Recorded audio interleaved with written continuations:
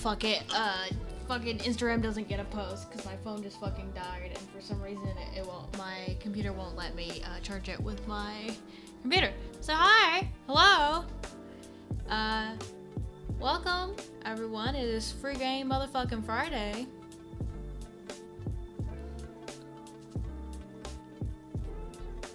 I feel like my music is way too loud. We'll turn that down. So today, with an ing at the end, it knows. But yeah, what I was trying to do while I was like on my starting screen a little longer than I usually am, is because I've been having fucking technical difficulties. And, like, I didn't get those really resolved until, like, 3:50. So I was trying to make post, but, like, my phone is slow and also deciding not to charge. On, hello, disco. So, I was trying to make my Instagram post, because I usually post on Instagram. And I can't do it on fucking... I hate that I can't do it on desktop.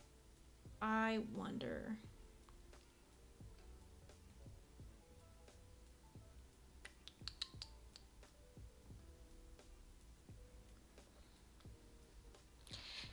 So today we are going to play This Magical Girl is a Bitch, and I'm very excited for it. This is another game that Disco found for me. I'm a little pissed. Because I was trying my fucking hardest to get post up. And then I spent 5 minutes on my starting screen, and I really don't like being on my starting screen longer than like a couple of minutes. And then my fucking phone full died, and I said, okay, no Instagram posts. Bitches are just gonna have to see it when they see it. I guess I can post on Instagram later. I'll let my phone charge a little bit. But we're already gonna be like in the middle of the game.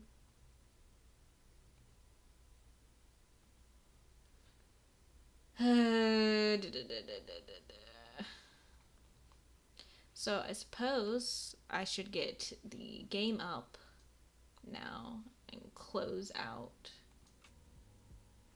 my music. Chill Hop can shut the fuck up real quick, because soon we'll have Magical Girl up. Magical Girl.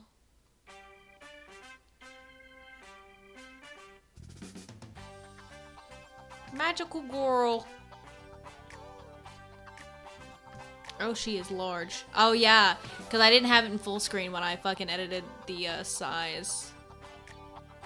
It is a little annoying that the game naturally has these black bars, but that's fine. It's only a little annoying. This is so quiet.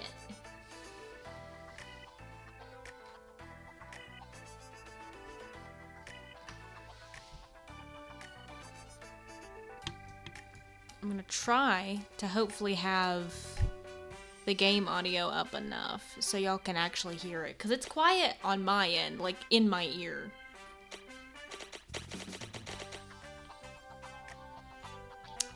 But yes, we are doing Magical Girl is a Bitch.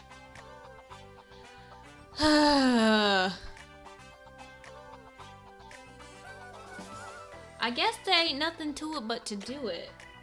I'm trying to get my phone. It's literally just gonna stay on fucking 1%. We don't get an Instagram post today. No Instagram post today.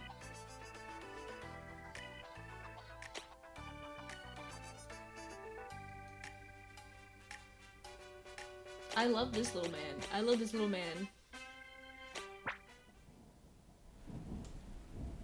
It was a dark and stormy Monday. Oh God, Jesus, that's fast.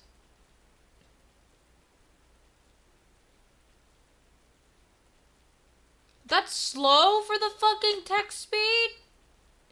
Jesus Christ. Once again,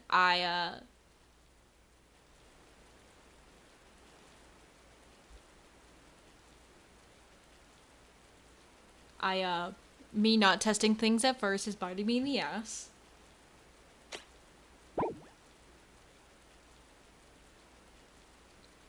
Like any other day in autumn, the sky was overcast, but the students of middling middle school was unfazed by the gloom. Instead, the halls were unusually charged with electric excitement and spectacular anticipation. And last but certainly not least, today marks the first day of Halloween Spirit Week. Ooh. This is so quiet. Like, the game mixing, like, the audio mixing for this game is so fucking quiet. Like, I've never had to have my, the games on 100%, like, on my volume on my side, on, like, the game itself, on the game proper. But things are fucking quiet. It's time to decorate your homeroom. This is already going.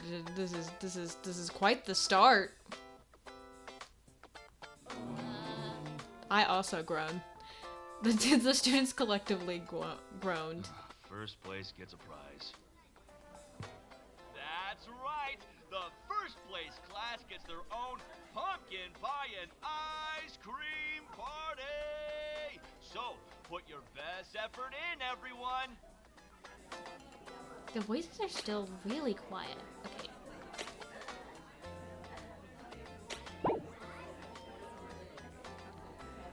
If you want. More info online or, you know, around.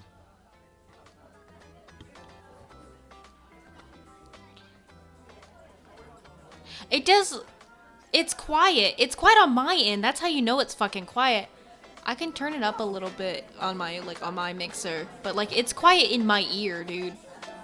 Which is never how that goes. Like I've got everything all the way up. And specifically I've got the voices all the way up.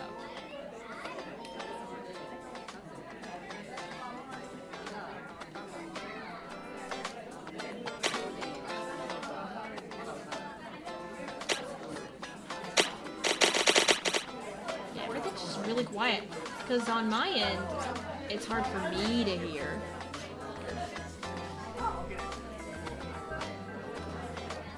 Yeah, it's all the way up.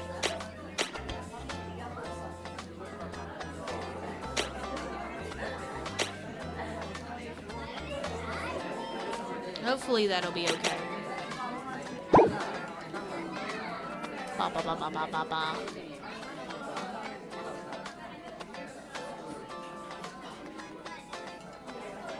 Yeah, keep an eye out for those Spirit Week posters, y'all. Happy spooky season, mascots. I heard Mrs. Ramirez's class had something really good planned for their deco. Like guaranteed when good. Yeah. They're just trying to intimidate us by spreading rumors. Besides, remember last year? Everyone said that one homeroom class had it in the bag, but then there was that fire. Oh yeah, the 8-foot skeleton incident? Exactly. Did they ever find out who let that skunk loose? I don't think so. Well, the point is, who knows what'll happen this year? I guess we do have a lot of talented people in our class, like... Oh, hey, Tabby! Good morning, Tabby. Tabby was not having a good morning. In fact, Tabby never had a good morning when she was at school. There were too many people looking her way, watching her every move, waiting for her to trip up so they could laugh at her. They're always sneering at me. Like they think their little cliques are too good for me. Girly Pop, I think they like you. Like, I hate to be the one. I know middle school angst tells you that everybody hates you and everybody is just here to laugh at you. But like, Girly Pop, I think they like you. I think they like you okay. Hey, Tabby! Like I'm less than them. Less than human. Like, Tabby, I think you're just edgy.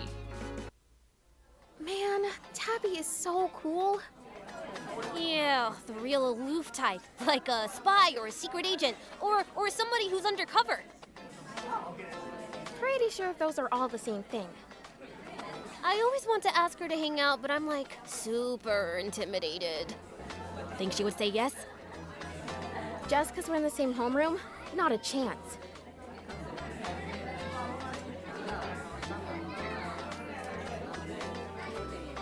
Way too cool for us.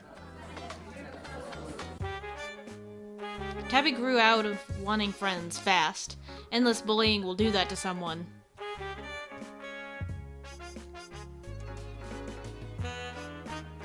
She couldn't even imagine being that naive anymore.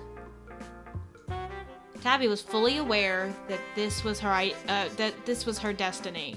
To be alone, unwanted, forcibly isolated. Excuse me. Need to get to my locker. Hello? You good? Molten rage and mild embarrassment bubbled through Tabby as she stared into the face of her ultimate nemesis, Eden. Eden something or other. Last names didn't matter. It was how he treated her that made her seethe with frustration. I hate him. I hate him. I hate him. Are you saying that out loud, Tabby? Always ready to tear me down at the first sign of weakness. I can see it in his eyes now. He's going to. Listen, are you gonna move or do I have to move you? I don't want to be late to class. Come on, let me through. Was that a threat? Tabby! Okay. Controversial. I don't like her very much. I understand that the title is This Magical Girl is a Bitch. But she really is a bitch. I'm like, girlfriend. He's done nothing to you. He's doing nothing to you. Currently, I should say. What? Like, girlfriend. Tabby slapped a hand to her mouth, worrying she had thrown herself into unnecessary danger. Men. I honestly like her. I like him more than I like her.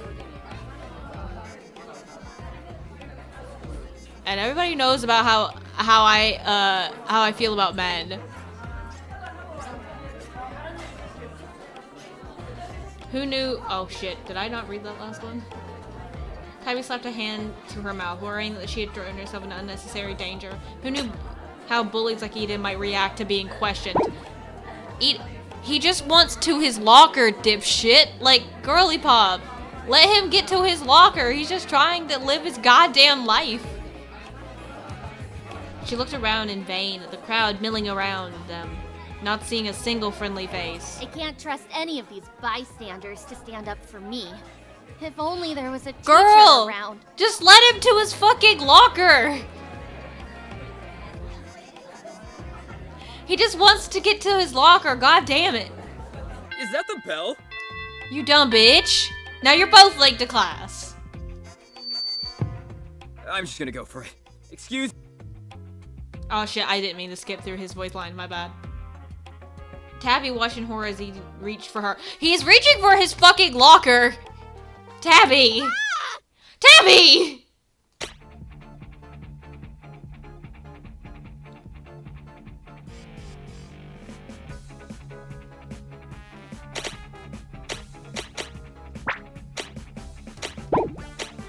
I'm going to do better than other games. I'm going to save at every choice, goddammit. Hesitate. Before she even knew what was happening, Tabby's hand moved on defensive instinct. Well! But she just barely managed to stop herself before it made contact with Eden's face. In that moment, fear of being, admonished somehow overruled her fear of Eden. Come on, kids. Class is almost starting. Why are the two of you still loitering around? Mr. Teacher, ah yes. Tabby spun towards her homeroom teacher's voice in recognition, searching for his authoritative presence. Mr. Teacher, did you see him? Sorry, Teach. Tabby just wouldn't move. I'm on his side! You know it's bad when I'm on his side. Like, Mans is not doing anything to you in this current moment. Let him to his goddamn locker. Like, Jesus fucking Christ. It's not his fault his locker is so close to you. I just need to get my books. Promise. Is there a reason you can't move away from Eden's locker, Tabby? Tabby gawked incredulously at her homeroom teacher and stepped off to the side, shaking her head How no. could Mr. Teacher take the side of a known bully? I don't like her. I viscerally just don't like her. Like, Delulu Town to 1,000. Because the conflict is unnecessary. She's like, I don't like, he's gonna bully me. And I'm like, you're causing unnecessary conflict. If you don't like the conflict, then avoid it. Instead of being a bitch. Honestly, she should have known. No one would be on her side. Not even the ones in charge. There's no sides! You're in front of his fucking locker, Tabby! This is gonna be a long one. This is gonna be long. I'm gonna spend every moment yelling at this fucking girl. I think she's like in 8th grade. Like, I know she's a middle schooler, but Jesus fucking Christ. Since I'm on my way to class too, and I have the worst headache from moving pumpkins all morning across campus, I'll give you all a pass. You better be in your seats by the time I get there. But no running. That includes you too, Caleb. I know you're just waiting for your friends, but don't let them make you late. Caleb! I liked how he looked on the art on the front. I'm very interested in his particular personality. He's very cute. Gay man voice. No, yeah, he's cute. The little green one. I like him.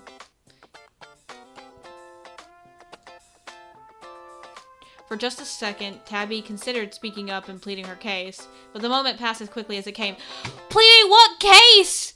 You're just standing in front of this man's locker. He just wants to get to his locker so he can go to class and ignore your ass. If you want to be ignored so bad, then get out of the fucking way. I'm going to continue to yell at this 13-year-old. I'm going to continuously yell at this 13-year-old. I do not give two shits. Mr. Teacher didn't bother to linger, all but jogging off to greet a different group of students. Tabby stared sullenly at his back before walking briskly in the direction of her classroom. Like, what the fuck? That's not how All right, you handle settle down, conflict. kids. Mr. Teacher attempted to rein his homeroom class in for the 5th time that morning. But just like every other year, the students were too excited about Halloween Spirit Week to pay attention. He decided to launch into his 3-part lesson on the history of Halloween anyway. Halloween originated from the pagan festival Samhain, which marked the end of the harvest and the dwindling barrier between humans and the other world. Did he not pronounce the on the end of barrier? Like, did he just say berry? I feel like that's what I just heard in my ears. I might be wrong, I might be deaf, but I think he just said berry. A portion of the students fell for his well-rehearsed hook and began to quiet down. It's easy to forget about all of that in the modern-day Halloween traditions. But if you take a closer look, you'll see that many have deeper historical roots. It's really quite fascinating stuff. Even so, a handful of students continued to discuss their Halloween plans in hushed excitement. I can't wait for you guys to see how awesome I made my costume for the Halloween party. The lady with the super freaky haunted house on my block helped me design it. I still can't decide whether to be a zombie werewolf or a vampire ghost. Unless... Do you think I could be a zombie werewolf vampire ghost? Yeah, no, this is middle school. This is definitely middle school. Oh, are we talking costumes? $20, my monster costume is the scariest. I swear to God, I'm gonna end up liking Eden way more than I like Tabby. And Tabby's our fucking MC. I feel like maybe that's the point, is that we're not supposed to like Tabby. But I find him a lot more likable. Like, he's kind of a dick, but it's okay. He's just trying to live his life. He's excited. Look at him. Look at him. He's vibrating. He's excited. How fitting for the bully to love terrifying people. What did this man do to you? I need to know. I need to know. I need to know how, like, what this man did to you to make you hate him so much. Like, yeah, I kind of like the little black and orange man. I kind of like him. Like,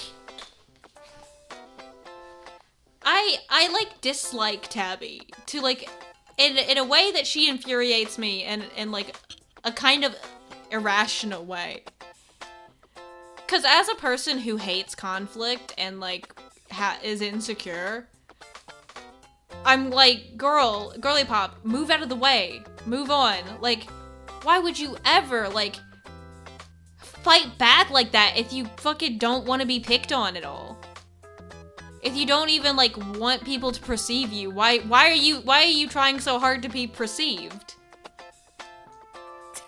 Your face already scares me. Okay, she's just a bitch. She doesn't even not want to be perceived. She's just a bitch.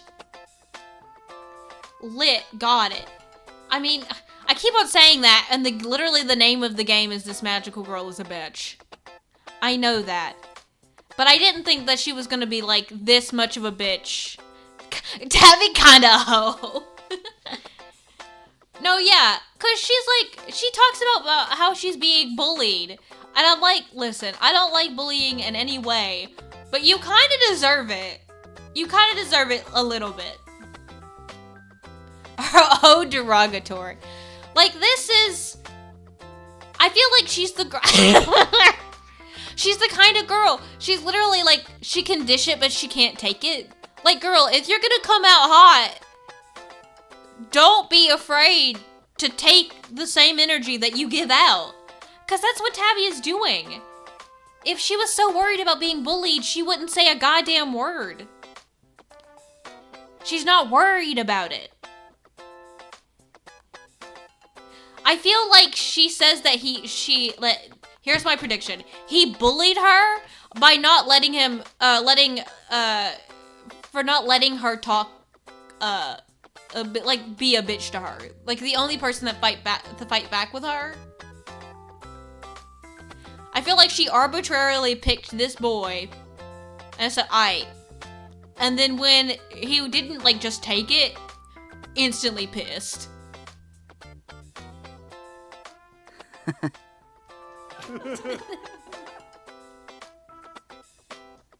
Is something funny? Tabby, do you have something to share with the class?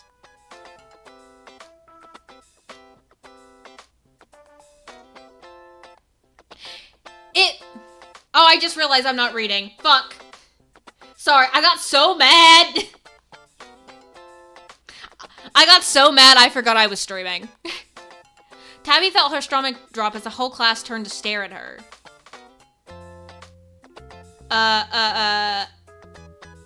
The other, after your face already scares me. The other kids nearby laughed in surprise too, which caught Mr. Teacher's attention.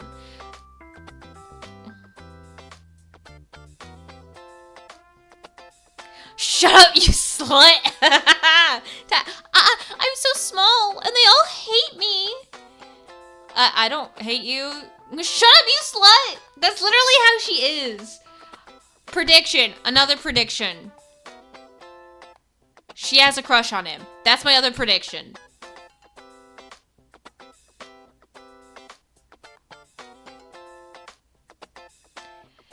Tabby felt her stomach drop as the whole class turned to stare at her. Of course. He would let his favorite students get away with talking during class, but not her. No! You made the whole... I'm mad. No, what happened is, you were a bitch. You insulted another classmate and made other kids nearby laugh. So when everyone collectively laughs, and you got your so wanted attention... You got the attention of the teachers too, but you wanted the attention so bad. Girl, pick a lane. Do you want attention or not? Hateful. hateful. Absolutely awful.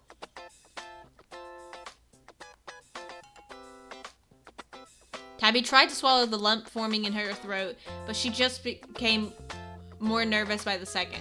I think we're all just excited to dress up for Halloween. And- I know I can't wait to decorate homeroom. And he covers for her! He fucking covered for her! Even though she was a bitch to him! He covered for her! I'm so irrationally angry at this fucking game. I'm so mad. I am, like, I'm seething with rage.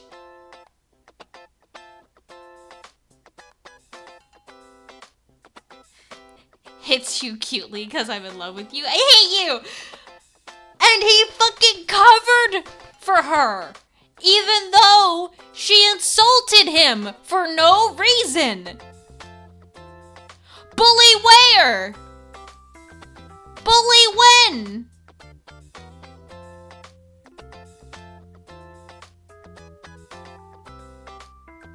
Bully when? Tell me, Tabby. Bully when? Bully where? Bully what? Tell me. Lay it out. Paint a picture for me, Tabby. 'Cause this man who you just insulted just covered for you. I need to stop ranting and play the game. I'm so fucking angry at this 8th grader. That's great, but I still have 30 more exciting slides about Halloween throughout the decades. Class collectively groaned. Tabby breathed a quiet sigh of relief. Because he covered for you. It's really quite interesting. There's fascinating tie-ins with the Day of the Dead and the glorious gourds of harvest. I could wax poetic about it. And you probably will. You already gave this presentation before. Well, I did more research, and now I have extra footnotes. The class collectively groaned again. Oh, fine. I don't know how I was supposed to have a normal class this week anyway. I wish that they gave this gay little teacher a gay little face. I want to see the gay little... I know it's supposed to be the Peanuts thing, where you can't see, like, the adults' faces. But I really want to know if this teacher's hot or not. That's all I care about. Why don't we put a twist on it by giving historical context to our proposed decorations? I do enjoy that this game is almost fully...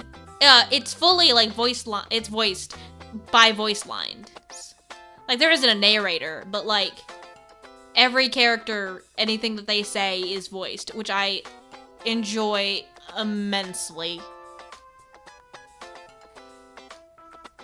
What, reenact the Salem witch trials? Tabby, if you're so worried about being bullied, why do you do the things that you do? That's a cool idea. We could pretend to burn you. Okay, she deserves it, though. What? He totally just threatened me in front of the class. Surely Mr. Teacher won't let that The slide. same way that you this little girl is going to give me a goddamn migraine.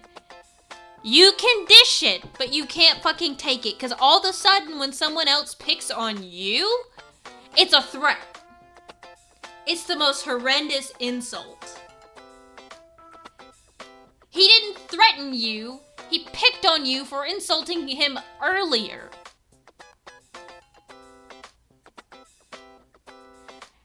He's not gonna rally up the class, get their fucking torches and pitchforks, tie you to a stake, and burn you alive. Like, Tabby, this is an 8th grade classroom. What the hell? I'm so upset. Yeah, Tabby would be such a good witch. I don't know if the school board would approve of that. He's just going to brush it off? Yes, Tabby, because it was a joke. Which you did. to him moments before. All right, kids. I'll start dividing the class decoration types into groups and share a mini lesson about each of them. So, listen up. For instance, why do you think pumpkins became associated with Halloween? There's something else that's happening around the same time. If you want to take care of the jack-o'-lanterns, try and answer. Eager hands shoot up in the air. Mr. Teacher picked out one of them. Because it's harvest season? Ding, ding, ding, ding! You got it! Harvest season is decorative gourd season, folks. This is the difference between, like, I feel like me as a kid and me as an adult. My favorite character in this game right now is the teacher. I think that my opinion would be a little different if I was a bit younger. My favorite character is this gay-ass teacher. I am very grateful for him to ground our story. He's just a nerd. He's just an autistic man trying to teach his students in an engaging way. And I love him. Fuck these little shits. I love him. Carving pumpkins was a tradition before Halloween. But the term jack-o'-lantern started with Stingy Jack, an Irish legend that will give you the heebie-jeebies. Like, Mans is just trying his best. Tabby turned the rest of the... Tabby tuned the rest of the lecture out, only listening for what theme decoration was being offered next. Mr. Teacher droned on and on until finally... Why do you think Halloween was associated with death? Whoever gets this one gets to be in charge of making all of our skulls and skeletons. Tabby was never a class participation kind of girl, but now her hand flew up in the air. Do you know the answer, Tabby? Or are you gonna fucking be bitchy about being picked when you get picked? You're gonna go, cause you wanna be the bitch in charge of the skulls and skeletons. Mr. Teacher looked at Tabby, eyebrows raised in acknowledgement. By some Halloween miracle, she could see her name forming on his lips. Probably because winter is coming, right? Okay, no! Oh, that was good! Holy shit! Oh, bless. Fuck her up. Fuck her up, Eden. Fuck her up. I'm on his side. She deserves it. She's a little shit. Fuck him up. Fuck him up. Fuck her up. Hi, Thy Heavenly. Hello. I am currently beefing with an 8th grader. Not this one, our main character. I have so much beef with this fucking 8th grader. Her name's Tabby. And she sucks so much. Fucking get her, Eden. Get her. Get her. Back then, lots of people died in the winter. That's correct, Eden. Winters 2,000 years ago meant... Tabby a hoe, derogatory. Tabby seethed at the injustice of it all. How could they do this to me?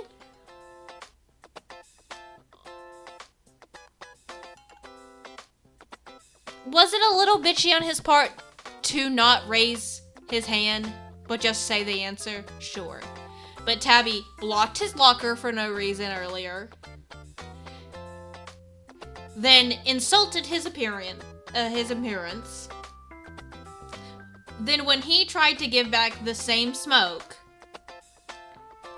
she took that as a threat of physical violence. She deserved it. Like, man just wanted to go to class, and you're all up in arms about being in front of his locker. You were in front of his locker. And she calls him a bully. And I'm like, bully where? He's just giving back what you give. That's what it feels like to me. Like, they have some past, sure. I don't know that past. All I'm seeing is Tabby being a bitch for no reason. And Eden, rightfully so, giving back the same smoke. Tabby was the one with a special connection with skeletons every single year. Well, only last year, but... Last year, Eden swept in and snatched what she wanted. What she deserved. Deserved what? Deserved what? Tabby? Deserved what? You don't deserve shit! Hello? I feel like I'm losing my mind. I'm beefing with this 13-year-old and I'm losing my mind. I fear I'm losing the room. Girl, you don't deserve shit! Hey! I had my hand up! He interrupted. Mr. Teacher looked at Tabby, taken aback as if he forgot she even existed. Oh, well, you can answer the next question. Tabby gritted her teeth. She really didn't want to let this go, but everyone was staring and her stupid cheeks were getting redder and redder. That's just stupid! It's not fair! Even as Tabby clapped her hands to her mouth at her outburst, Mr. Teacher raised an eyebrow in judgment. Then the angry part of Tabby wished she could smack the disapproving expression off his face. And now you want to hit a teacher? Girl, your priorities are fucking off. But her frustration withered away as she crumpled into herself, hard thinking. I'll always be the first to get picked on. And the last pick for everything else. Are you, though? Because other girls in the hallway talk about how aloof and cool you are, but you think everybody fucking hates you. And they're waiting to pick on you when they talk about how cool you are. I swear to God, I'm going to continue to beef with this fucking 13-year-old for the next 2 hours. How about you let me continue the lesson and the two of you can work together? I fucking knew this shit was gonna happen. Ooh, shit. This is Spirit Week, and I really don't want to give any detentions for disrupting class. Sounds cool. I'm sure Tabby will come up with something really freaky. You know, given how into this stuff she is. Oh yeah, totally. She's the type to freak people out. It's awesome. Too bad Tabby works alone. Like Batman. Ooh, or the Joker. Eden grinned at Tabby. He's literally being nice to her. And being, like, kind of, like, nice in, like, a middle school boy way. Like, this is as nice as it gets. He's not being that much of a dick to her. Tabby felt a horrified shiver run down her spine, and she braced herself for what was coming. She looks like him too, if you turned his smile upside down.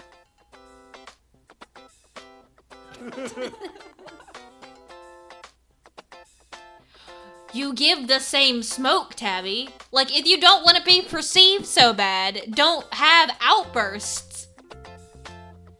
Because she acts like it's such a big surprise when people react to her having outbursts.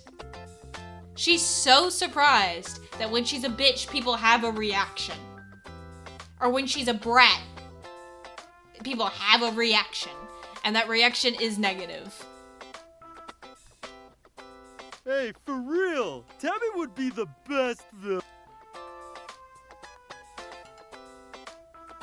The other students tittered at that in typical middle school fashion.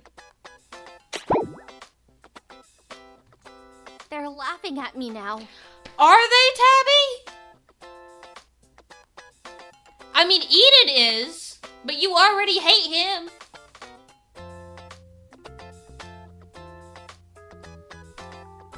You made yourself the villain, Tabby. They're all laughing at me because of him. No, because of you. You dumb bitch. Settle down, class. And that's not nice, Eden. He wasn't even that mean to her. That's the fucked up thing. He didn't even like call her a freak or anything. Like not even directly really insult. The only insult is like she kind of looks like him too if you turn his smile upside down. Like yeah, that's kind of an insult, but really? That's what you're up in arms about? After insulting his face not 5 minutes ago?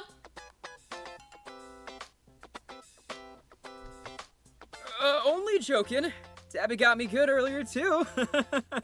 That's just how we do, right, Tabs? Legitimately. She insulted his face, so he insulted her face. You get what you give, Tabby. Eden held out a fist towards Tabby. Fake it! Fake it for the love of God, Tabby. Tabby fixed him with her best death glare. Classic Tabby. They're not laughing at you, Tabby. At least not in a way that's like in a bully way. They're laughing at you because you're such an edgy little shit and thinks everyone's attacking you when they literally have done nothing. Or they compliment you or insult you after you insulted them. Like, what's happening here? Well, Tabby, if you want, you can work with Eden and... I am not working with Eden.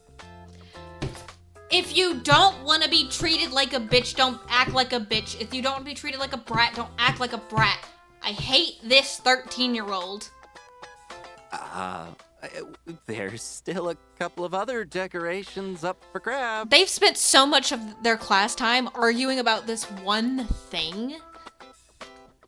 She scowled at Mr. Teacher. Well, he's the one who answered the question, even if it wasn't unprompted. And the teacher was nice enough.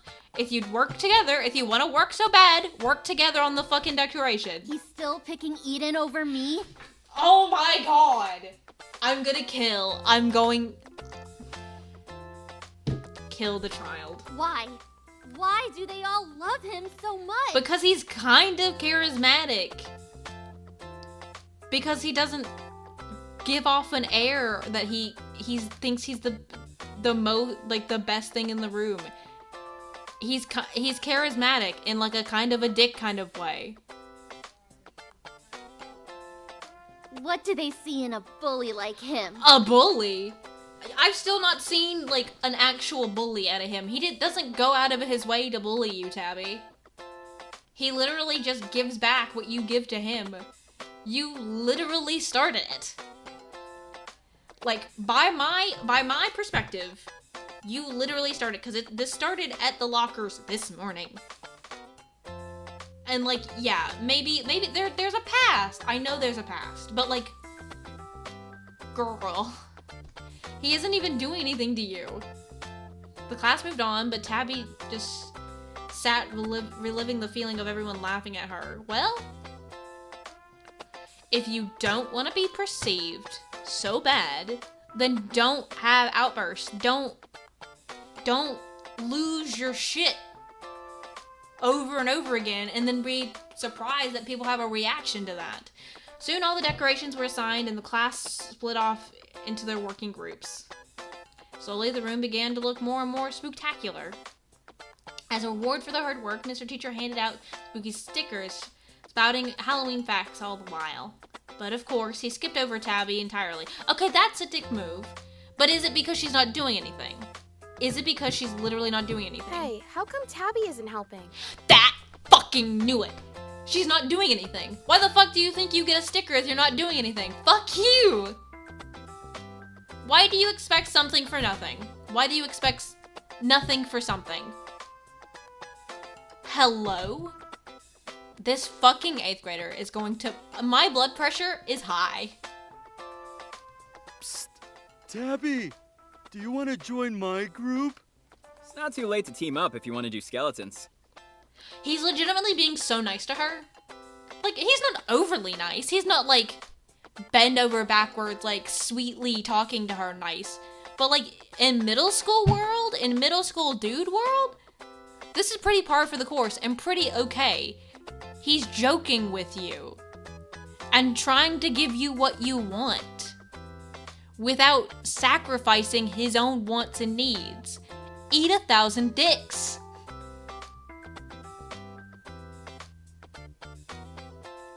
Reject.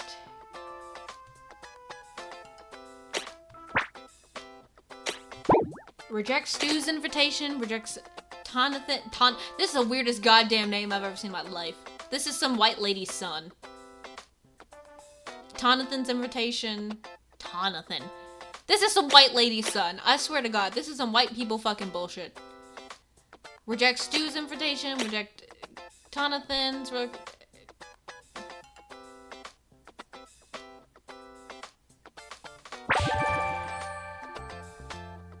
They were clearly taunting her. Were they? No point in staying around a bunch of bullies. Tabby started packing up her bag, watching the clock anxiously, so she could be the first one out of class when the bell rang. I really think you should have been the one to do skeletons. Caleb, I like you and I like your design. Do not suck Tabby's dick right now. We can talk to Mr. Teacher together if you like. Tabby's mind struggled to make sense of what was happening.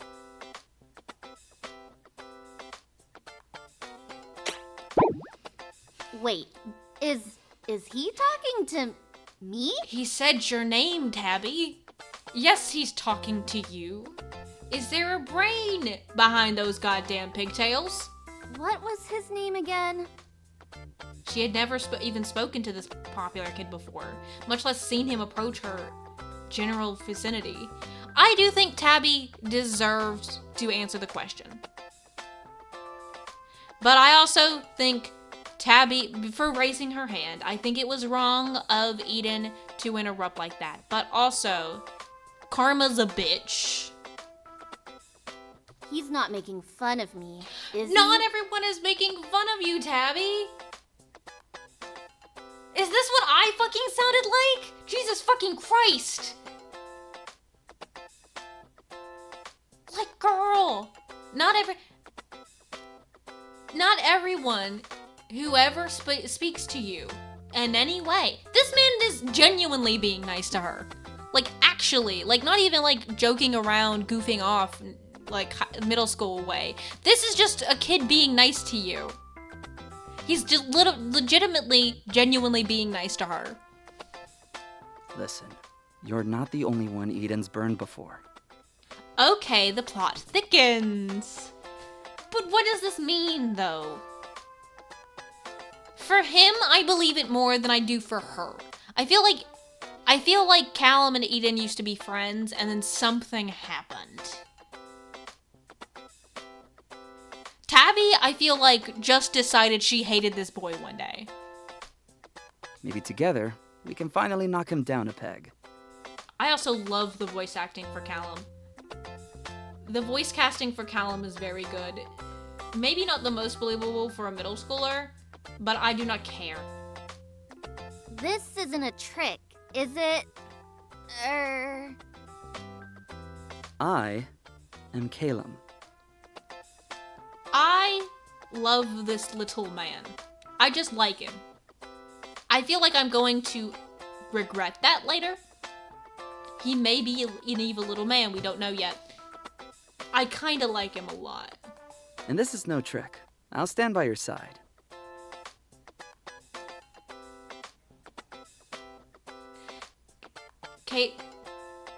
Caleb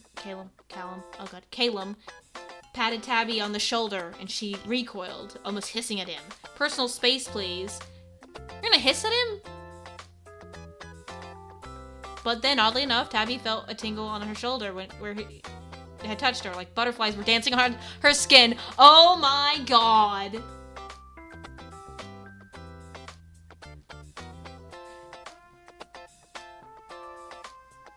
She fucking genuinely likes him, and she's gonna do the thing that she does. Screaming, crying, pissing. Gross. She wasn't developing a crush, was she? I love that she's kind of self-aware. I love that she's just like an inkling of there's like an inkling of self-awareness. This is funny. Caleb gave her a small smile. Teach her how to behave. Please, I'm begging you. Small little green man. Small little green boy. Please teach this motherfucker how to act. I am actually begging you. Actively begging you. So what do you say? Shall we tackle this together? Wasn't that what she had always wanted? to have someone see her, really see her as a person worth talking to. Now here was someone who was ready to back her up, at last. Okay. We can stay behind after class then. Don't fuck this up, Tabby, I swear to God. Perfect. I'll get Eden to stick around and we can tell Mr. Teacher what happened. What? No! Just the two of us. I don't want him around. No. Tabby, trust me, he needs to be there. You have a little plan in your evil little head. I can hear it. I can hear it in your voice. I can see it. No! He'll just ruin everything by charming Mr. Teacher, like always. I'm not going if Eden is. Tabby crossed her arms. All right, as you wish. Huh, I didn't think he would back down that easy. I love that the seething rage has faded as Caleb is on the screen. The seething rage has faded. Caleb inclined his head. Girl, what is this phrasing? Inclined his head at Tabby. Just say raised. In thoughtful agreement. As the rest of the students continue to work on bringing that Halloween spirit to life, Tabby bounced in her seat, almost vibrating in place with sudden energy. She barely heard Mr. Teacher announce to the class that it was time to clean up. Not long after, the bell rang. The other students shuffled out the door until there was only Caleb and Tabby left. Tabby turned her critical gaze towards Mr. Teacher and prepped herself to approach. Let Caleb do all of the talking. I swear to God. Mr. Teacher humped himself, trying to ignore the grouchy elephant in the room. He reminded himself that he became a teacher because he always wanted to inspire the next generation. He genuinely cared about his lessons and wanted everyone to enjoy his classes. But for some reason, out of his control, kids can be real shitheads. We have our first swear of the game. I love that shitheads is the first swear of this game. There were kids who tuned his lesson out. Kids who rolled their eyes at everything he said. Even kids who managed to scowl at him for a full hour. Kids like Tabitha Bones. Her expression had been so disarming, so spooky, that he had been too nervous to even go near her. Also, she didn't deserve a sticker because she wasn't doing anything. Now she was standing in front of his desk with her arms crossed and an equally wicked scowl on her face. I'm sorry, I'd be afraid if a child looking like this just stares me down a whole fucking lesson, and then after the class is over and after you think you have escaped, she's just standing in front of your desk just staring you down like this. Vibrating. What reason did she have to glower at him? If anything, if the horror stories from the other teachers were to be believed. Run, teacher, run! Truly. Rumor had it, last Halloween, a girl with a permanently gloomy demeanor had attempted to bring butcher bones in as decorations. While the girl in question didn't have any bones in hand now, Mr. Teacher willed himself to be brave. Well, there you go, girl. Even the teachers don't even like you because you're the weird kid that brings in actual bones to class. With unprompted, unannounced, without permission. He cleared his throat once, twice. Tabby, can I help you? Tabby took a deep breath, sensing the reservations Mr. Teacher had towards her. Why isn't Caleb saying anything? Caleb, please. Caleb. She was glad Caleb was with her. I don't think you should let Eden decorate skeletons instead of me. Mr. Teacher stared at her with stunned silence. Tabby sped onwards, afraid to lose her courage. He's clearly a bully, and if you side with him, you're a bad teacher. Mr. Teacher furrowed his brow, lip trembling ever so slightly.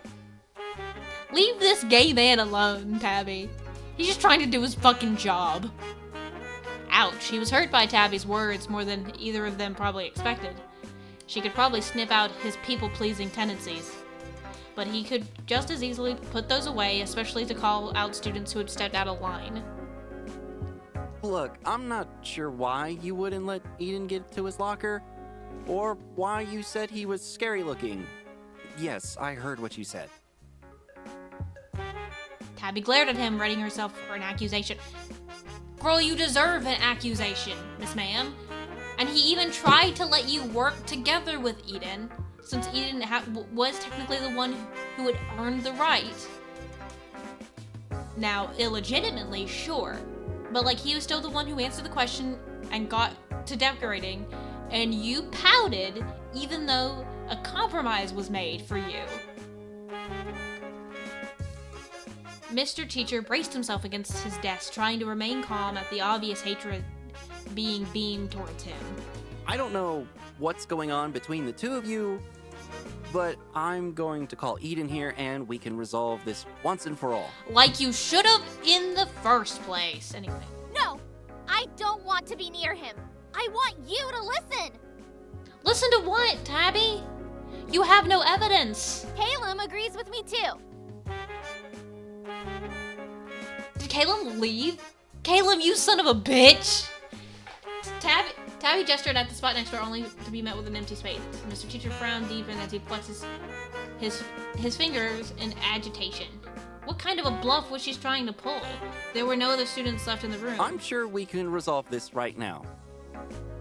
He set her up. He set her up!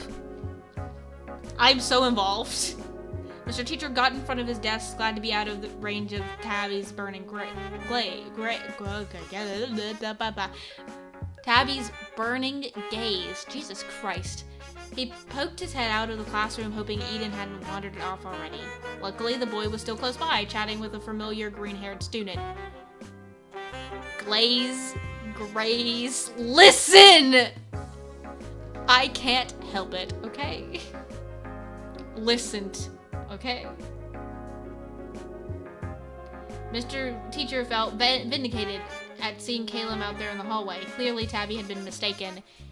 Gaze. God damn it. He set her up. He set her up. I'm so involved. Eden, could you step inside for a moment? Eden raised an eyebrow, or his eyebrow, but didn't hesitate to re-enter the classroom. What's this about? No! Use your words, Tabby. Tabby exhaled loudly. From the outside, she appeared to be flaring her nostrils in deep frustration. This man has no clue why this girl hates him so much. Hey, die heavenly! Naughty thing. Glaze these nuts, my ass. Naughty thing. You took the decorations I wanted. Again! Bro, just chillin'. He ain't gonna die. Like Hulk. This man has done nothing. Also, it looks like that Eden's in a crop top. I know it's because his arm is raised, but how it's drawn, it looks like it's oversized on purpose, and it looks like he has a crop top on. I know there's a shirt underneath, but it does not look like there is, like, underneath this. It looks like he's in a crop top. He looks like a little slut. No biggie. Let's do it together after class. And he still wants to fucking compromise with her. At this point, I would have said fuck no. I would have said no. I would have said nope, you had your fucking chance. You had your chance. I tried to compromise with you, and you said no, and decided to pout all class. You don't get to do things that you want if you're not willing to compromise. No biggie. Yes, Biggie. You always get what you want. It still looks like it's a crop top.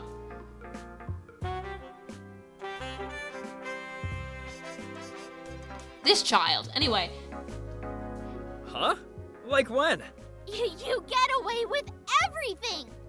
I feel like this is the first time that Tabby has ever actually spoken to him in a genuine, like communicated with him in this way. Like, it's the first time she's ever told him that there's an actual problem.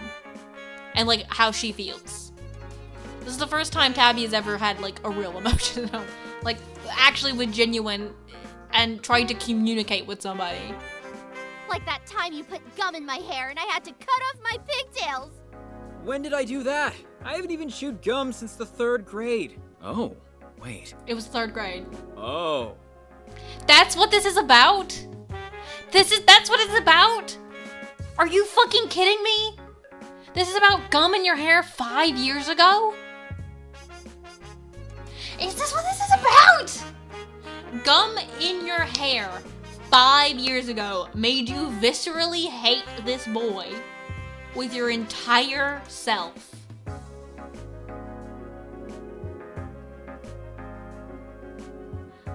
Five?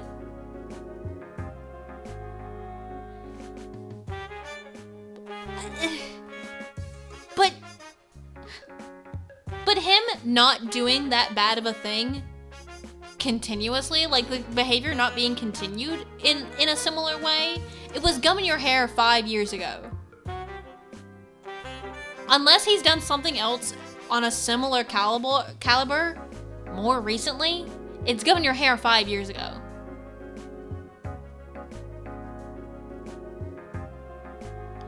And I bet he even was he got in trouble for it, or she says that he got away with it. I don't think he did. That was you? I totally forgot. He didn't even know it was her. I swear. That's it? Do you have any idea how long it took to grow it back? Why didn't you communicate this to him earlier when he's trying to you didn't communicate how badly that hurt you, and he didn't even remember that it was you. This is such a big, did it not cross your mind that it's such a big deal to you, but it might not be a big deal to him? Not because he's an emotionless jerk that gets off on hurting other people, that he did a shitty thing 5 years ago, laughed about it because it was kind of funny, and then moved on with his life? Okay, I'm sorry. It's not funny! And Calum? What's Calum got to do with this?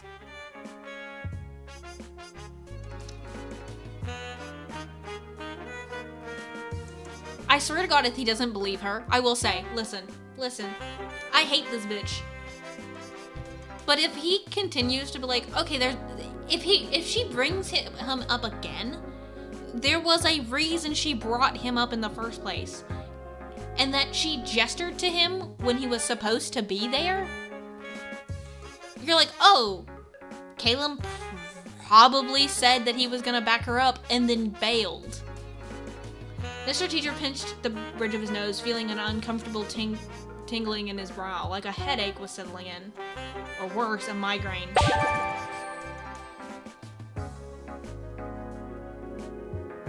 Children were always so noisy. You became a teacher, bud, and you're a teacher for middle schoolers. I don't know what you want. He hoped they would settle down soon. Not that they would ever did. Never fast enough, never listening to his pleas to be quiet. Then why did you force them to, proverbially kiss and make up? Why did you... You should have expected, especially with the two kids that you picked to try to get them to make up. Being the two noisiest ones in the class, you should have expected this to be a fight. Be quiet. But... Be quiet. Oh no. Abby and Eden both fell silent, unused to this harsher tone from their homeroom teacher.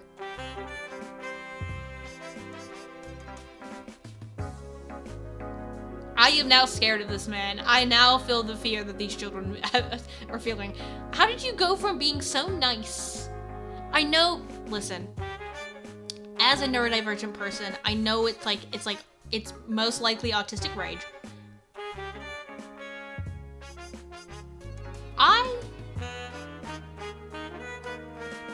You're going to be beefing with children. I need you to pick your battles, my good sir. You made this happen. You have to realize that you made this happen. There. Was that so hard? Psychopath behavior. Psychotic. No, it didn't need to be. All those years of being a doormat for kids, much too young to know better than him. Waves of resentment washed over him, built up from countless instances of holding his tongue, of being the adult. That's right, he was in charge, not them. He needed to reclaim his space and authority. That's not their fault that you were a doormat and now you're mad about it. That's not their fault. It's their fault that they're fighting, but also they're kids that you knew had some type of past together. You had time to expect and to brace yourself and to emotionally prepare yourself for two kids that are emotionally unstable because they're children who have beef with each other. Both of you, get out. Hello? Psychotic behavior. You're the one who called Eden in. And you were the one who made this happen. Psychotic behavior. Tabby just wanted to say her piece. And you weren't the adult and told her to leave.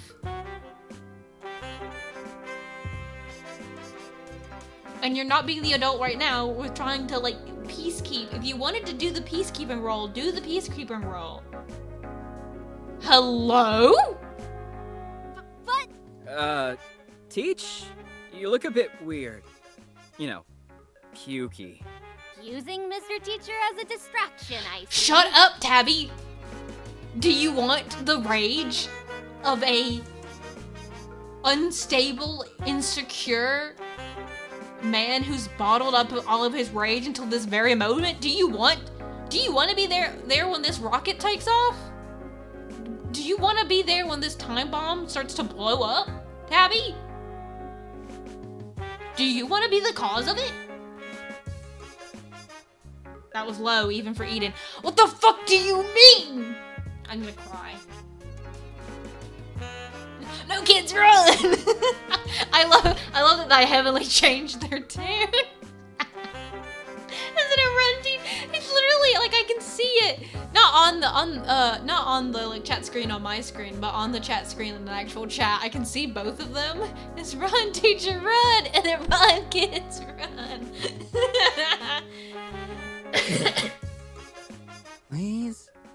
Please get out. For your own safety, do you want to be the one to push this man's buttons until you find out what happens when he blows his lid? Do you want to be the one? Mr. Teacher's voice was strained and whispery. Eden probably hurt his feelings. Girl, what? For what? Hurt his feelings? You'll look like you're going to explode. You might look like you're going to vomit. That's a genuine thing. It wasn't an insult. It's just you weren't looking so good, bud. Because you're obviously extremely angry right now. And you're using your male rage. You're developing your male rage and you're about to explode at these fucking children. Alright. See you later, Teach. I love how nonchalant Eden is. Eden is just living his life. What a jerk. What do you mean? Oh my god. Mr. Teacher clutched his head, gritting his teeth.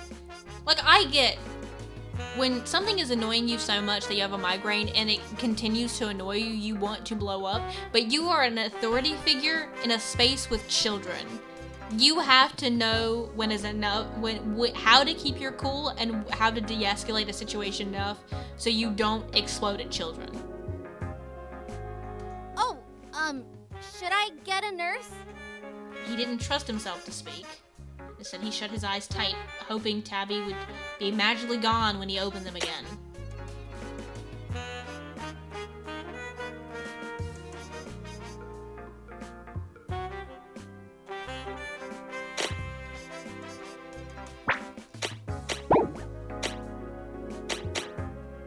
Mr. Teacher? Hello? I probably picked the wrong thing, but it's Mr. fine. Teacher? Mr. Teacher clenched his jaw. He tried to ignore her, but her whiny voice was impossible to tune out, like the sound of a baby crying in the middle of the night. Choosing the death option! Yeah, maybe. I didn't know. I feel like it was gonna be weirder if she just hovered silently. But I see I was wrong. Mr. Teacher's eyes snapped open. The sight of Tabby still standing there and glaring at him made his blood pressure spike. Why was that brat still here? Hadn't he told her to leave? She never listened, always thinking she was in the right, always thinking she knew best. A little brat like her.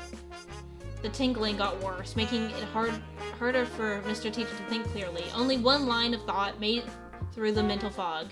Mr. Teacher? Tabby shrunk back fearfully as, "Why aren't you leaving? Girl, why aren't you leaving?" Tabby shrunk back fearfully as Mr. Teacher smiled, a too wide smile with too many teeth. You brats just love testing my patience, don't you? I no longer like Mr. Teacher. I am now afraid over this grown-ass man. Bad students get detention, but that would be a bigger punishment for me than you. What is this man gonna do? I feel like this man is gonna get hit. I'm expecting him to pimp slap this child. Like, I feel like that watch is gonna deck Tabby in the eye. Dude got demons. After all, children who don't listen are no better than vermin. I honestly wish that y'all could see my face, because I am gobsmacked. Jaw on the floor, across the room, out the door. Hello? And as we know from history, vermin deserve a far worse punishment. Is he gonna kill this Can kid? you guess Like, what I that hate is? Tabby.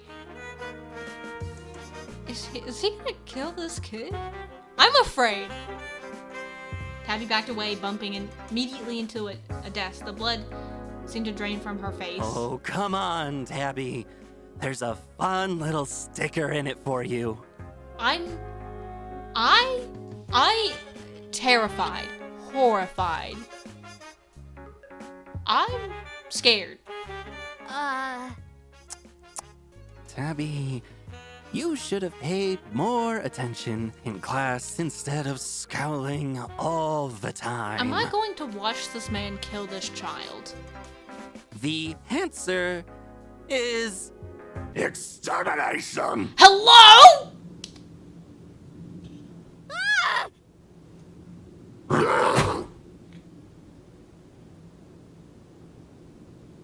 Tabby jumped out of the way as Mr. Teacher's brand new claws just barely missed her arm. Claws? Claws? The desk that Tabby had just been standing in front of crumpled beneath Mr. Teacher's weight.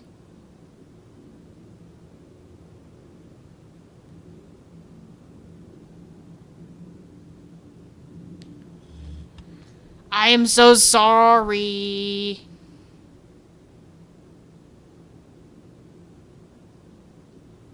God damn it, Nightbot. Give me a second.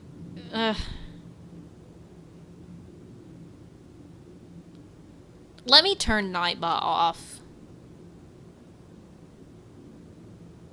It thinks you're spamming because you're the only person here. Like, here talking, I should say. Channel. Moderation.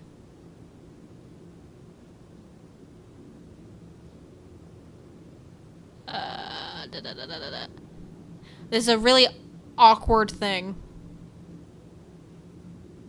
Night mod. There we go. I turned I took away moderator status from Nightbot.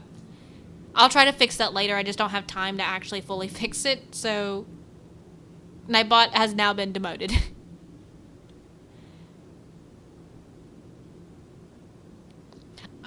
No, it was, I don't know. Honestly, I don't know. I don't know what set Nightbot off. Get wrecked, Nightbot! I'll have to turn spamming off. It's a genuine thing that I don't want to happen, but you aren't spamming. The desk that Tabby had just been standing in front of was crumpled beneath Mr. Teacher's weight. Oh. No, what landed and stared at Tabby from the wreckage with cool reptilian eyes was not Mr. Teacher. Instead... Hello?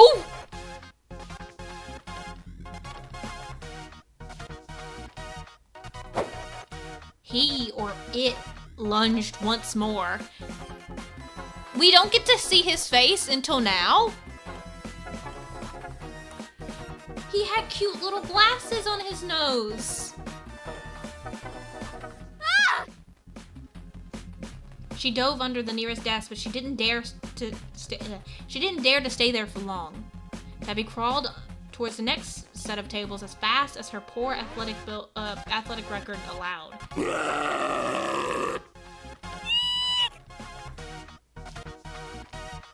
My hope is that Eden comes and saves her ass. That's what I hope. Like Eden Callum.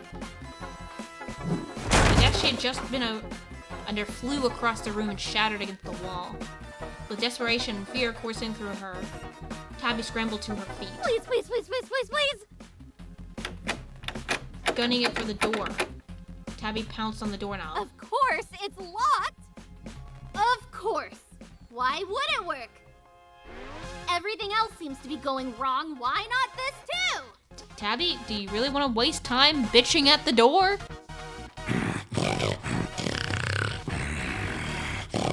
Whoever voiced Mr. Teacher, I hope they also did the monster noises. And if that is the case, this is very good voice acting. Whoever voice casted this game, From behind her, she could hear Warble snarling before a death shape sailed overhead. Smash.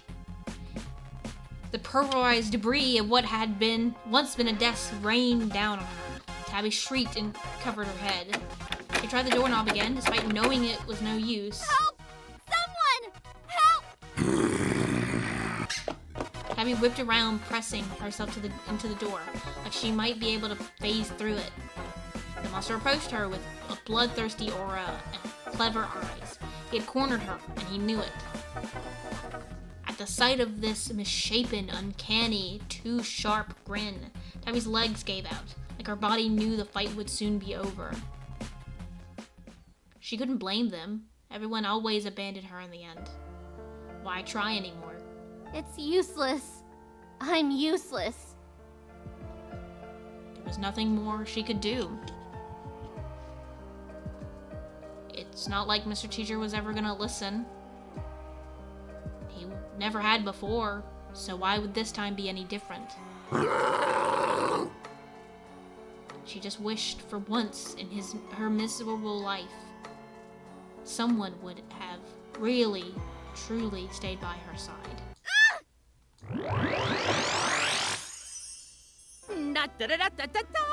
Hiya, Tabby. I'm... What? I mean, hello, Mr. Man. I'm so glad that you're here. But what the fuck is going on in this day?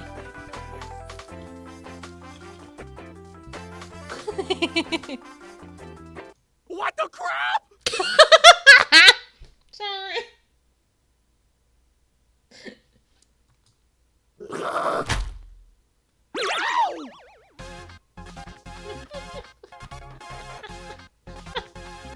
Sorry. Look how cute he is! Mr. Monster chased after the new nuisance, his jaw snapping wildly. Whatever the tiny creature was, it zipped around the room in a panic. I'm strength, and I'm here to guide you on your... What the bleep is this? Tabitha Bones, do something!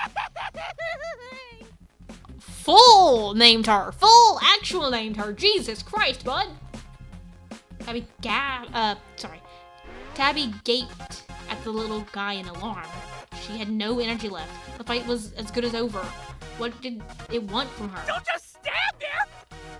Help! Tabby took one long look at Mr. Monster's terrifying teeth and the tiny red being running around the desk, and hightailed it to the corner of the room as far from them as possible. It's a goddamn monster! I'm just a little girl! We have Tabby's first swear. What are you anyway? I'm a pixie! And I can't handle this on my own! Mr. Monster swiped at Strength, who darted into a high corner of the ceiling. Did I miss anything? Okay, no, I didn't. Who darted into a high corner of the ceiling, temporarily out of his reach. Pixie huffed, eyeing Mr. Monster nervously. He threw an equally nervous glance at Tabby. Suddenly and unexpectedly, Strength brightened up, snapping his finger. Yeah, I've got it. I'll just give you some candy. Some candy? Did you hear him? The voice acting for this game is lovely. I'll just give you some candy. Hello? Strength whipped out a sparkly wand the size of his body from who knows where.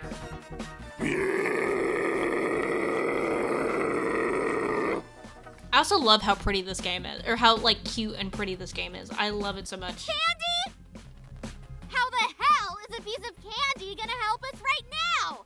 Also, I don't take candy from strangers.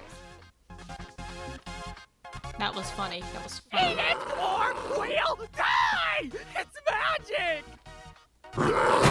Eat the goddamn candy, Tabby! Mr. Monster pounced at Strength, swiping his claws at the shiny object. Yeah, no toys in class!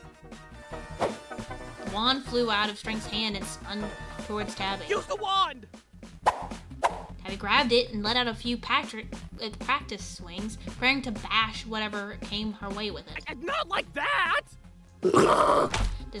Despite zipping through the air to avoid Mr. Monster's jaw, Strength's voice reached Tabby with surprisingly clear instructions. The candy, Tabby! You have to eat the candy! While Mr. Monster was still fixated on Strength, Tabby weighed her options.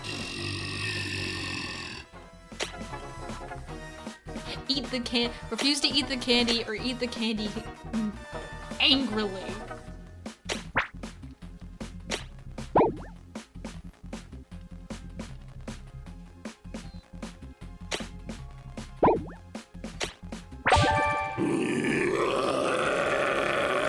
Tastes like regret is what the achievement said.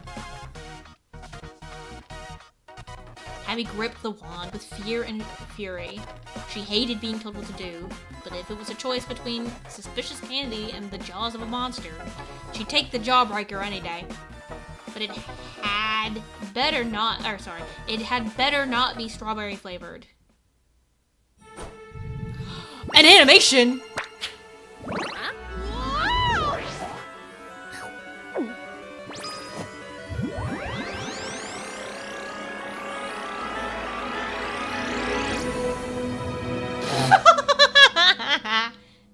Poor baby. Poor little baby. Poor little baby. Why'd they make her look like that? Why'd they do that to her? Abby tried to reorient herself in the space, frantically looking for the whereabouts of the monster in the room. Mr. Monster stared back at Tabby, a bewildered expression on his face. He didn't seem to be coming after her just yet, but Tabby quickly scanned the room for any sign of strength. Had he been No, you ate him! You ate him, Tabby! Had he been eaten already? She had been ready to rip into him, demand an explanation for, well, everything. She glanced down at herself, trying to pinpoint the source of the soft jingling noise she kept hearing. What is this? You ate him, Tabby! A giant pom-pom obstructed her view, beyond which all she could see was a gaudy mix of red and black. What the hell is this? joke. I knew it. This is a goddamn prank, isn't it? I love that she went from not swearing at all to swearing like every other line. Well, that's new. It's okay, everything will be okay. We can work with this. Drink continued rambling, but was nowhere to be seen. Was his voice coming from inside Tabby's brain? Great. I definitely imagined him. Girl, do you think you imagined the outfit you're fucking wearing, bitch? Well, it, seems like we're stuck together. Yup, I can't move at all, and that's totally okay. I'll just take you through everything. They didn't warn me about this, but it's fine, it's fine. It's fine, it's fine. God, this is it. I finally cracked. Even my imaginary friends are freaking out. Tabby started to shake, half crying, half laughing at the ridiculous situation. The bells in her horrific outfit jingled with her tremors. Mr. Monster tilted her hair at Mr. Monster tilted his head at the sound, eyes glinting. Ding, ting, clink, tingling. Watch out! Mr. Monster was before her at one pounce. His claws raked through the air straight towards Tabby's head. But by pure instinct, Tabby dodged the attack, doing a backflip across the room. Huh? Did I just do that? How? That's the power of strength. But I don't have strength. I can barely do a push-up. You do now, Tab. With me at the helm, we're unstoppable. Now get us out of here. Tabby did feel a little stronger than usual, but a backflip? Maybe that candy was magic. Huh. What else can I do?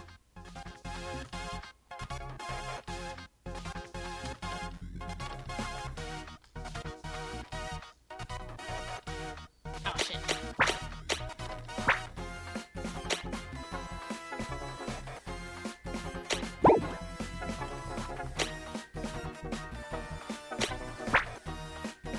I almost pressed Wrangled the Monster. I was like, no! As Mr. Monster charged towards her again, Tabby leapt toward a nearby desk with no effort at all. She lifted it with one hand. He lobbed the desk directly at his snout with more accuracy than she'd ever shown in her terrible athletic career. Bullseye! Not so scary anymore, are you? Go on, try again! I've got more desks with your name on it! Okay, now I kind of like Tabby. Mr. Monster pawed at the ground, stampeding towards Tabby with obvious rage. Tabby sprung away easily, sending Halloween decorations flying. Making a mess?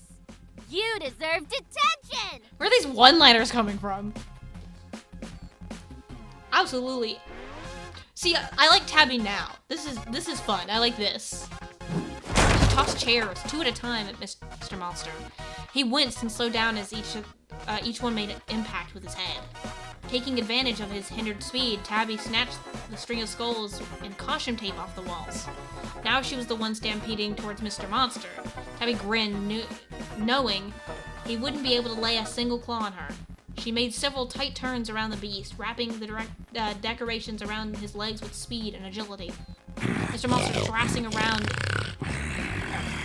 thrashed around violently, but the makeshift binding seemed to hold for now. Oh, wait. Oh, there's something familiar about that monster. Those sparkles, maybe? Isn't that magic? Decorations around Mr. Monster's leg began to tear. Ah! Tabby, that's not gonna hold! Quick, use the wand! On cue, Tabby swung the wand at Mr. Monster and beat him Not with like that! Wave it around! Tabby aggressively waved the wand at Mr. Monster, managing to smack him in the face again. Mr. Monster slumped back, eyes rolling around in pain. I said around! Like, around! Tabby moved her arm in a wider circle, swinging the wand above her head like it was a lasso. A soft glow enveloped both of them. As if by magic, Tabby felt the ridiculous outfit she was wearing pop off. Suddenly, she was back in her regular clothes. Well, Glad that worked. Mr. Monster whispers faded into a groan of rapidly approaching middle-aged teacher.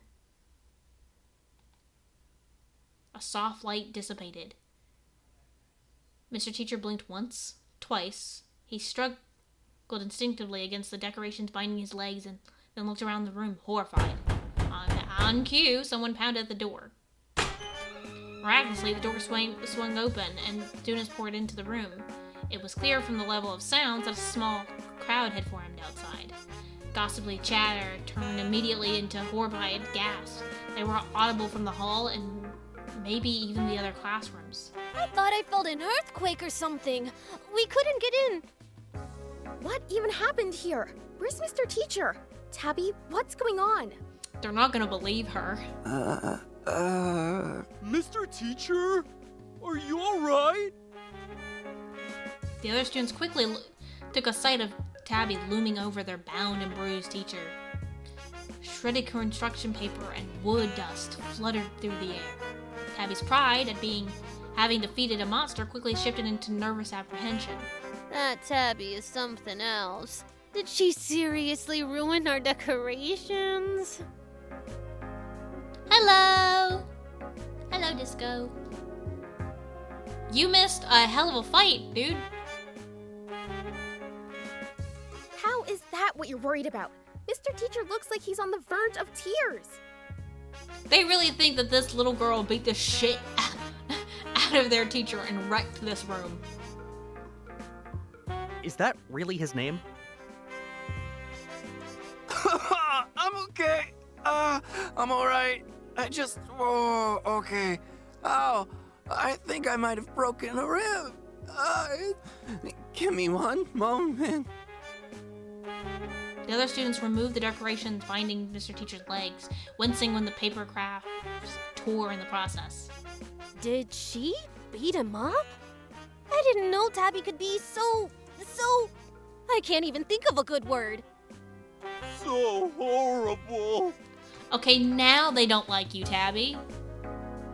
Now you can say the things that you were saying before. Now you've earned that. Now they're talking shit. The last accusation finally shook Tabby out of her stupor. It's not my fault. It was Mr. Teacher. He wasn't himself. He started throwing stuff at the decorations. That's impossible. Mr. Teacher wouldn't do that. He loves Halloween. You weren't there. He turned into a monster. I can't believe you do all this and lie about it. We thought you were cool. Now, hold on, guys. Let's hear Mr. Teacher's side of things. Is Tabby telling the truth? I'll be in the nurse's office. Mr. Teacher got up with multiple groans and winces, gratefully accepting the support of nearby students. Why won't he tell them? Doesn't seem like he's in any shape to say much of anything right now, Tabby. But you understand what's happening, right, String? She's being dogpiled for a thing that wasn't her fault. I bet they can't even see you. I can't believe this! I can't believe you guys think it was all my fault! Look at this fucking, Peanuts ass, asset. Whose fault is it then? No one else was in here. Just calm down, Tabs. If you explain yourself well enough, I'm sure they'll listen. Girl!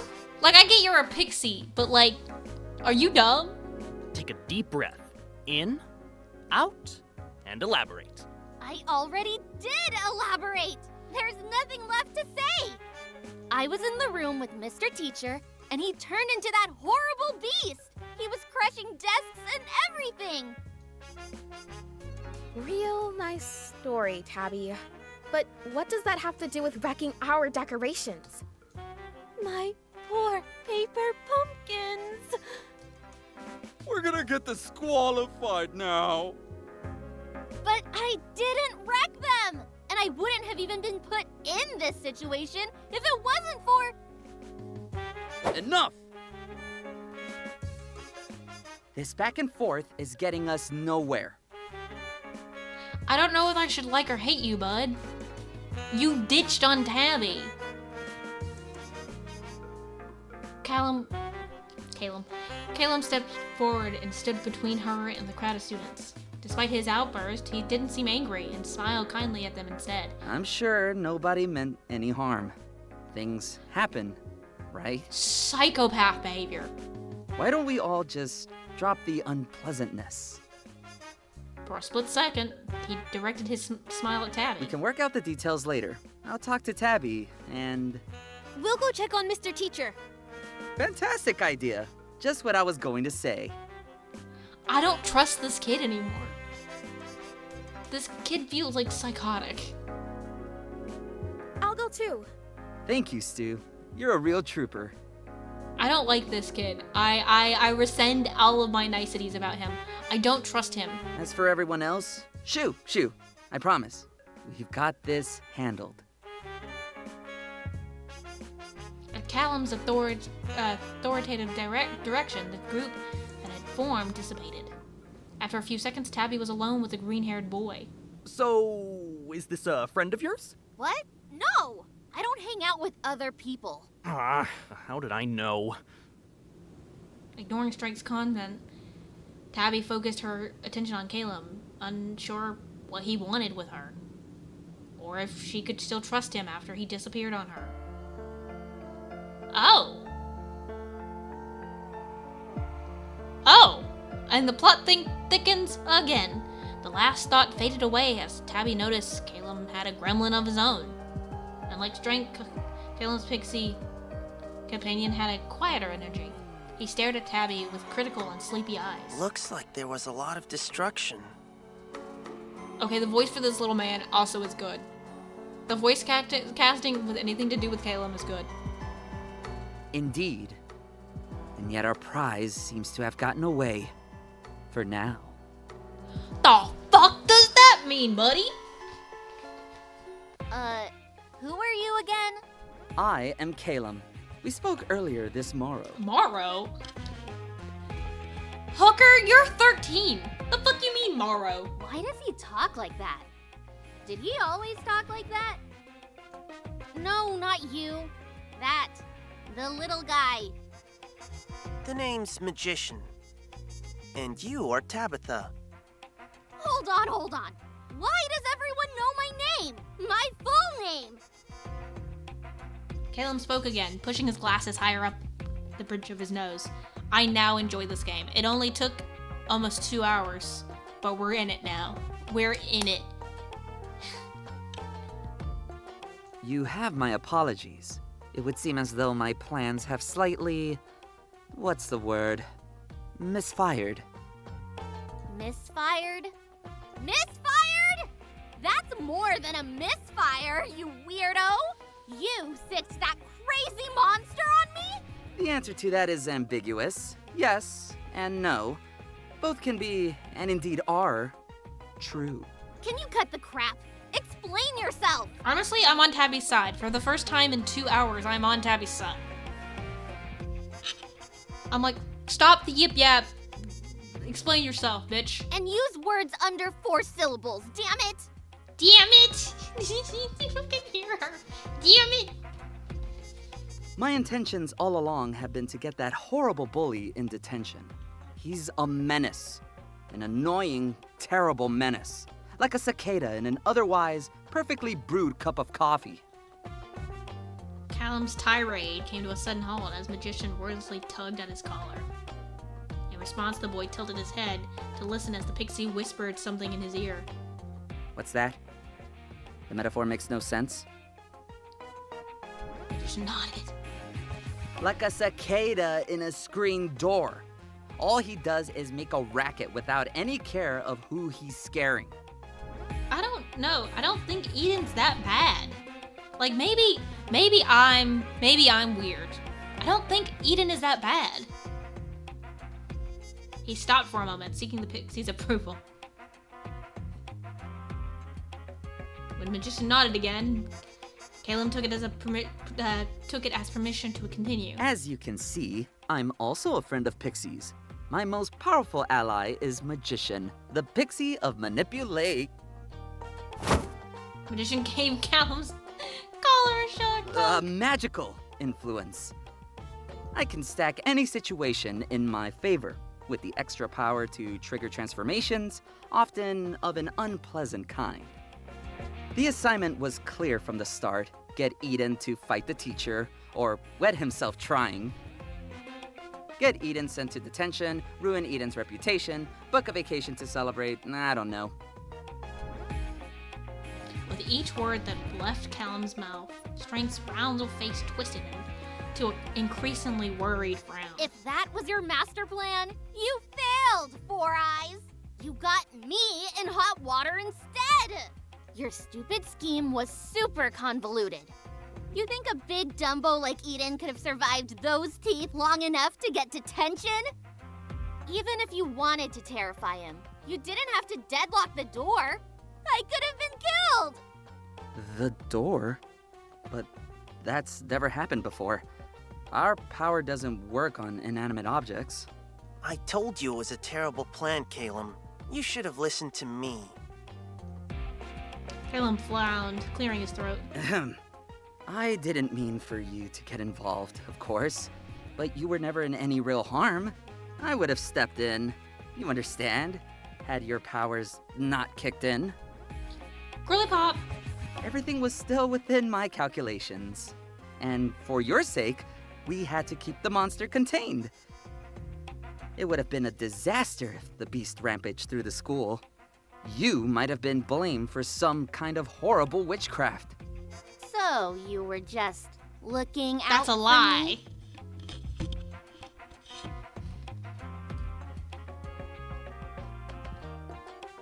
That's a lie. It's a lie! That's a goddamn lie! Exactly. You think I would have just abandoned you in your time of need? Yes. Yes.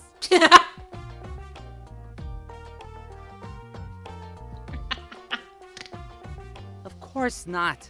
I had to play my cards right for our sake. Which unfortunately involves subjecting you to close proximity with that orange-haired wretch.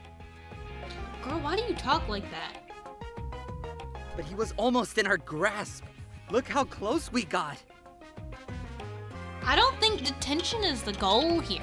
I think this man wants to legitimately kill Eden. And just happen to accidentally fuck with Tabby instead. Indeed. Imagine what the two of you could achieve together, fully powered up. Me too, Strength. Me too. Yes, the heights we could reach, the punishment we could inflict. Or we don't think about that. I'm a big fan of talking things out instead. Your execution was patchy at best, but I can agree that it would have been Tabby. pretty entertaining to see that guy suffer for once. Tabby. Yes, I knew you would understand. Tabby. Only we can bring that candy gobbling fool to his knees. Again, me too, Strength. Me too. I love that they made a pixie, literally named Strength, a pussy. They made him a pussy. So, what did Eden do to you? That's what I'm asking. What the fuck did Eden do to Caleb? What didn't that bully do? An actual explanation would be nice, buddy. He got up to every bit of mischief in the book. I wouldn't be surprised if he'd commit arson on my house, if given the chance. They both have scary faces. It's very funny. I need to turn on my heater. It's starting to get cold in the room again. Oh, shit! I dropped my controller. I swear, it was that bad. I bet it wasn't, buddy. I really do. Like, he called you stupid or something, and you got so, like, morally offended. Oh, I thought that was gonna be voiced. Was it not supposed to? It was not. Okay. Yes, yes. Finally, someone who understood what she had been through. Right? He's always getting up to something. What do you mean getting up? The worst this man has done has made fun of you. And then instantly took it back.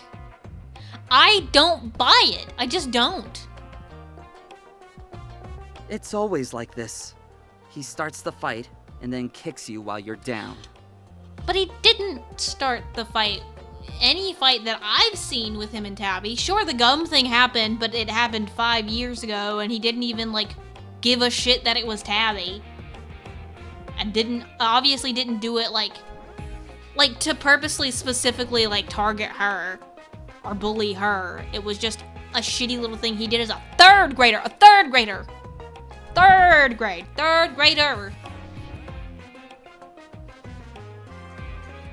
Tabby nodded, eyes glistening with vindication. Things are different now, though. Please rein her in. Strength, you are now my guiding light. Please, my good man. Please, help.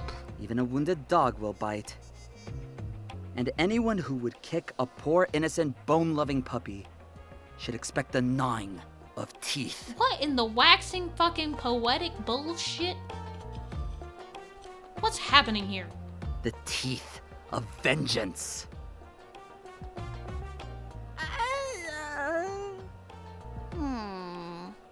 So what you're saying is, technically, we're not the ones in the wrong here. I feel like Strength is like, did I really just get paired up with this little fucking psychopath? Eden is an annoying prick. So when I argued with Eden, it was probably his fault. No, that's not how that works. Just because someone is annoying does not mean that instantly any like argument or any like back and forth is automatically that person's fault. My good bitch, you have BPD. Huh? Yes. No, Caleb. In that case, what I really need to do is to use my powers to purge evil. Yes. Girl, what evil? It's an 8th grade boy who's the worst thing he's done to you is put gum in your hair. And that put gum in your hair as like an 8-year-old. You're punishing a person for something they did as an 8-year-old. What? Oh, me too. Like you said, there's nothing more evil than tormenting an already tortured soul. Tabby grinned, gleefully coming to her conclusion. So if Eden is evil, then I can blast him! I beg. Please. Yes! This little evil wench. I loved you! No! Are you crazy, Tabby? You're not gonna blast some random kid! He's not just some random kid, Strength. He's my rival. He's demented and cruel. Girl, the worst thing he did in this game that wasn't like in the past was said you looked like the Joker if the Joker frowned. That's the worst thing he did to you. In the present day. The fuck you mean? Just look at him. Who knows what kind of fucked up and wicked plans are brewing under those cheap, box-dyed highlights. We have our first fuck of the game. Oh, I'm even more excited. Hell yeah. I can't wait for bitch to be said in the game. She said a swear. She said a swear. She said swears earlier, but that's our first fuck of the game.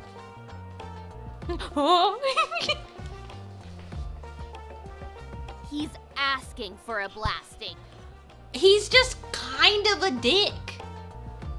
A charismatic dick. That's all he is. If you blast him, you'll go to magic jail. You go to magic jail. He's asking for a highly legal and purely metaphorical blasting. Well, as fun as it would be to vaporize every annoying person on Earth, there are other ways to get revenge on them. Fun? Wait, revenge? Wait, fun? Wait, revenge? I love him. I love him. He is now my favorite, and I believe he's going to continue to be my favorite. I love him. You are going to be my guiding light through this bullshit. What's wrong with some healthy spite, Strength? You look like someone pissed in your cereal. You're such a cunt, Tabby. Tabby, we can't be talking about the same stuff here. vanquishing evil is cool, but you're getting it all wrong. Evil isn't just whatever you don't like. I also love that he's not too much of a pussy to stand up. Like, he's a pussy, like, in the way that he's, like, very kumbaya. But he's not too much of a pussy to stand up to Tabby specifically. And I love that. Well, it seems you're being outvoted at the moment. None of us like it. I don't know what this man's, like, MO is. I don't know what his vibe is. I don't like it. I don't like what's happening here. Besides, vengeance is the strongest emotion there is. Okay. My second monitor is having a bit of a conniption. I just need to... I barely tapped that damn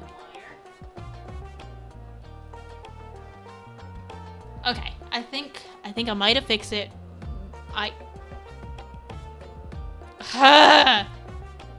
God damn it. I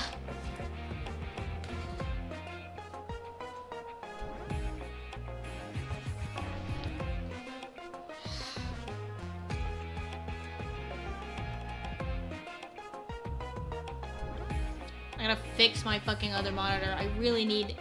I think it might be a problem with the monitor itself and not the wires. It might be the wires, but it's something with the connection. It's so unstable that even me barely tapping it is making it freak the fuck out at me.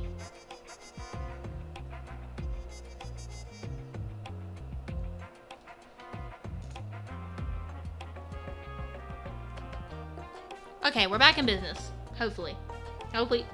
No, yeah, Thy Heavenly, I think you missed my first stream with my dual monitors.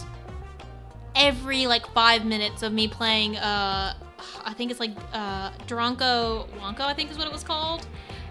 Every 5 minutes it was just me trying to fix my fucking monitors. So I could keep an eye on my stream manager and my OBS without having to like go back and forth between the games. Real strength happens when you want to move heaven and earth for a just cause, right? I don't like it here. I feel unsafe. I feel very attacked. I feel unsafe in the current moment. And our cause is most certainly just. Is it? I doubt what Eden did to you is worth, like, being, like, vengeful for. I get, like, Calum, I keep on calling him Callum. Calum's, like, MO is that he wants him in detention. I don't know about that. Like, that makes sense with, like the weird cause and effect in the middle school bullshit that's happening here. But magically getting revenge on him, doing this kind of damage, trying to get revenge on him is a lot. An 8th grade boy. An 8th grade boy.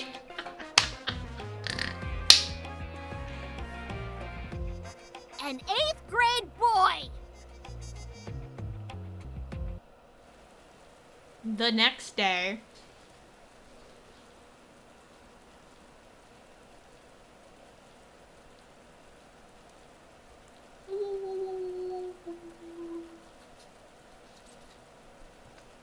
I forget that I didn't set this one on auto because I don't want it to go too fast and then I can't read fast enough and then voice line starting.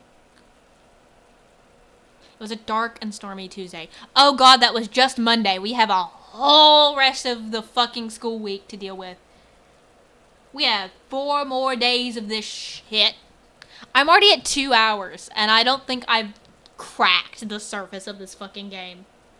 Because I spent so much time yelling at this fucking 8th grade girl. As thick clouds gathered overhead, the air inside Middling Middle School was charged with the fervent whispers of students spreading the latest news. Did you hear? That's what I heard too. All that effort.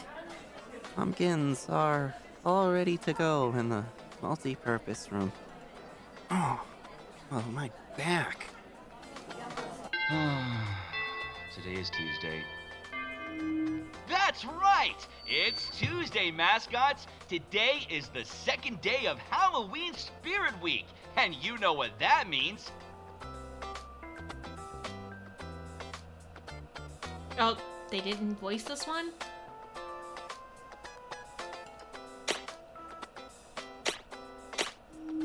That's right! It's Yes.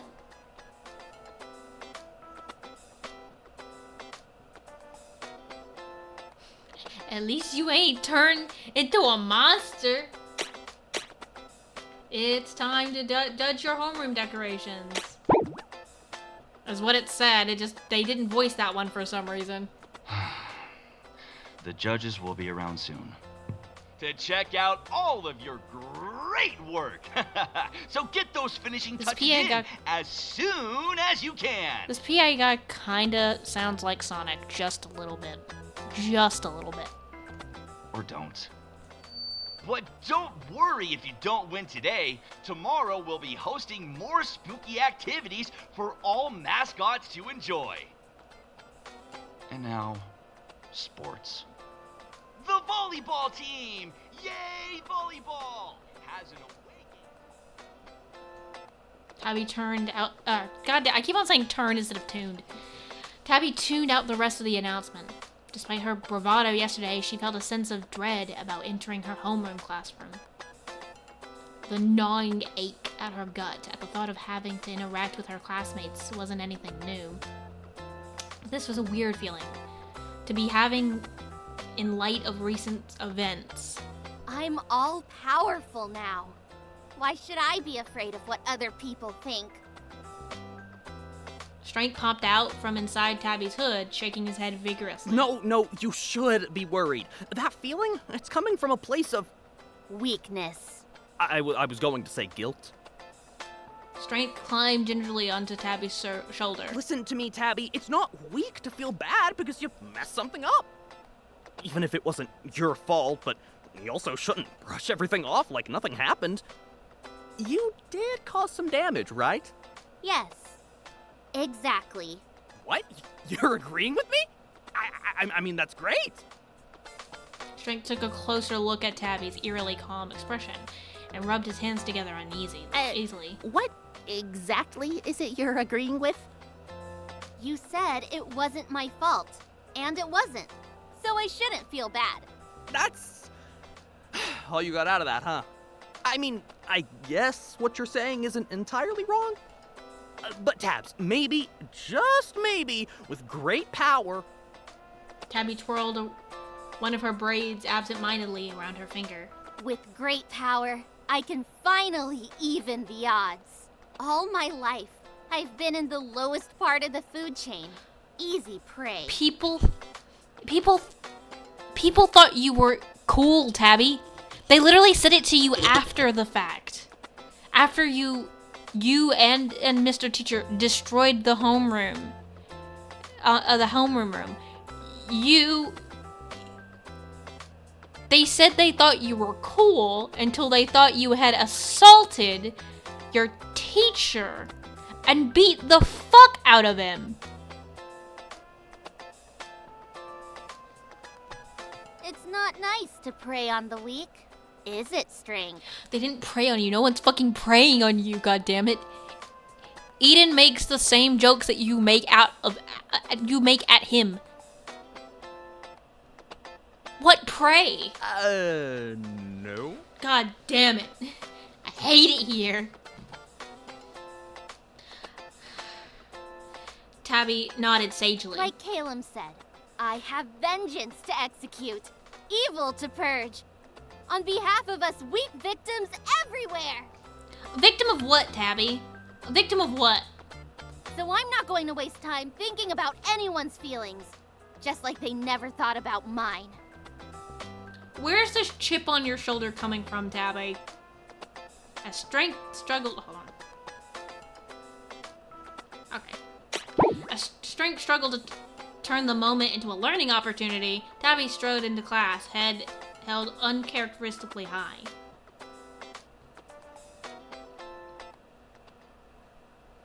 She froze in the doorway, shocked by the interior of the classroom. What? Tabby expected everyone to turn at her entrance and start whispering at her. Instead, her classmates barely registered her presence or her outburst. And more bizarrely, the destruction left in the wake of her unexpected battle yesterday. It's all fixed? Fixed is a strong word. The decorations had been painstakingly taped back together, some covered with a new layer of paint and glitter to hide the tears and cracks. A pile of broken tables and chairs were haphazardly set off to the side, and some students were sitting on the ground. Tabby rounded on strength, a commendable achievement, considering the pixie had been clinging to her to her shoulder. Did you do this? Hey, don't look at me. I was in your backpack all night. It smelled like pencil shavings and old sandwiches. Don't know how I managed to rest in there. If you didn't do it, then who?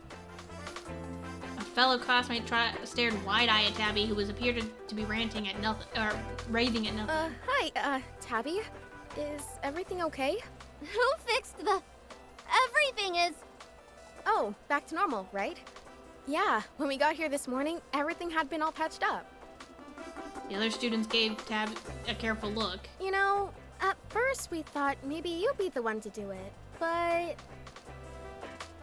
They gestured at a figure sitting in an odd face-down position, a dark mop of black and orange streaked hair sprawled across the desk.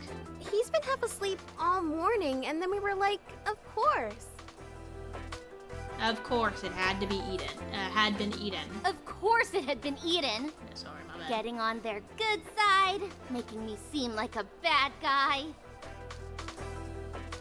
Strength cautiously poked his head out of Tabby's hood, making sure to steer clear from the view of the other student, so they could see him. Like, if he wasn't careful, they could see him. There's no like weird magical like invisibility thing happening, like no cloak. Tabby, hey, stay calm. I know what you're thinking. Staying behind without warning to fix everything so they would think it was me, and then think I wasn't that nice. Hey, Eden, you awake, bro? Class is about to start in a few minutes. A few other students gently pat Eden on the back, and he sat up with a jolt,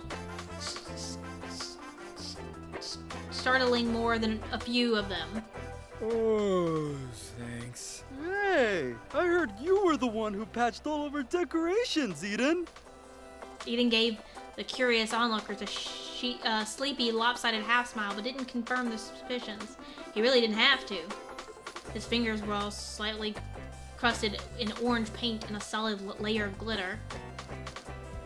Tabby heard a gentle pounding in the distance, like a war drum coming from a long way off.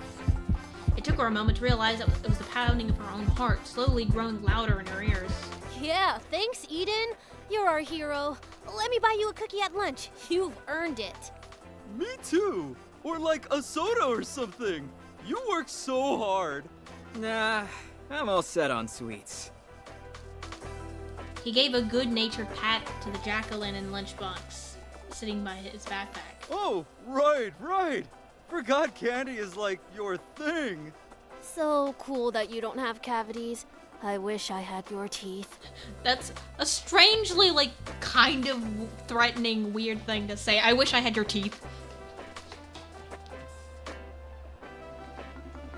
Eden flashed them an award-winning, pearly smile. To Tabby, it felt disingenuous at best, insidious at worst. Like he was mocking her with how well he got along with everyone else. This has nothing to do with you, Tabby! The pounding shifted into a distant roar in her ears, almost drowning out the nervous muttering of her classmates. Lucky he got to it, right? Otherwise, we'd have to scramble at the last minute. Or, I don't know, some people were gonna ask you if you weren't too busy to help out too. I bet they were relieved I didn't do it. Sorry, what was that? Tabby, you're not beating the allegations, Tabby. No, Tabby, come on. Nobody is saying that. They don't have to say it. I know. Just Just leave me alone. Oh, okay.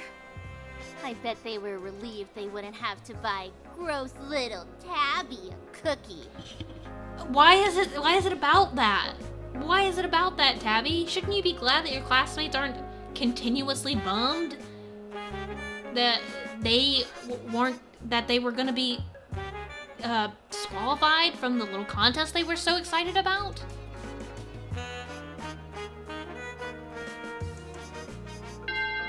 The bell rang, signaling the start of class. Sorry, Jesus Christ. Tabby trudged dutifully to her spot at the back of the room, placing her backpack on one of the few undamaged desks. Should have had Tabby help, probably. I'm sure she wouldn't have minded.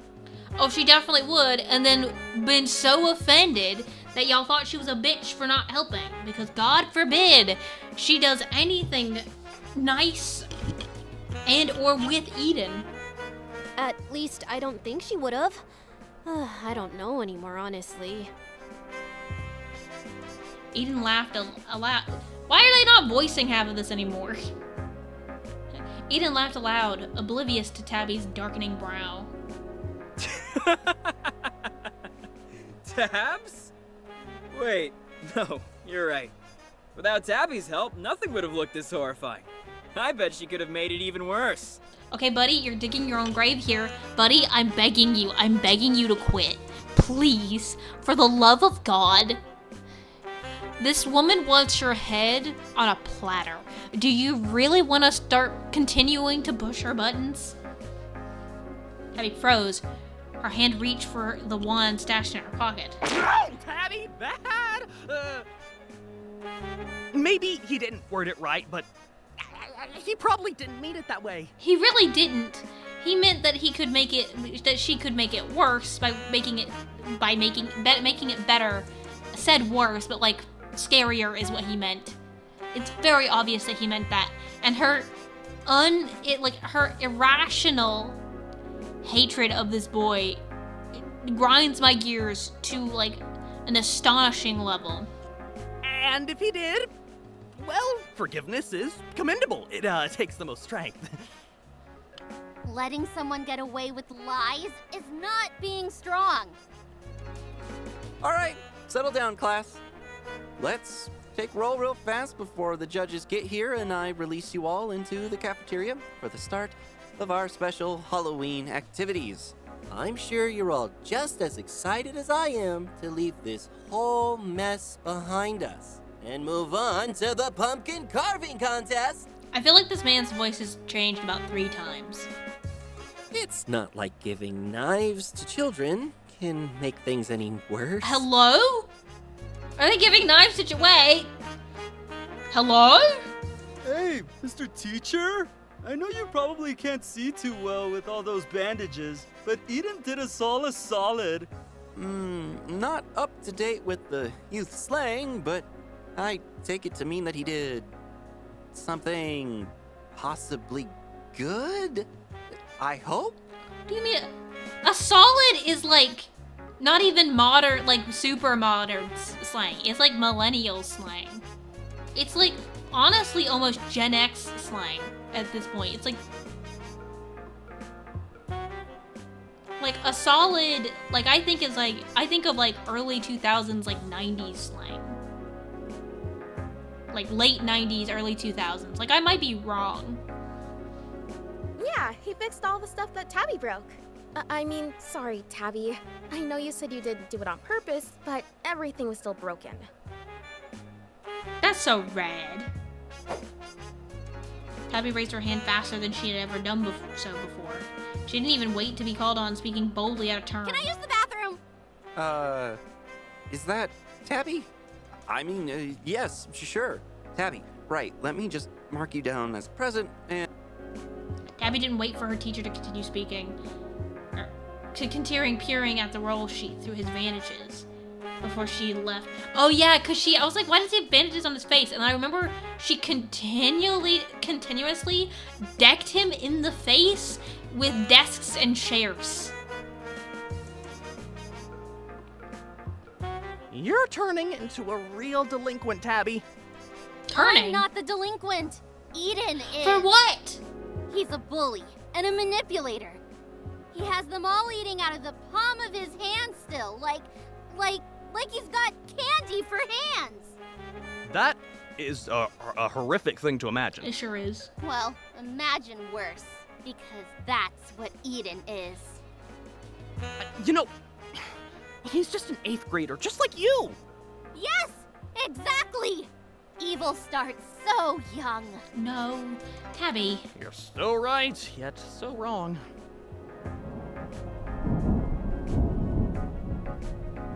Strength let out a wheezy sigh as Tabby walked straight past the bathrooms.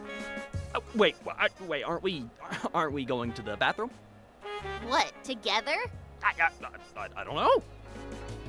From the other classroom, students began trickling out of the doors, heading out in chattering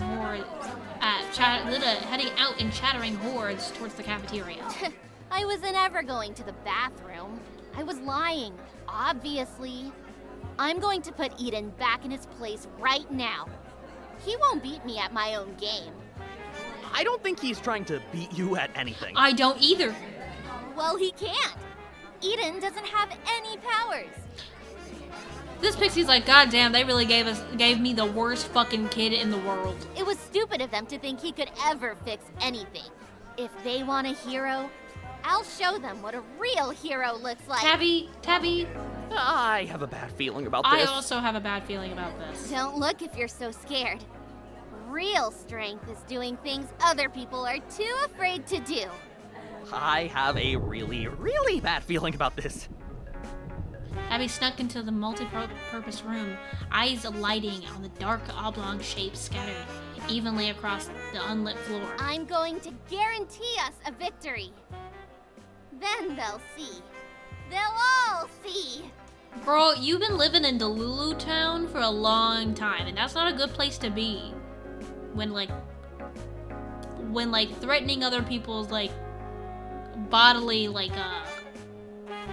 safety is involved. Tabby, why are you picking up those pumpkins? Where are you taking them? This isn't our classroom. Tabby, no!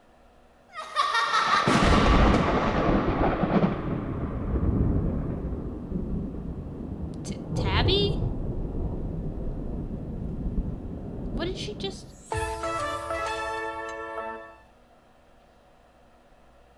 A transition wipe? Oh. That, okay. We don't get any... I mean, we'll probably figure out what she did. She sounds like a...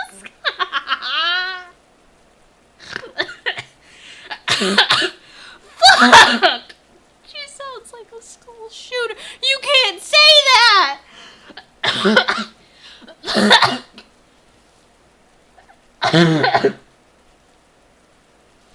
I'm gonna unfortunately have to clip that, Thy Heavenly. I can't believe you've done this to me. And I don't even think I can post it anywhere. It's just gonna have to be clipped. I don't even think I can clip it without it being something that will, get me banned later. God damn. Jesus, that caught me off guard. A bad law. It's fine, everything's fine.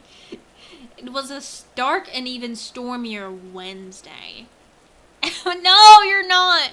I have to be very careful in what I say. Because Twitch is an angry, angry god.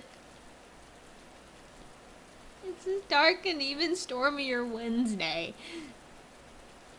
Like the thundering clouds rolling overhead, the atmosphere at Middle School was charged with confusion and concern. Happy Wednesday, everyone! We're at the halfway point of Spirit Week, but we're not slowing down just yet. For today's big event, we have... Our Jekyll! Oh? No way. Really? No, I didn't hear about that before now. When did we get the memo? Today is Wednesday. That's right, mascots. Stay safe and stay spooky. soon as the announcement ended, the hallway rustled with all sorts of speculative, oh god. Serrations? It's going a lot. Thy Heavenly almost made me die, but we're good.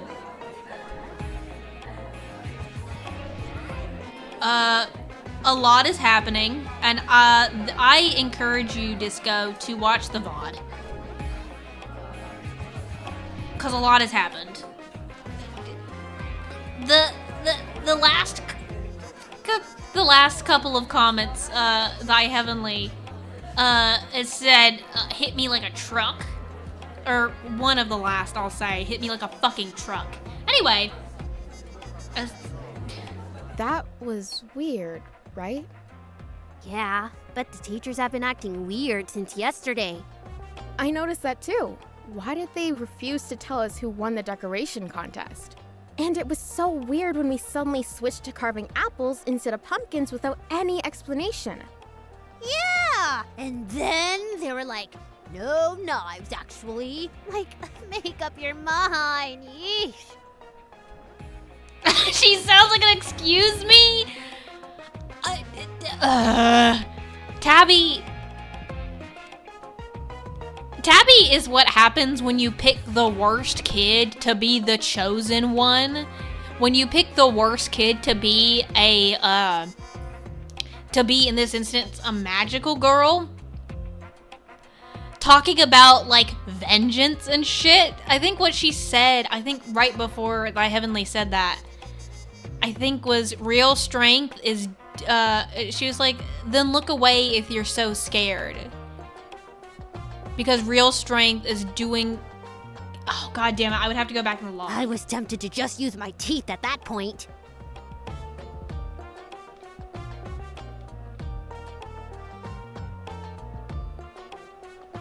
Don't look if you're so scared. Real strength is doing things other people are too afraid to do. And she was like, if they want a hero, I'll show them what a real hero looks like. Before, assumedly, start throwing pumpkins? She'll be like, I'll show them all. Yeah!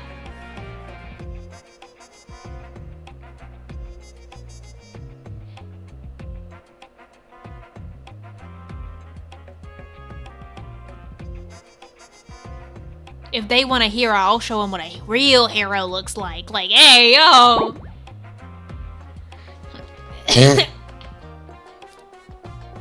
Maybe it's a good thing we weren't doing pumpkins then? To be fair, I'm like, she needs therapy. Yeah, because she's really living in, like, Delulu town. Like, full-time. And that's not a good... Maybe a social worker. That's what I'm so curious about. And it's because I'm an adult now. I'm like, what does your home life look like to where you act like that? Also, they were like, the school, the thing that they were supposed to be doing on this day in Spirit Week was carving pumpkins. They were gonna give these children knives. And then gave them apples instead of pumpkins, and then were like, actually, you don't get knives. Why were you planning on giving them knives in the first place? Tabby found it hard to keep her usual scowl up in the face of everyone's uneasy energy. Psst.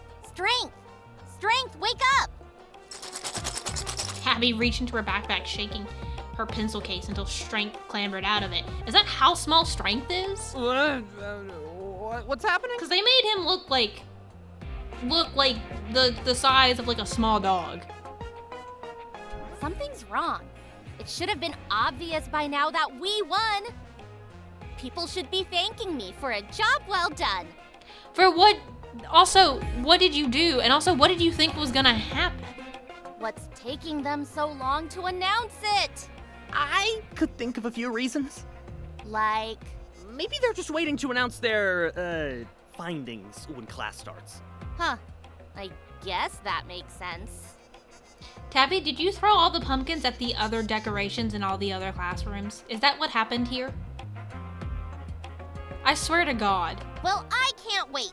Everybody's gonna be so pumped when they hear we crushed the competition. Also, if you destroyed every other room's decorations, wouldn't it be very obvious that someone in your classroom did it? Wouldn't it be super obvious that you did it specifically because the last thing that happened, why your decorations were destroyed in the first place, was something to do with you? You broke all the pumpkins? So her magical deal is that this is strength, this is a pixie, and he gives her like strength, like super strength basically in this. She's just such a party pooper, Jesus Christ. No, yeah, so she just destroyed, I'm guessing, the pumpkins, and I'm guessing when she keeps saying that we crushed the competition, she destroyed all the other rooms' decorations, most likely with the pumpkins. Because the last thing we saw of her before, like, the transition to the next day was her covered. Her in her, like, magical girl strength outfit. Covered with orange. She ruined Halloween because she was so pissed that Eden fixed the decorations. That's what happened. She was so pissed that Eden fixed the decorations in their classroom after the teacher became a monster and ripped them up, trying to kill her. And then Eden got there early and fixed them. And then she's still like, we gotta get revenge on Eden. We gotta get revenge on Eden.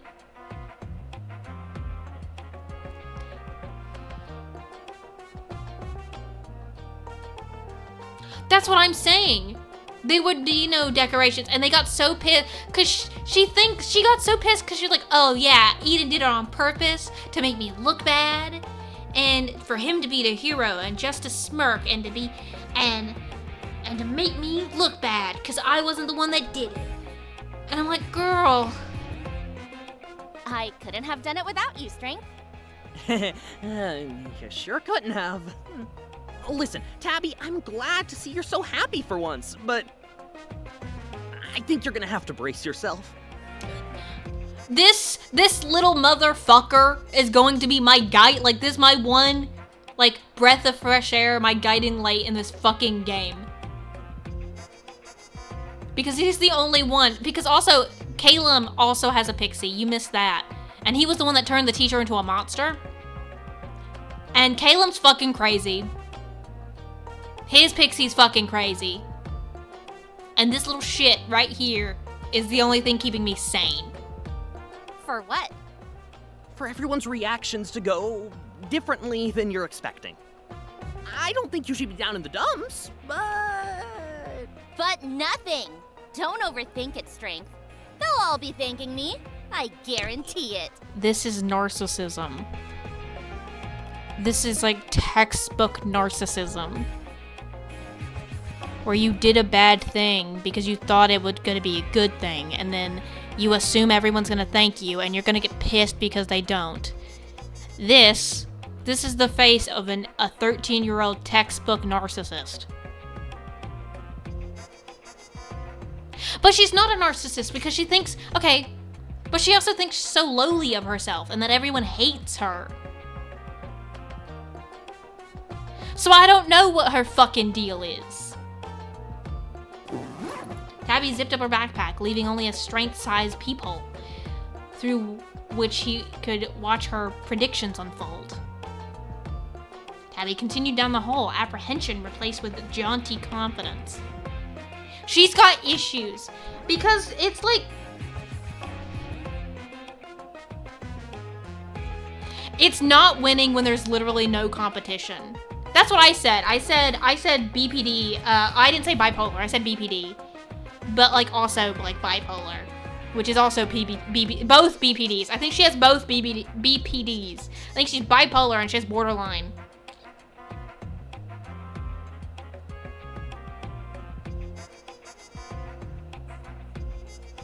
That's what I'm saying. I think she has either or both. Because this girl's crazy. As she approached her locker, however... Oh, are you kidding me? She could barely see her locker past the students who had gathered around it. Excuse me. Excuse me. It was like they couldn't even hear her. Tabby rolled up her sleeves and pushed past her classmates. She managed to breach the dense ring of people, but groaned when she spotted the reason for the crowd. I can't remember what ASPD is. I cannot remember for the life of me. Aiden stood by his locker holding court. His adoring fans spilled out in front of her without any thought for how she was supposed to retrieve her stuff. In fact, he probably told them to stand there just to annoy her. Antisocial. Probably. I think that might be it. I think that's like our main cause here with some other underlying factors. But like, it's not about you. It's not, see, my thing why I said narcissist is because everything, every look, every thought, every action, every reaction is about her. That's what I'm thinking, honestly. And she's like, I don't have friends, I don't hang out with people because of the bullying. And I'm like, what bullying? The only actual case of bullying I'm hearing, besides being picked on, like, joked with in the same way you do. She insults him first, then he insults her back, and then all of a sudden. And then it's, the only real bullying that occurred was in 3rd grade, where he put fucking gum in her hair. That's it. That's the only actually bad thing. Like, fully bad thing he did. Because every time he would pick on her and joke on her, he would kind of double back on it and be like, it's a joke. And he would obviously be joking at her. But she also did the same thing to him. Fucking justice for Eden. That's what I'm saying right now. What's going on? Oh, morning, Tabby! Eden's showing us the prototypes for his Halloween costume!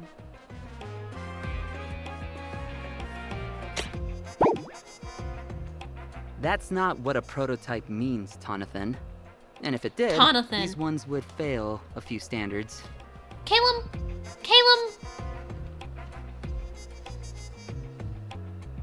Yeah, like, her big issue with him is that it's, like, revealed that the big thing that she's mad at is that he put gum in her hair when they were in the 3rd grade, which was 5 years before this. I think they're pretty good, though. Yeah, Eden! I would totally wear some of these.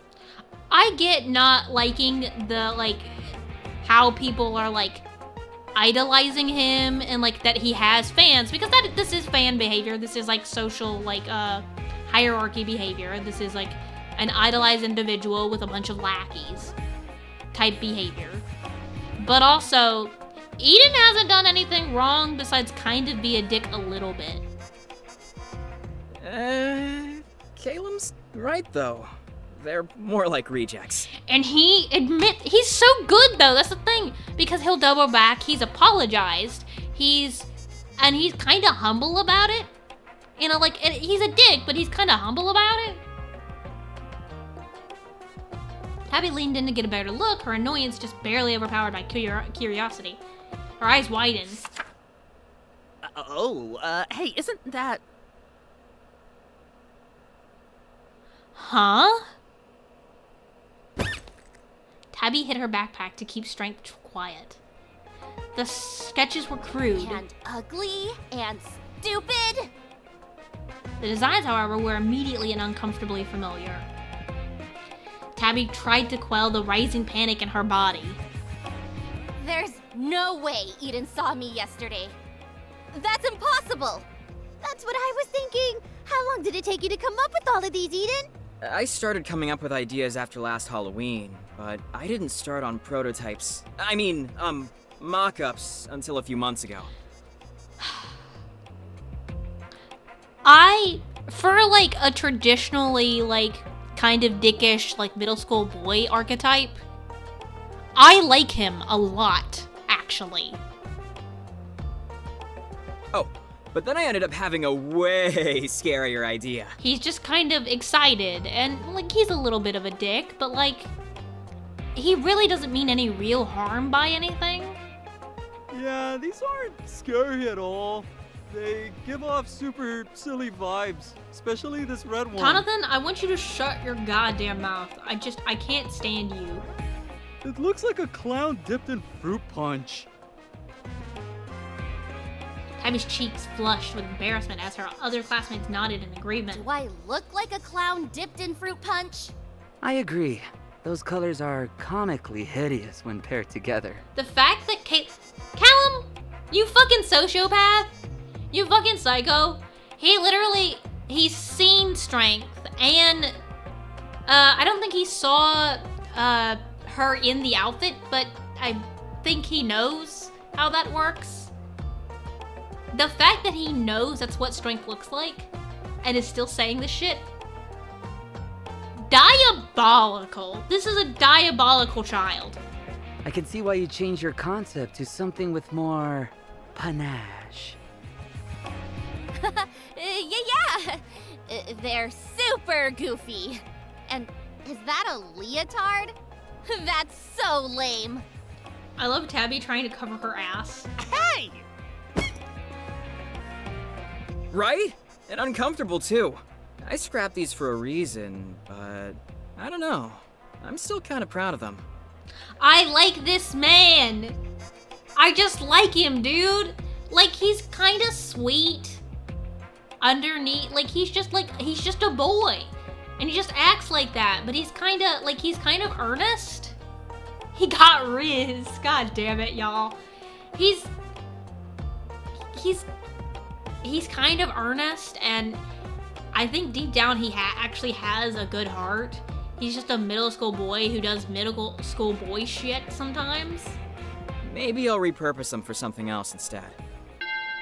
His musings were cut off when the bell rang. Shoot! Time to go! Eden shuts his sketchbook with a loud thump. Thwump. Oh, man. The crowd of students began to disperse. Psst, aren't you gonna get your books? Oh, yeah. Abby opened her locker and rifled through it distractedly. It was a weird enough morning without the added shock of seeing Eden's drawings. That was just a coincidence, right? This is the one time you think things are just a coincidence. You couldn't have thought that through anything else? Like, well, it just so happens that, like, maybe, like, he doesn't think these things about you. He doesn't... Like, I hate this girl a little bit. Hey, class? Tabby's classmates settled into their seats, chattering animatedly, even as their teacher cleared his throat a few times. My sister is obsessed with that one cheesy movie, Tender Loving Ghosty Ball, or whatever it's called. Why can't she give a good old classic slasher a chance? Isn't she like 7? That was funny. Okay, that was funny. That was a funny joke. Class? I try to hype her up to watch Too Cursed, Too Curious 4 with me, but she just cries until I put in Tender Lovin' Who You Gonna Call. So then I end up watching it over and over. Ugh, you know what's really scary? Tooth decay documentaries. Dude, is your thing like teeth? Because I think this is the second. I think it was you that said it. It might have been Stu. But I swear to God, the thing with teeth earlier was also you. My parents make me watch them every year once August hits. There's more than one documentary on teeth? Mr. Teacher cleared his throat a third time. Hey, guys! Shut up! I love Eden. I love him. He literally is standing up for his teacher. And everybody... I hate... Thank you, Eden.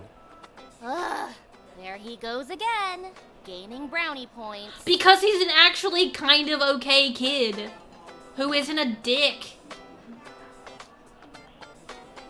Class, I have some bad news. The students fell silent at Mr. Teacher's ominous tone. The pumpkin carving contest has been canceled. Didn't they announce that already? Yeah, but I thought we were just gonna do it today instead. You don't think no pumpkins at all? That's exactly right, Den. The jack-o'-lantern contest will not be happening this year. Oh, I practiced carving incisors for nothing? Girl, what's your thing with teeth? I have to, are your parents dentists? Because then that makes sense. Because, making you watch the tooth decay documentaries and, being envious of good teeth, even though Eden only eats candy. And this. What are we doing instead? Unfortunately, there will not be a replacement activity. Especially not for our class. What? Why not? Sometime yesterday, someone, or more likely multiple people, went on a rampage and destroyed the decorations in each homeroom right before the judges got there. Every single homeroom was covered in pulverized pumpkin pieces, except for ours. You realize, Miss Ma'am, Tabby, you realize they're gonna catch on that it was you because you're already no longer in their good graces because you beat the fuck out of your teacher? You did not think that through, Miss Ma'am. Targeting every classroom except yours? Didn't you think it was gonna be canceled? And that it would have been obvious that someone in your class did it? So you were probably gonna get punished for it? I know you're all good kids at heart, and we never know what someone might be going through. But whoever did this is clearly in need of some guidance counseling. That's what I'm saying. Send this kid to fucking therapy, Jesus Christ. Additionally, until we find the culprit, our class won't be able to participate in any of the other Spirit Week activities. Oh, someone rotten is ruining everything for the clean and well-flossed teeth. Dude, what is your thing with teeth? Quit it! You're freaking me out! Yeah, that's not fair! Collective punishment is illegal! Collective punishment is not illegal, but okay. Everyone, calm down. Caleb. Yeah, chill out. I hate how buddy-buddy he acts with Eden when he's the one orchestrating basically Eden's demise. His name is Den, probably short, maybe. I didn't think about that. Probably short for dentist. I think his parents might be dentists or something, because that has to be, his deal. I would like to get to the bottom of this, as I'm sure all of you do. If anyone knows anything about what happened, please come talk to me in private. I love that I'm pretty sure Kalema is about to be like, what the fuck did you just do? What did you do? No.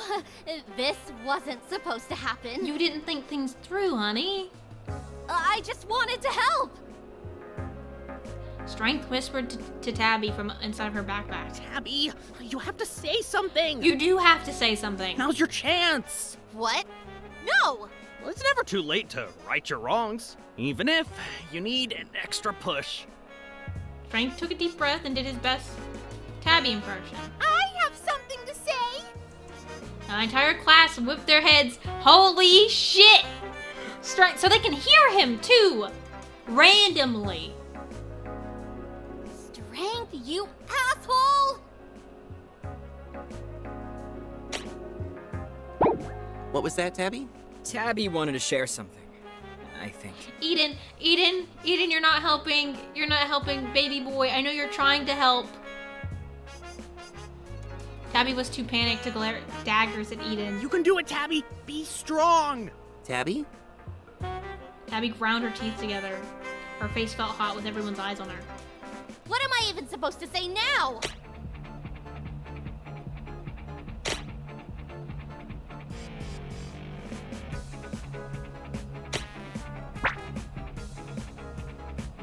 Is this really the first choice I had since the fight? Huh. Let's say the culprit was me. If you need someone to blame, I mean. I did it so that we would win. We deserve to win! This is serious, Tabby. Of course nobody believes anything I say. If you don't believe me, fine, whatever. Just don't cancel Halloween. It's not fair! Confess thy sins, my child. Tabby is obviously just taking the blame, so you don't have to miss out on the fun. Eden.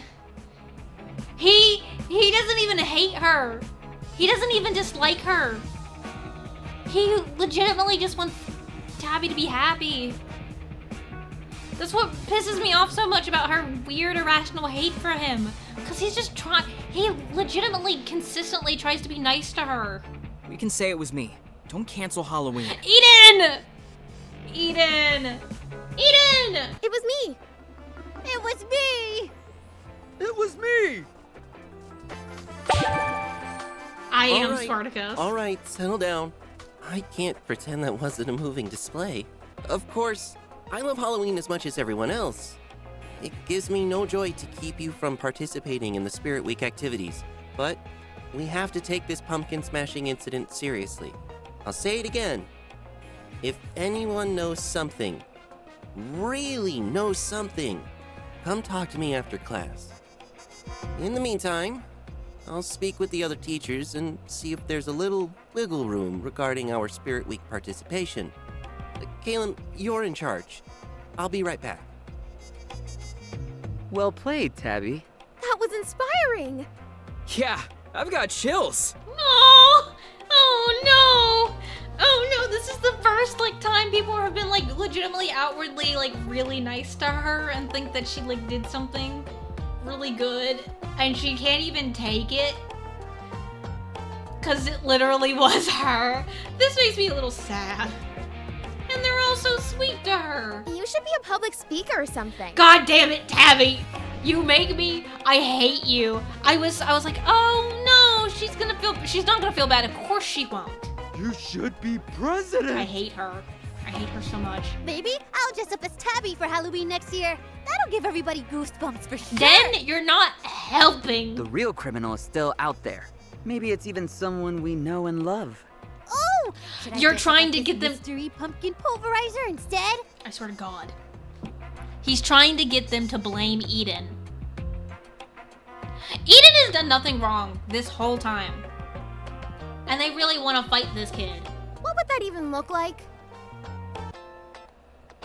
After some time, Mr. Teacher returned, and all the students scrambled back to their seats. Well, kids, you're not off the hook yet, but we did come up with a compromise. All the students leaned forward in their seats with anticipation. The pumpkin competition is still canceled, but the rest of Spirit Week is not. In the meantime, we're sending letters to your parents explaining what happened, and we will give the culprit until the end of Spirit Week to own up. Mr. Teacher paused and looked around the room meaningfully.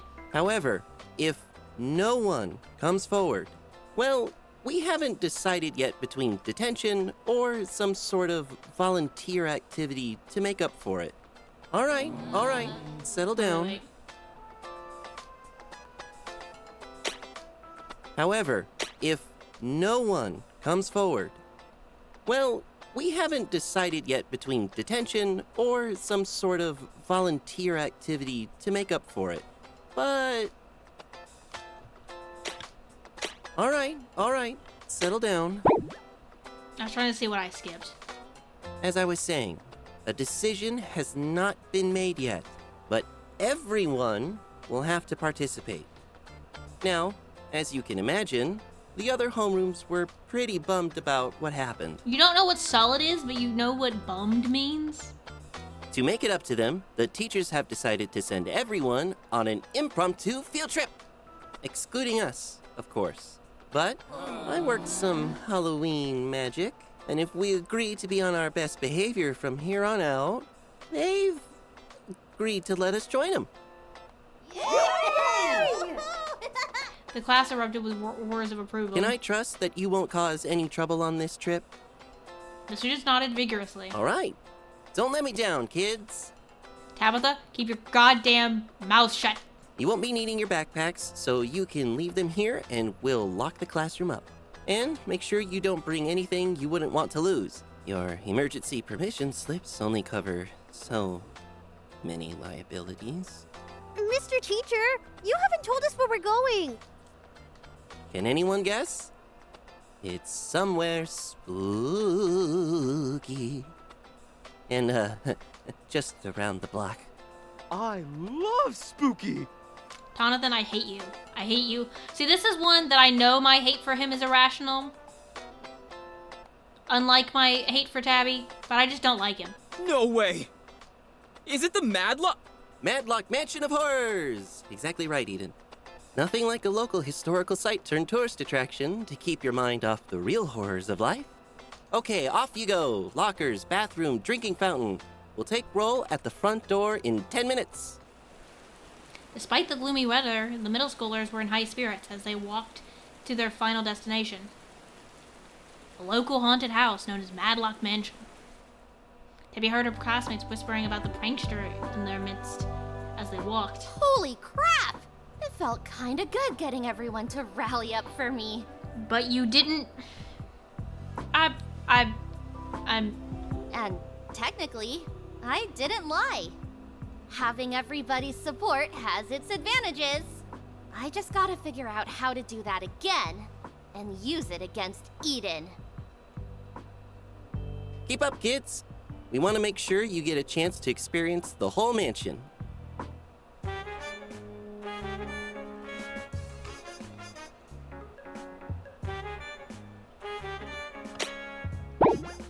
From behind, Tabby started hearing strange exclamations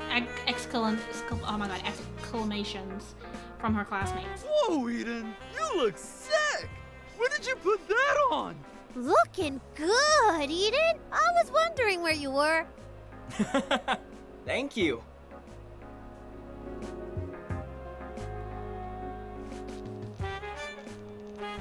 Tabby turned her head before she even realized what she was doing. Oh my god, he does look sick. Look at him! Bobbing through the crowd of middle schoolers was a gas mask with orange lenses framed by a mane of orange hair. Oops, sorry. Pardon me. His hair is mostly black. They keep on saying orange, but his hair is mostly black with like either the bottom or like the inside being orange. Oh, wow. Like an undercut being orange. Like the underneath of his hair. It's either that or like the whole bottom. Eden's full outfit came into view as Tabby recoiled. It was so orange. It's not even that orange. It's mostly black. As he jogged closer, his heavy rubber boots splashed puddle water everywhere. Did I miss anything? I'm sorry, I keep on thinking I missed something. Sorry, coming through. Tabby's turned and started walking faster. From the splashing noises, Tabby knew that Eden would catch up in no time. Even so, she power walked until she was at the front of the crowd, and her shins hurt. Hiya, Tabs. He just wants to be your friend so goddamn bad. He legitimately just wants to be her friend. What do you think? I was just waiting for the perfect time to show this off. Go tell somebody who cares. Oh, that is a very cool look, Eden. I should have brought my costume. Aww. But that would have spoiled the surprise before the dance. I thought I could wait too, but I got overexcited. He's so cute. He's just cute. He's just kind of a dick sometimes, but he's just cute. Tabby deliberately slowed down again, so slow that the rest of the students passed her by. She bent down to tie her shoelace several times. Let's talk revenge. Ah! Don't do that to me. Tabby stood up and gave Calum a hard look. Ahem. I said, let's talk revenge. No! You need to go away! That's right, Strength. I was like, where's Strength at? Why doesn't he not say anything? I miss my little man. Aren't you tired of him yet? Sure am. Magician, Do your thing. You and I should have a chat over there. Nope, I'm quite alright here. Magician put both hands on Frank's shoulders. Hey, wait! I hate this. I hate this so much. Because every good character is getting treated like shit. And all the bad characters are the main characters. Let's try this again. I've got a new plan to get Eden in detention. Detention? That's all you got? With some extra calculated moves, he might even be expelled. You're thinking too small. Let's get him arrested. God damn it, Tabby! That messed up Mr. Teacher Monster thing you did, I need you to do it again. On Eden! Then, when he goes all teeth and claws on the other people in the haunted house, they'll have to call the cops! Tabby, I worry. I worry about you. This is what happens when you give, like, a child an ounce of power, and that child happens to also be a psychopath. Tabby, I worry. I have worries. Because for it to get to the point that people call the cops, people need to be in active danger, or people have already been hurt. And you don't care about which one it is, do you, Tabby? I see your vision. No! Caleb! In that case, I'll need you to cozy up to Eden. Gross. Revenge requires sacrifice. Again, it would be, unfortunately, I was about to say Calamity. Caleb is right. If you want true revenge on someone, and if you want to fuck someone over, you have to manipulate them. You have to get close to them. You have to act like you like them a little bit. Not too much out of the ordinary, but don't be a dick. You're not going to be able to get close enough to do anything. She could be the... Wow, thy heavenly. Wow. Anyway. Fine. It'll all be worth it to see his stupid face when they cuff him. You will need to lure him to the optimal spot for maximum damage. The middle of the mansion will do. Once we rendezvous there, we'll stab him in the back, exactly when he's least expecting it. I think this man means literally. Caleb saw Tabby's eyes glisten with excitement. Not literally. He just needs to be emotionally fragile for my magic to work. Emotionally What the fuck are you gonna do? Oh god! I love that he called it. He called that I would take that literally, and that Tabby took it literally. What are you gonna do? Emotionally fragile is crazy. The more broken, the better. What are you gonna do to this man? What are you gonna do to this fucking child? Of course, for the betrayal to be most effective, you must keep his spirits up until we have our tete-a-tete. What is your deal, bud? And then, well, trust me, he'll be arrested all right. Buddy, this is a bad idea. Yes! Magician flew back over with his pixie-shaped bundle of duct tape. Well, with a pixie-shaped bundle of duct tape, which he delivered straight to Tabby's pocket. To keep you from getting distracted. Pixies don't need to breathe, right? No. Oh, perfect. I feel like this man is lying. We'll be close. The crowd of middle schoolers slowed in awe as they approached Madlock Mansion. This game is a lot longer than I thought it was.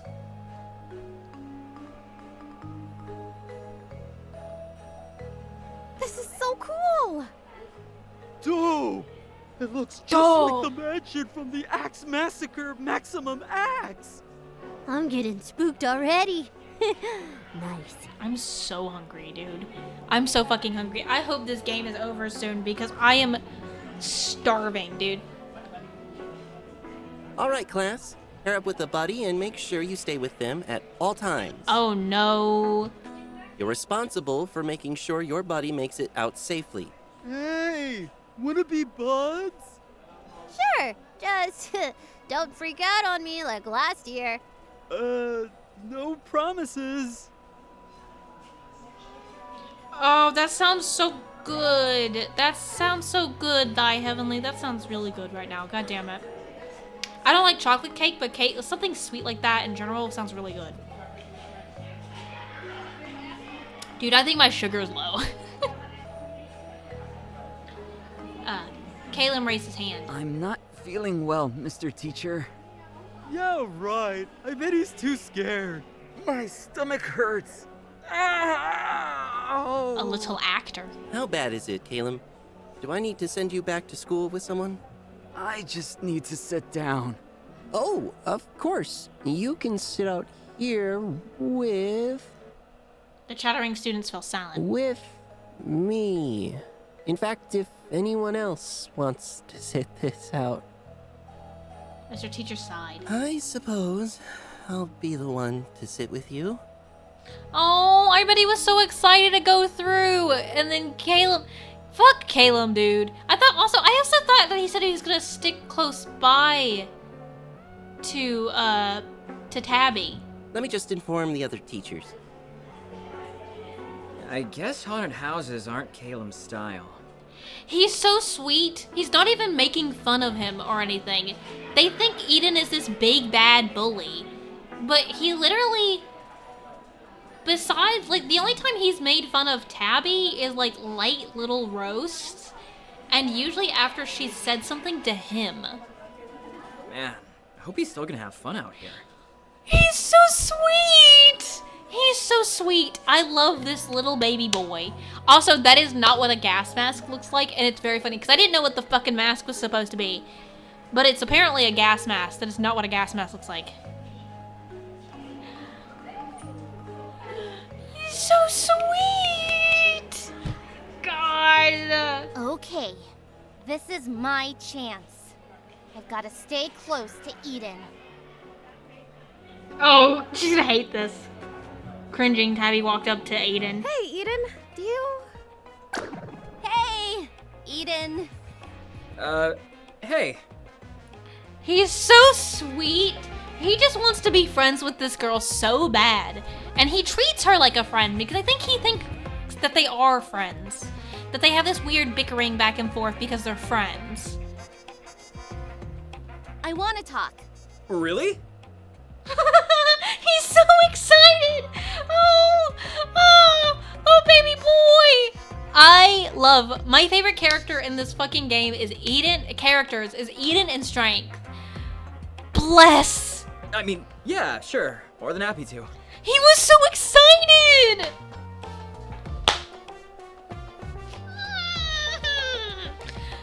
I'm crying and screaming. Actually, listen. I've been meaning to say, I'm not that dumb kid I used to be.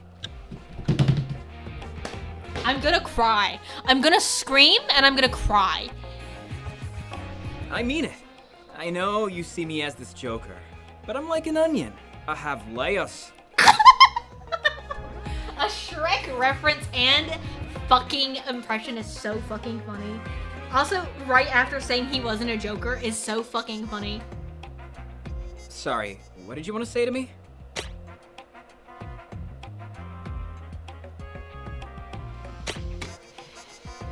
Ah, shit, wrong one.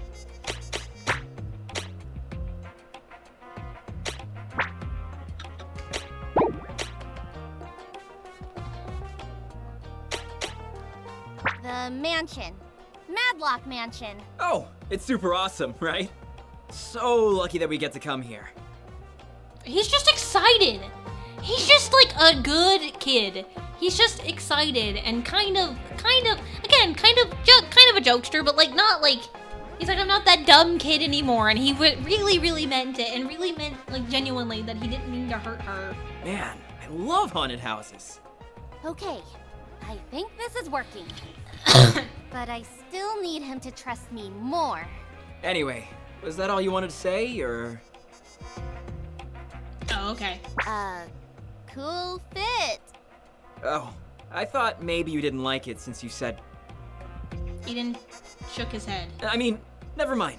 Thanks. He just wants to be cool. He's just a kid who kind of wants to be cool, but still is very himself and very, like, self-actualized. And I love him so much. I'm so glad I managed to finish it in time. Plus, I'm already working on my next costume. Wait, does that mean that he made this himself? Because the sketches in his sketchbook, that means that, like, Hell or High Water, if it's like with drawing or like, or with not drawing, with like just cutting pieces out or like layering, because it looks like he has like 2 hoodies layered on top of each other, and then maybe like painting the lenses. The fact that he made his costume himself, crazy. Planned it and made it himself. Tabby took a deep breath, gathering up the courage to say what she needed. Anyway, I'd like it if you could be my buddy in the mansion. Eden did a clear double take. Dabs, almost got me there. Yeah, Tabby, because you made it your entire personality that you hate this guy. Did Caleb put you up to this? Whew, that's a new one. Almost thought you were serious. I am serious. Will you buddy up with me? Me? Really? You and me? I do think a little bit that Eden likes this girl. And he doesn't deserve that. He doesn't deserve this fucking nightmare that's happening right now. I mean, not complaining, just thought that wasn't how you rolled. This haunted house isn't normal. That's why. What do you mean? Isn't it like PG-13? He sees the good in her. I bet he does. I really think he does. And he like, even if he doesn't like her like romantically, like in the way that 8th graders can see each other romantically, I think he genuinely just wants to be her friend. And he's very cute.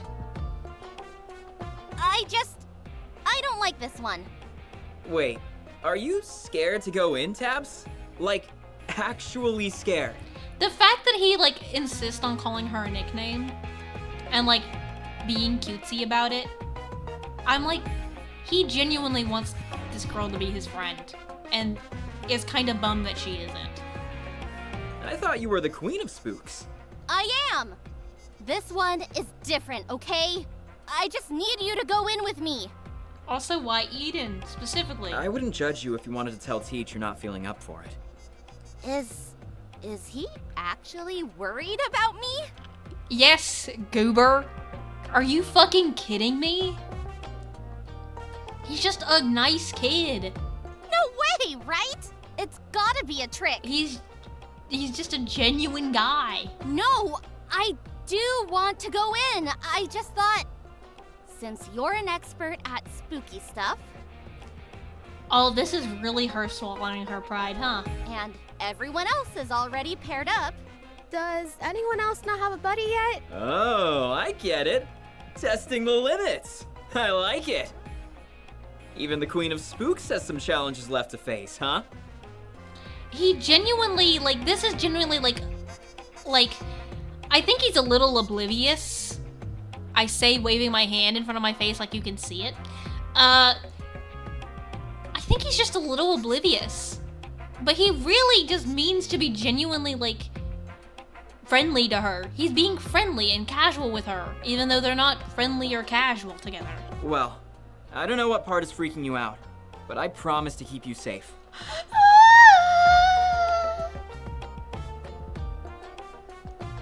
The fact that he cares so much about this girl, despite her being a bitch to him. If you need to tap out at any time, you let me know. He's so sweet, and she thinks he's such a dick. Huh.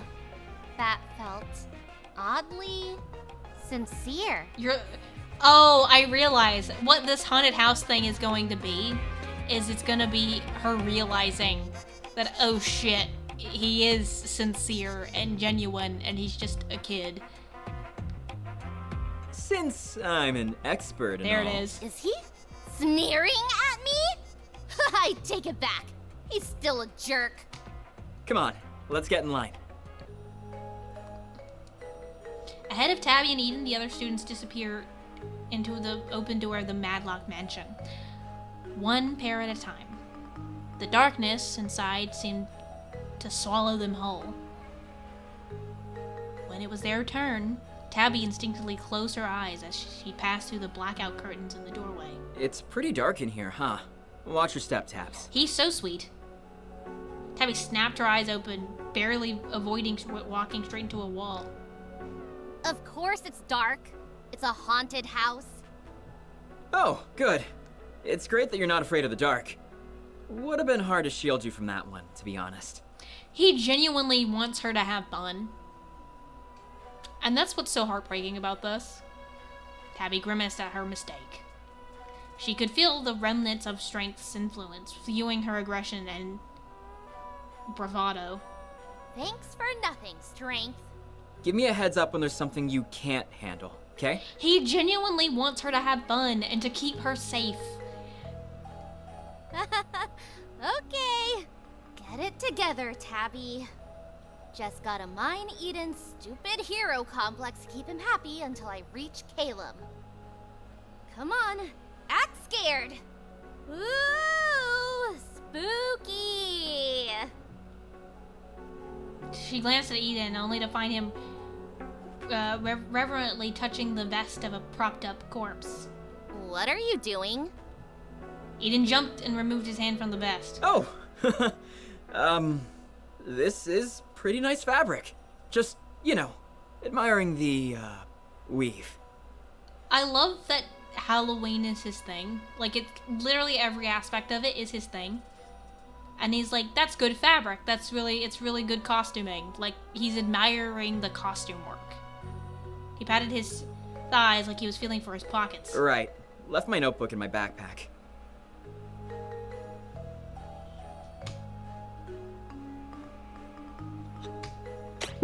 It was probably her eyes still adjusting to the dark, but Eden looked like, well, less than the villain that he was, and more like a dorky 8th grader with niche interest.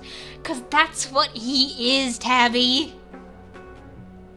Very niche interest. I don't think it's that niche. I think he's like one step away from being a cosplayer. Like, I think that's all he is. You're a weird guy, Eden. Thanks!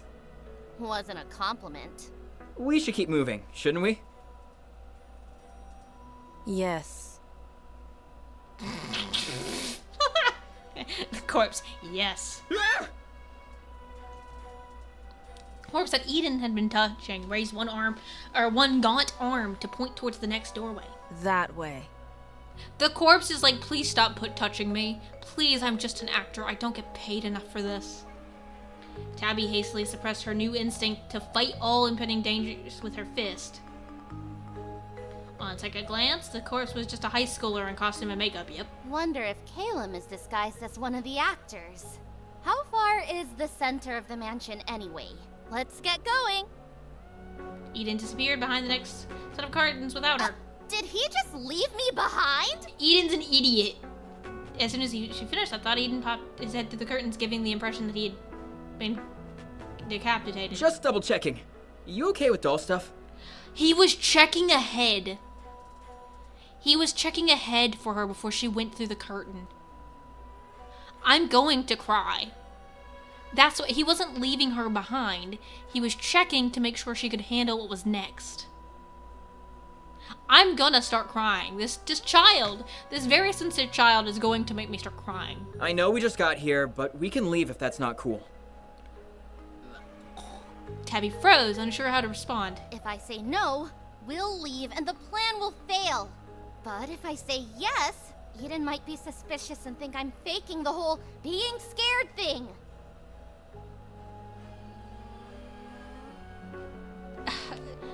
Either one of these are too much.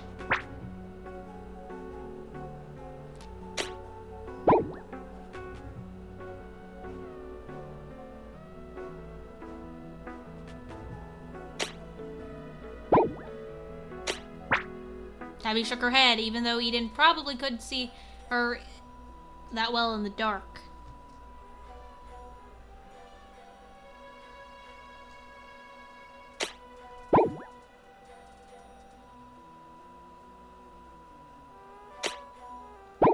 Sorry, just checking everything. No, yes, dolls are okay. Eden appeared unconvinced. Tabby sensed an opportunity to strike. Dolls are just normal objects. Just everyday toys. They're just dolls. No biggie. Funnily enough, her trying to act not scared seems like she's trying to act not scared. I love dolls. It feels like she's trying to put on a brave face. That's not what's happening. She's trying to... It is and isn't what's happening in a weird, convoluted way. She glanced even at the corner of her eye. He seemed conflicted. Tabby held her breath. Well, if you say so. He legitimately wants her to have fun and is hesitating because it feels like she's scared of dolls but doesn't want to embarrass herself. And it's more like she's not scared of dolls, but she has to keep up this weird act where she needs Eden. Yes! Sucker. Don't push yourself, though. Okay, Tabs? God! I fucking love this kid. This playthrough's gonna take forever. Say the word and we turn right back around and find the exit. Especially with how excited Eden was to be here. And that the fact that he would completely throw it all away for Tabby's safety and and comfort makes me so sad that she's planning to stab him in the back. And also makes me want to cry because he's so damn sincere. Please don't reverse the flow of traffic. Absolute king! He is. Say the word and we'll walk deeper into the haunted house. Great. So safety first. Please don't reverse the flow of traffic. So, you heading in? We've got the next group waiting too, you know. Let's do this. It's so funny because she's nervous not because of whatever's in the haunted house, but specifically because she's trying to trick Eden. She blinked rapidly and okay, yeah, no, this is kind of fucked. Not the fucking caterpillar. Anyway, she blinked rapidly as her eyes adjusted to the flickering candlelight of the new hallway. You still okay? The fact that he constantly checks in with her. Though, if he was paired with if he was by himself, I would say, he would be zooming through this haunted house. Tabby took in the piles of sleepy baby dolls with missing eyes, the rag dolls with empty expressions and stitched-on smiles, and the clockwork doll that moved with jerky, off-kilter movements in absolute silence. She felt something brush her shoulder, fishing wire dangling from the ceiling to scare unsuspecting victims. Tabby glanced upwards. Beheaded dolls' bodies rotated slowly in place, clattering against bouquets of chubby plastic limbs like a deranged mobile. Luckily, Tabby had grown up in a house of a taxidermist, constantly under the scrutinizing gaze of glass eyes in every size and color. That almost explains it. That means that one of Tabby's parents is a taxidermist. Which explains her thing where she likes spooky stuff. The doll diorama wasn't a big deal. At least not compared to Eden's scrutinizing gaze. Oh my god. Gaze! I keep doing it. I don't know why gaze is the word that I can't fucking read. Not compared to Eden's scrutinizing gaze. Shoot! He asked me something, didn't he? A high schooler, dressed up like a wind-up doll, popped up at the end of the hall and began stumbling towards them. Let's play! Let's play! Nice. Ew. Eden stared at Tabby. I mean, wow! I love it! Before Tabby could really sell her performance, the wind-up doll reached them, leering at Eden. When Eden smiled, instead of screaming, the doll moved to let them pass, visibly annoyed. Me too, doll. Me too. They moved on through the next turn of the maze. home to a human-sized ventriloquist dummy, carrying a smaller ventriloquist dummy. The puppet do a laugh with a wooden rattling sound that echoed between them. Eden laughed back. I love this kid. You're really not scared? I mean, maybe a little. I love this kid. You know when you spot something out of the corner of your eye in the bathroom mirror? It's kind of like that. But I said I'd take care of you, right? I said I'd take care of you, right? The fact that his fear means nothing to him, which it's not a lot of fear, it's not true fear, he's just giggling and shit. But the fact that even if he was scared, what he really would care about is taking care of Tabby like he said he would, it's doing things. I'm gonna start crying, I swear to God. Tabby grimaced at him. Hey, don't sweat it. Since you asked me to, I'm delivering. But only 'cause I want to. Besides, this stuff doesn't bug me too much compared to other spooks. They rounded the corner only to be met with shelves of doll heads turned purposefully in their direction. When I was little, my Nana made doll clothes for extra cash, so there were always old-timey dolls in the house that I wasn't allowed to touch. He's sharing his lore with her. I know lore isn't the correct word, I don't care. He's sharing his lore with her. His backstory, his past, like his home life with her. Just me and them, staring at each other, waiting to see who would move first. Those were good times. Don't grimace at him. Eden expected the doorway to the next path of the maze, which was framed by a literal arch of doll heads. What's with all the dolls? You already had a full doll room. Why is there more dolls? But you said you like dolls, right? So these don't scare you either? Is that a trick question? Is he trying to catch me in a lie? I think he's actually worried about you, Tabby. Tabby shrugged as nonchalantly as she could. I like them a normal amount. Do you have a favorite type? He just wants to know about her interest. God! He just genuinely likes this girl, even though she hates him. You seem like you would enjoy something smiley, like a little Harlequin doll, or something like that. Okay, the fact that he keeps on bringing, like, Harlequin shit up, because that's what strength looks like, is freaking me out a little bit. I'm like, Eden, what do you know? A clown? Is that the kind of energy I give off? Do I look like I tolerate clowns?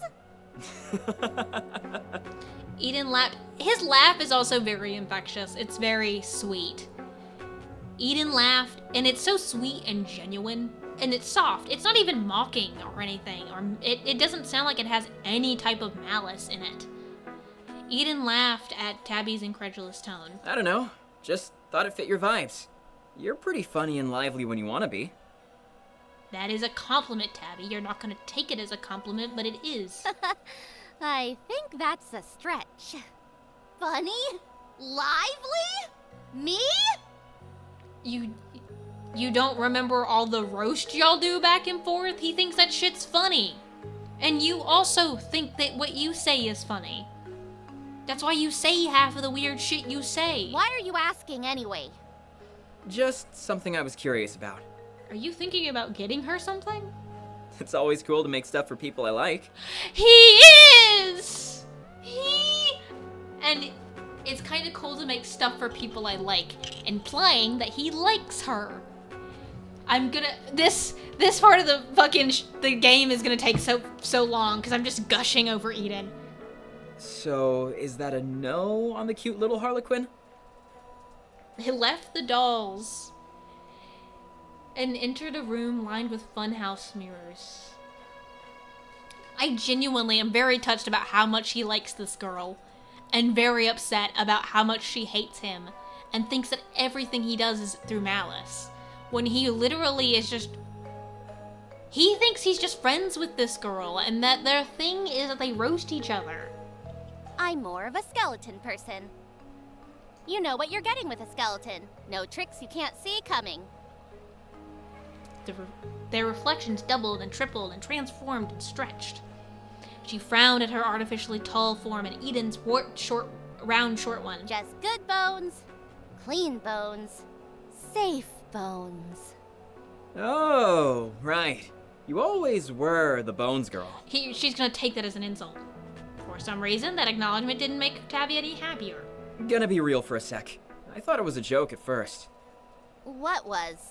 Your name is Tabby Bones, and you love bones? That's like cartoon character behavior. No way. Haven't heard that one before. Okay, that one I see how she could take that one, but literally, there's no malice in his voice. Like, I probably liked bones and skeletons a normal amount before, but...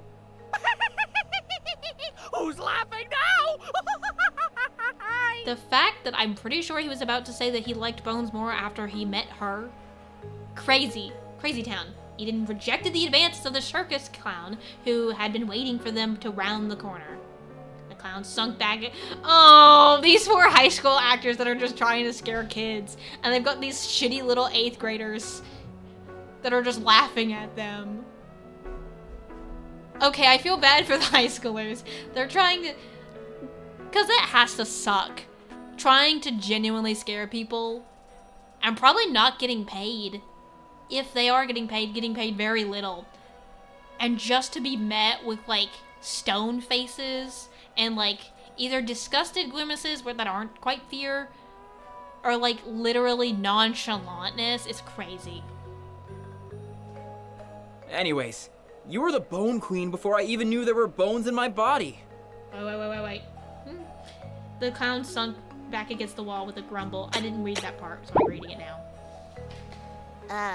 Thanks? Eden and Tabby passed through the rest of the circus-themed hallway and entered the heavy mist of the next room. They took their pulley-powered ghosts swooping... They took in the pulley-powered ghosts swooping over the papier-mâché tombstones in silence. You know, being haunted house buddies is fun. We should do it again. He genuinely just likes her and has no idea that she spent this whole time thinking about how much she hates him. I'm glad we got to chat, honestly. Like, when was the last time we were even partnered up like this? Tabby felt a suppressed memory rise up. The zoo. Oh no, there's another memory that she's gonna misinterpret, huh? The zoo? Oh, wow, that takes me back. How did you even remember that? Wait, was that when I left you in the... Tabby scowled at into the strobe lights, knowing exactly what he was referring to. The reptile house. Oh, yeah. It was creepy in there. I hope I've made up for it now. He genuinely feels sorry for the things that he's done that's hurt her. Are you going to lie and tell me the snakes are escaping and then run out screaming again? Doesn't work that well with ghosts, I think. Irritated that he was so nonchalant about it, Tabby probed deeper. Do you remember what happened after? Okay, I think I'm starting to understand. No. I don't think anything happened. It's why she hates him so much is not realizing that things that he did hurt her so much, and then him acting like they never happened, which I understand and can be irritating and very hurtful and can develop resentment. It's the fact how far Tabby is willing to take it is the difference. Exactly. Even after I got lost and missed lunchtime, nobody came looking for me. Until it was time to leave. Oh, I kind of remember that, I think. I think? It was a core memory for Tabby, just one locked away in a box of Eden-related anger. Oh, this just got really sad really fast.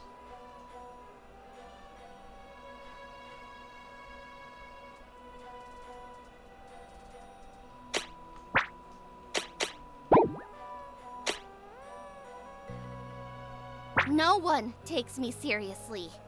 I tried to tell them that you were pranking me, and then forgot about me in there.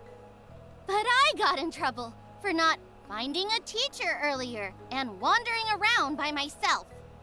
Oh, am. Tabby waited for Eden to say something else, but he didn't.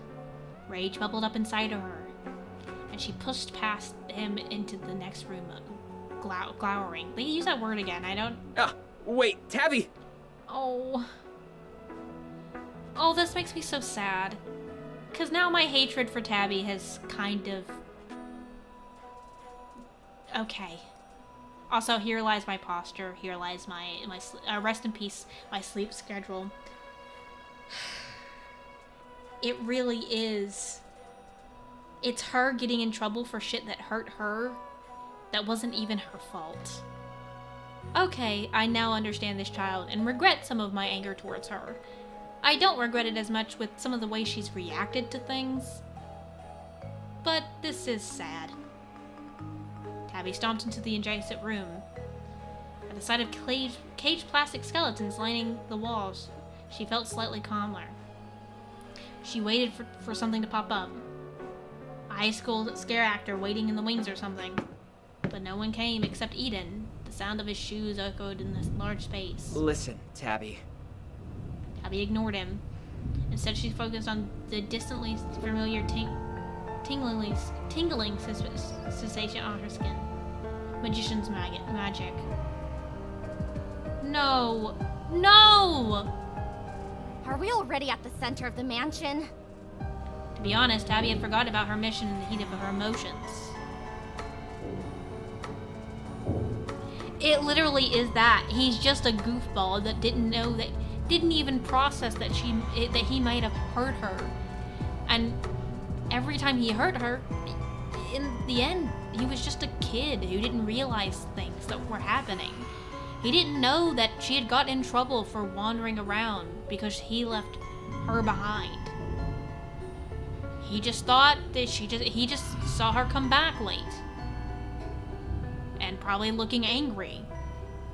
Or upset. This is really sad. I'm really sad now. Where was strength to keep you on track when you needed him? In your pocket, tied up, dipshit. She could still feel the little guy in her pocket. In the pocket of her hoodie. He doesn't have enough strength to break out of the tape, apparently. Maybe he doesn't want to, Tabby. Maybe he's given up. Also, he's a pixie. His magic is to give you strength, not the other way around. Tabs? Well, he wouldn't approve of this anyway. He can keep napping a little longer. Tabby? Hey, are you okay? You look worried. He genuinely cares about her and feels so remorseful about the things in the past once she fucking communicates with him. Anytime she has told him about something that he did that hurt her, he is genuinely remorseful about it. Calum's instructions came to mind. She was supposed to break Eden down now, right? She was allowed to take him out? Good, he deserved it. I'm fine. I don't need you to worry about me. It's none of your business. If you're scared, that's okay. We're in this together, Tabs. I'm taking your concerns seriously, okay? Let's finish the rest together and get out of here. Eden held his hand out. He genuinely cares about her. If you need it. Friends don't leave friends hanging.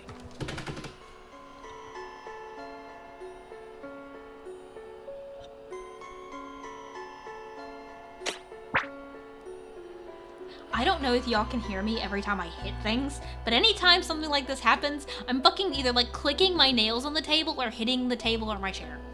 Because I'm genuinely like upset. Hesitate.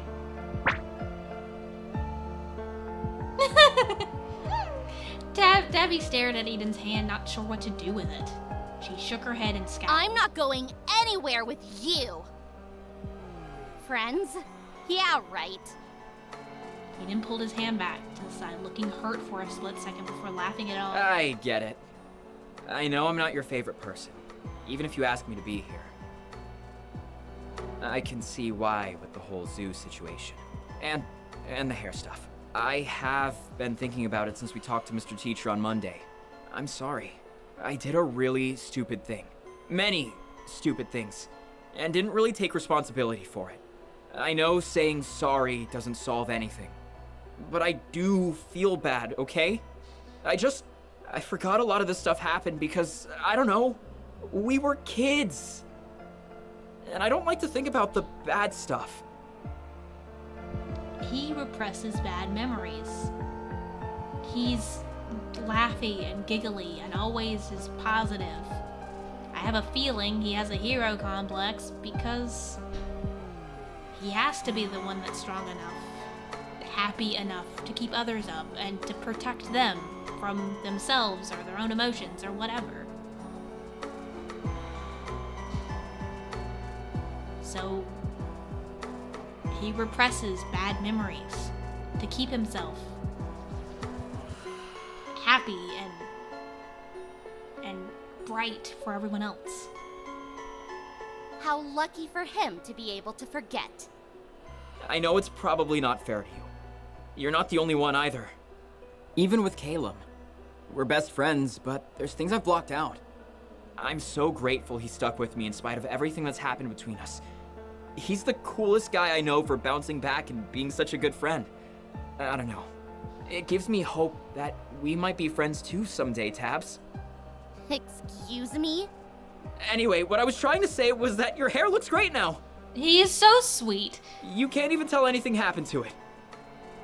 Tabby felt a wave. Girl has anger issues. Tabby felt a wave of red-hot rage overtake her again. No thanks to you. You know who did the crying and the brushing and the braiding to get to this point. Not you. But I mean it. It looks really nice. You did a good job growing it out. He's trying to compliment you, Tabby. God damn it. I hope you get to forget about it soon so it doesn't bother you anymore. He genuinely cares about your emotions. Call out his toxic positivity or call him a liar.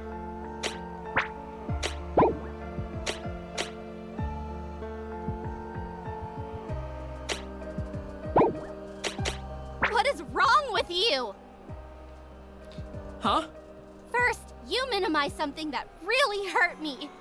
Then, you tell me I should get over it because it's all sunshine and rainbows now. You're a bullying jerk who laughs at other people's pain like we're the stupid ones for feeling bad. And you still think we'll be friends? Ouch. Not pulling any punches today, Taps. Toxic positivity comes from having to stay positive in the face of real adversity or harm. To be able to be strong enough for other people, for yourself. Do you hear yourself? A normal person would not be laughing right now. Stop acting like everything's gonna be okay all the time, you freak! I know you're yelling, but it just feels like business as usual coming from you. It's nice and familiar, almost comforting. Tabby screamed with rage. They really didn't want to record this shit. This wasn't working. She was the one getting worked up, not Eden. Somewhere through the fog of frustration, Tabby managed to ground herself with one plan of action. She needed to hit Eden where it really hurt. If I was Caleb, I would hate your guts. Actually, I know he does. He hates you, 100%. He's probably scheming against you right now. Eden shook his head. Caleb? There's no way. He's my best friend. He's always stood up for me. I trust him with my life. Infuriatingly, Tabby could hear the smile in his voice. Luckily, she had proof that their relationship wasn't as rock solid as Eden believed.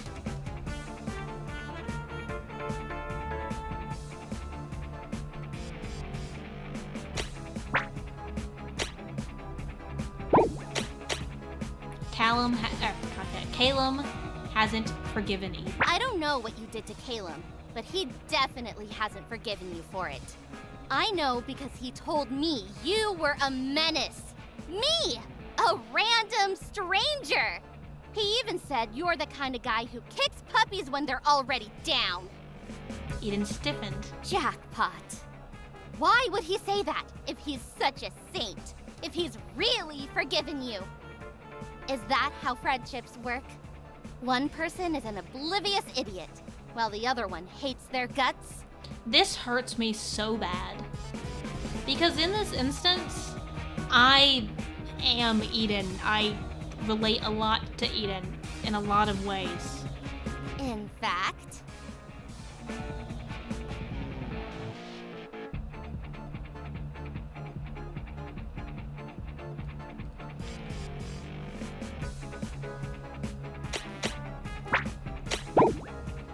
I'm saving again because I've made I'm committed to saving every time. You're not too dense to notice.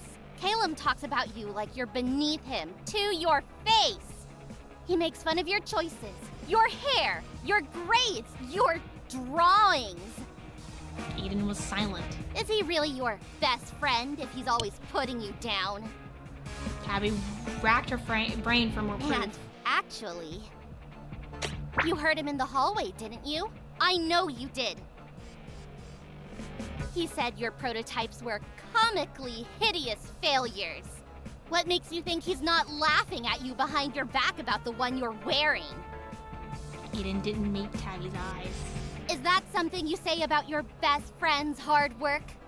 Or is it what you say about someone you're just pretending to be friends with? That's just...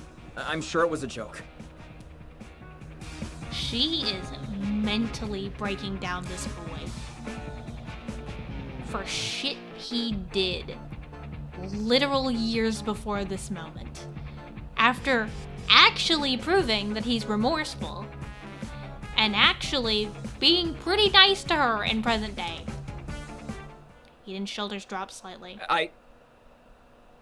Eden took a deep breath, then shook his head, chuckling to himself. Are you kidding me? There is no way Eden is this resilient. I feel like Eden might have been bullied before. I saw the cracks. I know you're just being grumpy, Tabs. And the reason he's so resilient is he knows her and trusts her and knows that she's just angry with him and just saying shit to hurt him. Just to hurt him, and not because she believes it. Just being grumpy? So what? Nothing I said mattered?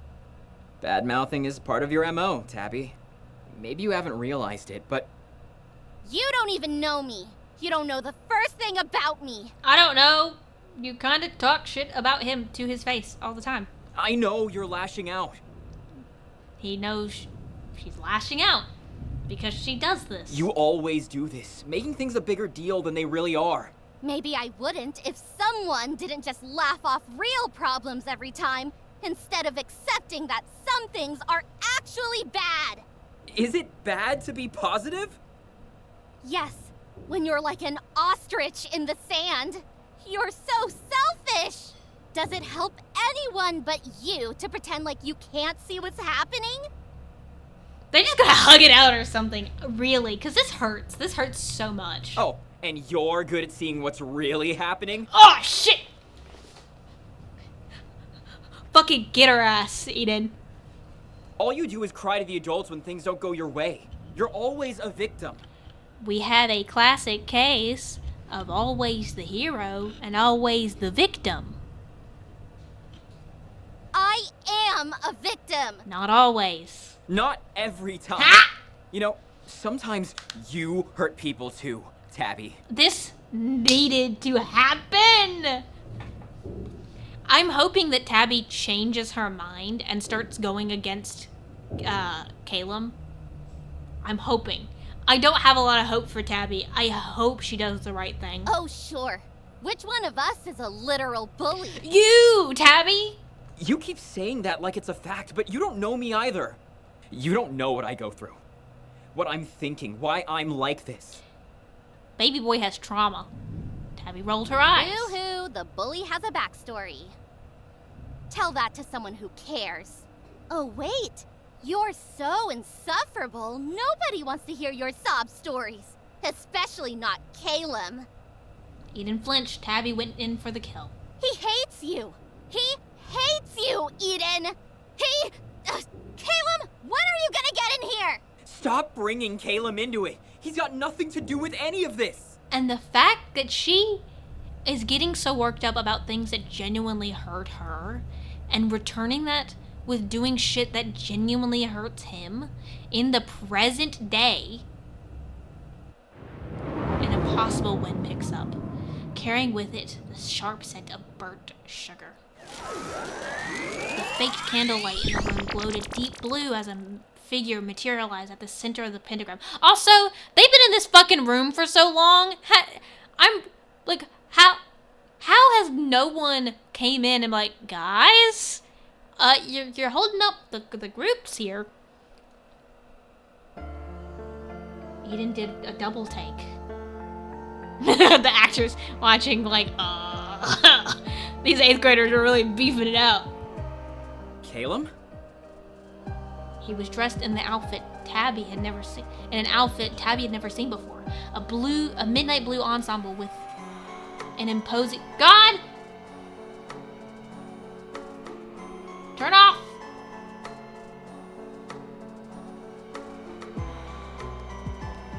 A midnight blue ensemble with an imposing silhouette. He wasn't wearing his glasses, but Caleb's frosty gaze swept across the room with startling clarity.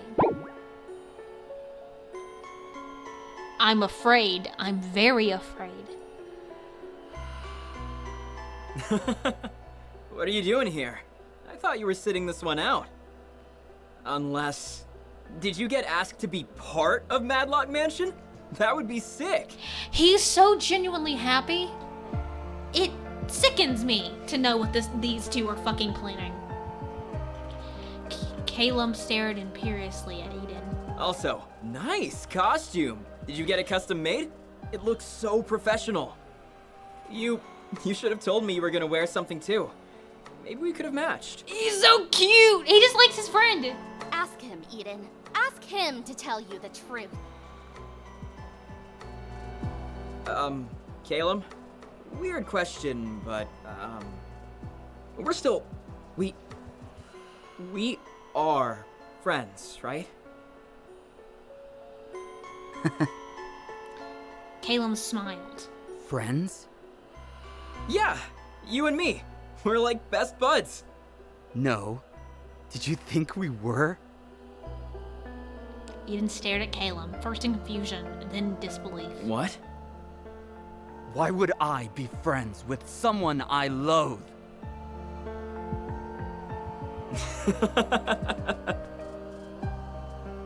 Are you messing with me? That was a joke, right? He's panicked. Caleb rolled his eyes. There's that suffocating positivity. That's why Caleb hates him so much. Let me make it clear, because it's impossible to get anything through your thick skull. We were never friends, and we never will be. It feels so good to say at last. Eden ran an agitated hand through his hair. What are you talking about? I thought you always stuck up for me. I went to bat for you. You owed it to me for being a thorn in my side for so long. Caleb sighed dramatically. Oh, how I've suffered. I swear to God, if Tabby finds out that the only reason Caleb hates him is that he's fucking annoying, I'm going to scream. Where is this coming from? Did I do something today or yesterday? Do you really think hatred like this forms overnight? No, you've worn people down for years and years with your relentless, insufferable personality. It's just for his personality. How lucky, or rather, unlucky I am that you never saw. He stole my Pop-Tart in first grade. That's really how these motherfuckers act. Caleb took a step closer to Eden. I've been waiting years for this moment. Finally! I can stop pretending to like being around you!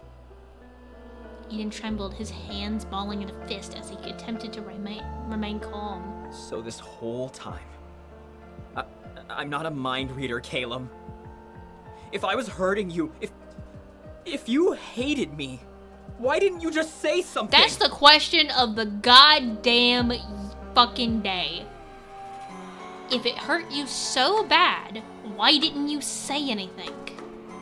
You can't just hide this stuff from me and expect me to know what's going on.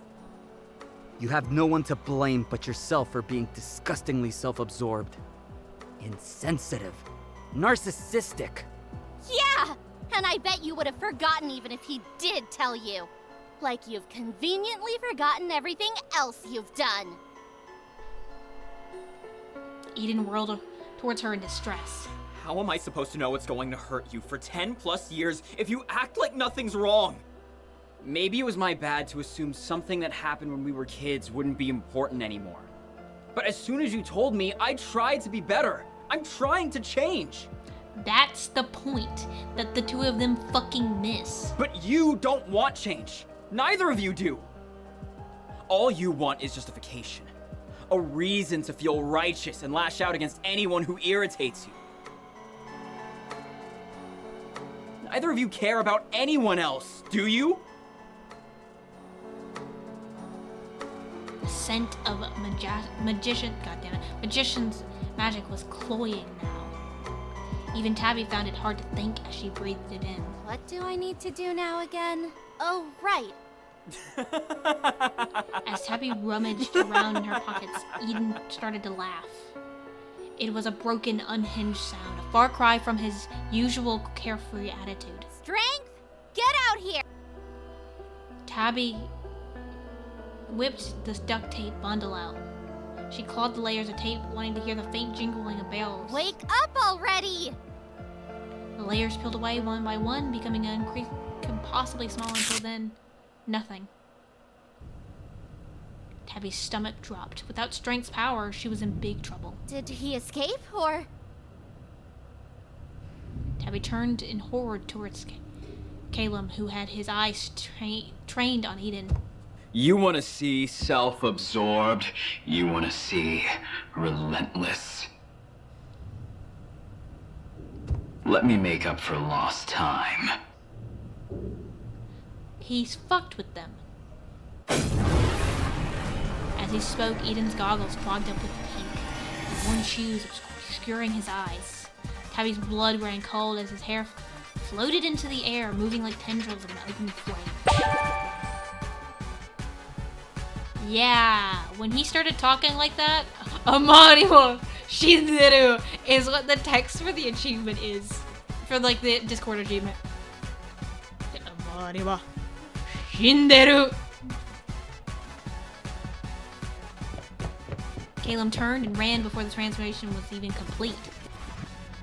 He bolted through a well-hidden door. Eden followed, slamming right into the door, which had locked behind Caleb.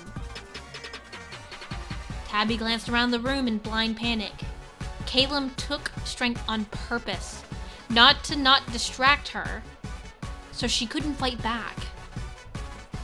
Well, probably because so she would go through with it, but also so she couldn't fight back and there would be no survivors.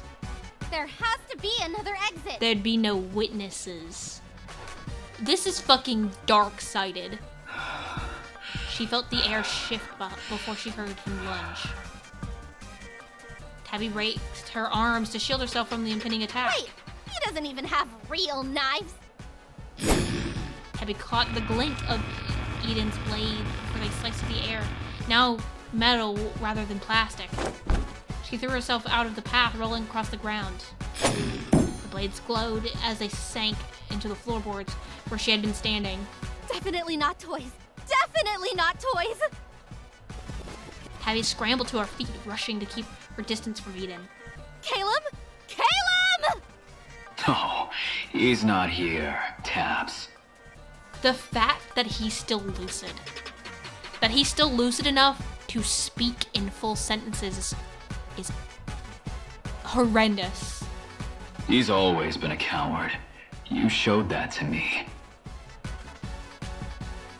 Do you really think he cares enough to stick around? If he can fake it with me for years and years, what makes you think he'd bother trying to save you? Also, the voice actor for Eden is lit. I love the voice casting in this fucking game. As Eden approached, Tabby realized she only had one choice.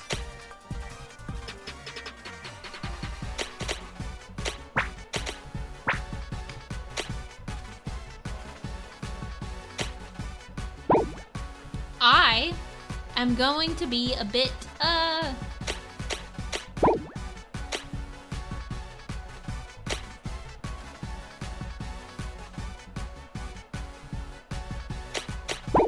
I'm going to be a bit abnormal, unorthodox with my decision. I saved, so whatever happens, happens. Tabby froze in place with uncertainty. Eden brandished his knives, leaving light trails through the air. When Tabby didn't move, he lowered them again and cocked his head.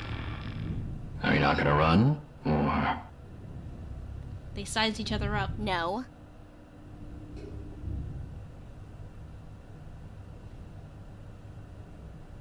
Are you sure? Why? What if I just didn't? What are you gonna do? Stab me? Breaking news! A confrontation between two middle schoolers at a local haunted house led to one of them being stabbed. Witnesses report hearing the victim saying, "What are you gonna do? Stab me?" shortly before being stabbed. The suspect fled on foot.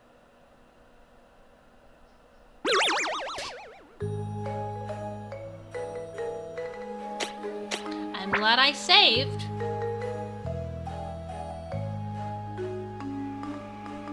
What are you gonna do?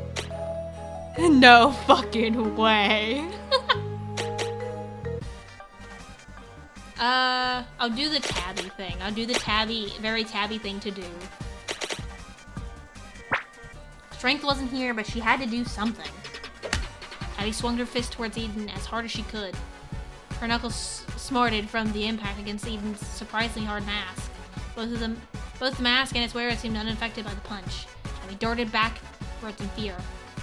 Then, not willing to wait for Eden's next move, she bolted back the way they'd come. The dense mist in the adjacent room made it hard to see, but it was heavy enough to hide in. Narrowly avoiding a ghostly prop, Tabby dove behind a fake tombstone and made herself as small as possible. There was no sign of Eden's glowing costume or knives through the strobe lights. A cocktail of frustration and anger bubbled up past her fear and adrenaline. Not again! Every time I want to do something, every time I try to do something about this guy, it goes wrong! Maybe he doesn't deserve it, Tabby. Tabby felt like she was being unfairly punished for trying to be proactive for once in her life. It was just one big cruel lesson from the universe, one big kick while she was already down. I thought this would work, especially with teamwork.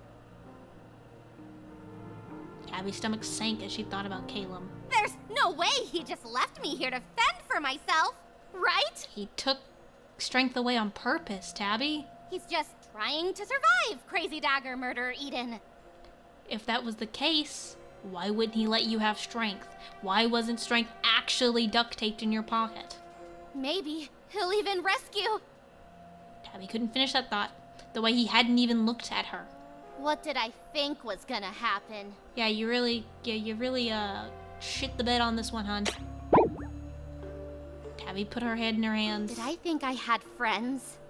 Even strength has abandoned me. Hot, angry tears rolled off her face. I get it, okay? I suck so bad the universe wants me to die here. Maybe it isn't that black and white. Maybe it's not that clear, Tabby. Maybe it isn't that. Maybe you're so worked up about being upset all the time. If you tried for a second to be anything but angry, Now, Eden does have issues with being, like, toxically positive. I'll give that. But it's no better to be toxically negative. Will anyone even miss me? She imagined her parents crying over her corpse with her floating over them, a sad dead specter. Her heart clenched. They're family. They don't count. They're family. They don't count. And no one else will because... The bubbling thought as she had been suppressing finally surfaced in her mind. People were actually nice sometimes. And She pushed them away in each of those rare occasions.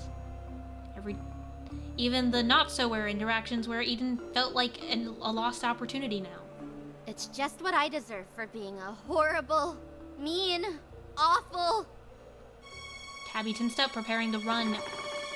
Bite a man if needed. Someone was coming. From where she couldn't tell. Or perhaps they were already here.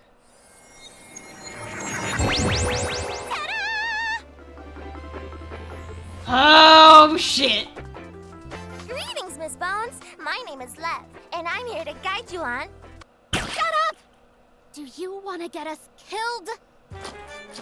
Flecks of glitter fell from Lev's hat as Tabby shook her for emphasis. Well, unhappy at once, Tabitha! Only if you stop yelling!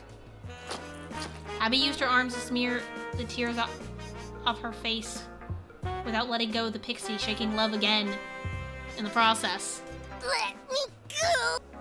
Tabby released the pixie. The huff, Lev dusted off her frilly dress. Regardless of your pity party, that's no way to treat a new friend. I'm here to guide you on your path to love, not violence. Of course, I don't mean romantic love. You must find that on your own, if you choose to seek it at all. I'm talking about self-love. You can only get along with others if you're at peace with yourself, Tabitha. To project light outwards, you must first seek it within yourself. Listen, that's real great and all.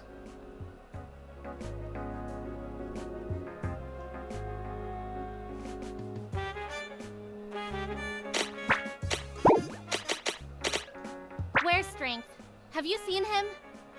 Are you his replacement? Did the Pixie Agency fire him? Love waves dismissively, causing sparkles to fly from her fingertips. We have other things to worry about, I'm afraid. You seem to have gotten yourself into quite the pickle here. Yes, that's what I'm trying to say! Actually, you've been saying a lot of, woe is me, woe is me. Okay, I don't like Love. She's kind of a cunt. No, I wasn't! Tabby peeked out from behind the tombstone, still no sign of Eden. Listen, you know what could bail me out of this awful situation? She's pink. Mm-hmm. Hi, Lizzie. Self-affirming meditative exercises? God damn it, Love. What? No! I'm talking about that candy! The stuff that gives me the cool super strength! For shame, Tabitha. More reckless power is not the cure for this predicament. Well, when your problem is currently a knife-wielding figure of literal flame, it kinda is. You're far too good for these power-grubbing schemes. Is she? I fear you've let yourself be swayed to the dark side with your unstable emotions and deep, self-inflicted loneliness. Oh, Jesus, Love, that's a lot. Perhaps if you confided in someone, your emotional burden would seem less insurmountable. Huh, I wondered who she could have done that with in the first place. Love chapped her chin thoughtfully. I've got it! What about that Eden boy? The one with whom you share so many interests. Well, he's currently a knife-wielding maniac right now. Eden? I can't! He's gonna kill me! I understand your apprehension, but it can't be that bad. No, you don't understand. He's literally a monster! I was right. I twitched, and her smile became strained. You must stop putting others down to raise yourself She up. did. Okay, she's annoying. Oh, I gotta go. You tell Logan to stay until I am done streaming. I am almost done. I can feel it in my bones. You tell him to stay so I can say hi to him. Or you tell him to come and say hi to me, or I will cry. Anyway. This stubbornness has gone on for long enough. Stubbornness? Stubbornness? You've been here for like 2 seconds. Tabitha. You don't know anything about what I am, or what he is, for that matter. Tabitha. He's a freak, love, even when he's not like this. I can feel it in my Tabitha bones. Get it? Because it says her name. But right now, the only thing on his mind is cutting my head off and using it as a basketball. Tabitha! You listen to me, you little shit! Oh, shit!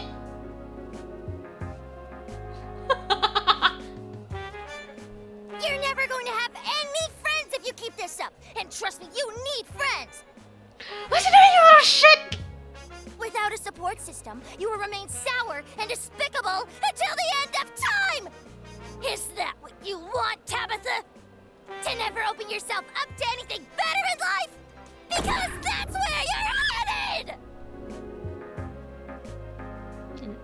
In the silence that followed Love's outburst, Tabby's heart sank.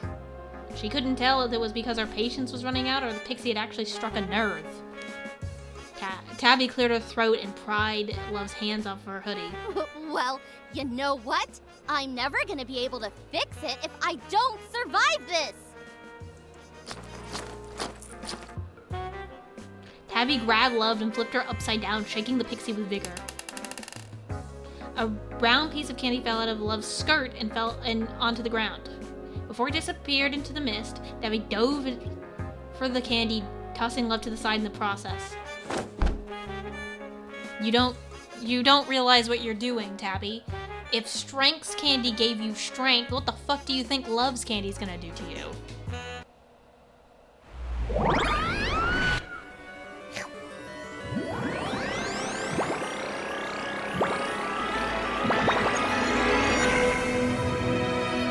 She's so cute!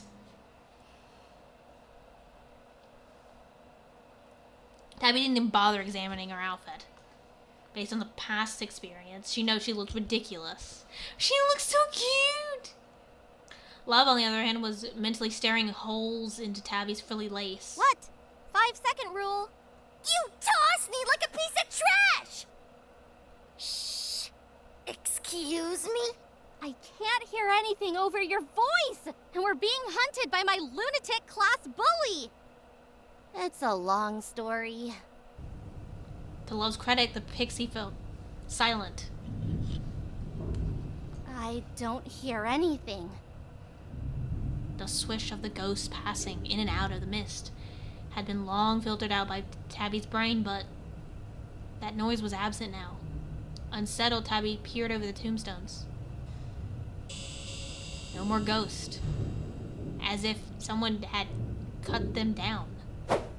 Tabby held her wand out like a sword as she took a careful step through the fog. Nice costume. Tabby leapt into the air as fabric brushed her neck. She slashed through the mist with her wand, hoping it would miraculously connect with Eden's face. He stepped back coolly, blade outstretched to intercept the swipe. She pulled her arm back, ready to strike again. Tabby felt Eden's knife slice into her arm, followed by a sharp pain. Blood dripped from the wound, warm, fresh, and suddenly too real. Tabby! Are we okay?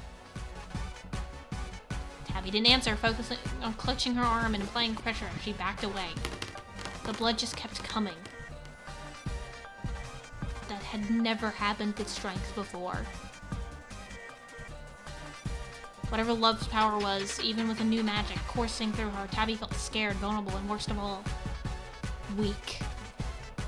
Tabitha! Tabitha, are you listening to me? Don't just stand there. We have to run! Run! Tabby lurched into motion, dancing around until she was able to figure out the exact timing to duck under Eden's next swipe. As she miraculously sprinted past one without an injury, Tabby's mind raced, juggling too many things at once. The pain in her arm, the shrill sound of Love screaming, the stress of having to find a way out. If there was emergency exits around, they hadn't been clearly marked. That left only two places where she could hide. The funhouse and the doll hall. Both were staffed with scare actors who would inevitably get caught up in the chase. Should she race all the way to the doll hall and hope Eden would get caught up slashing other people? Or should she lure him to the funhouse mirror room where it would be less crowded?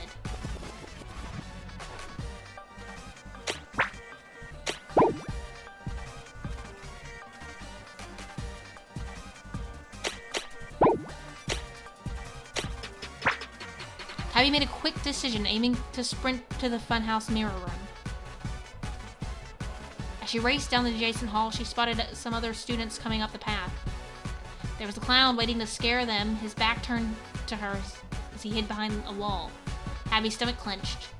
She'd chosen the route to avoid getting other people caught up in Eden's stabbing spree, hadn't she? Run! Run! The clown turned to see who was barreling through the house in the wrong direction. Hey kid! You're going the wrong... Just run! He's gonna murder you! The students and actors scattered in a panic. In their frantic confusion, some ran past Tabby directly into Eden's path. Tabby hoped that the screams that echoed around her were people being chased, not people slashed to ribbons. If only she had understood what Love's power was, maybe she could have stood and defended What them. am I supposed to do with your magic, Love? Oh, that's easy. Feel better for one. So nothing that'll help us survive? Serotonin production is an important part of survival. Tabby groaned and ignored Love's lecture about stress responses. Luckily, having fused with strength twice before, she had some clues on what to do next. Tabby held out the wand aloft in front of her as she ran. Okay, just gotta wave it around. Around, around. She made frantic figure eights through the air. Come on, come on! A soft pink light enveloped the end of the wand. It glowed brighter and brighter, radiating more. Pew! A beam shot out of the wand, quick as a bullet. A laser gun? This is something I can work with. You don't know what the laser does. Tabby turned to see if Eden was still behind her, now that she had wanted the other people in the hall to distract him.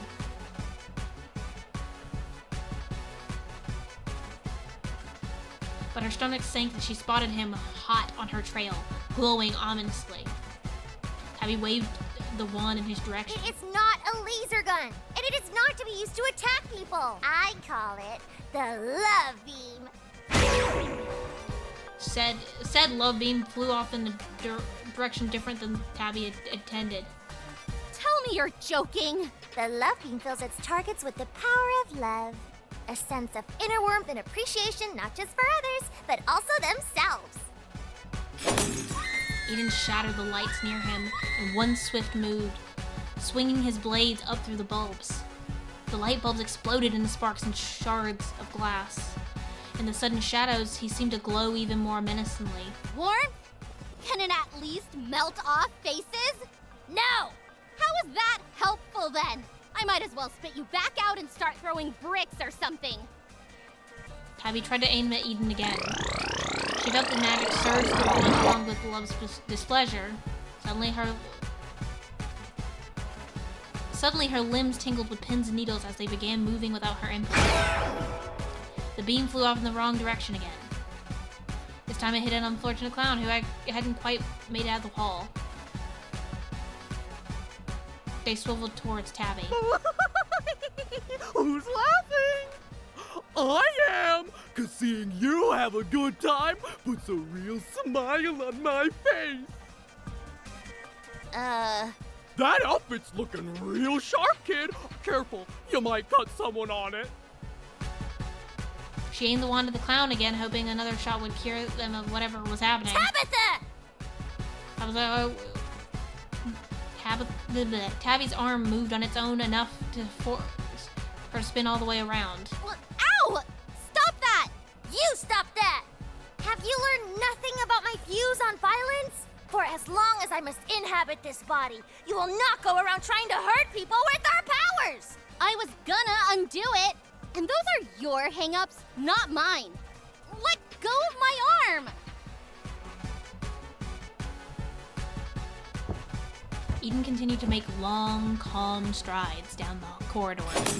He flashed another set of lights and plunged more of the hallway into darkness. We gotta go now.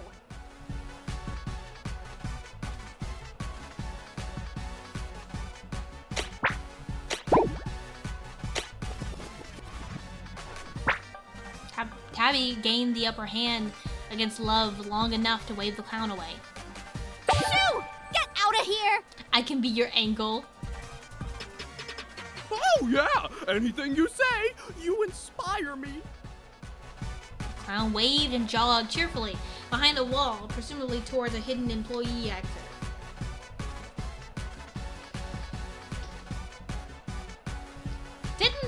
They don't think, I think that doing the love beam thing at Aiden would help him out of whatever weird funk the magician's magic put on him. That's my assumption.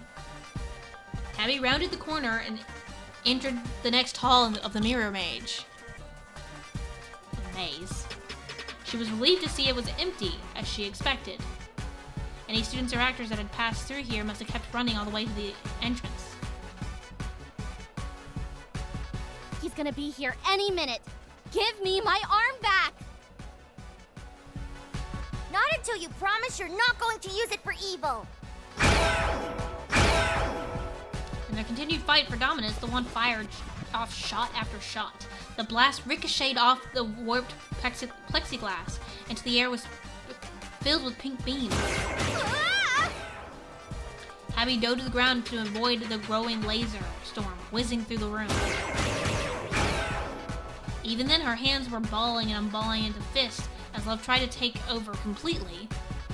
I can't crawl like this! Let the hollandaise go!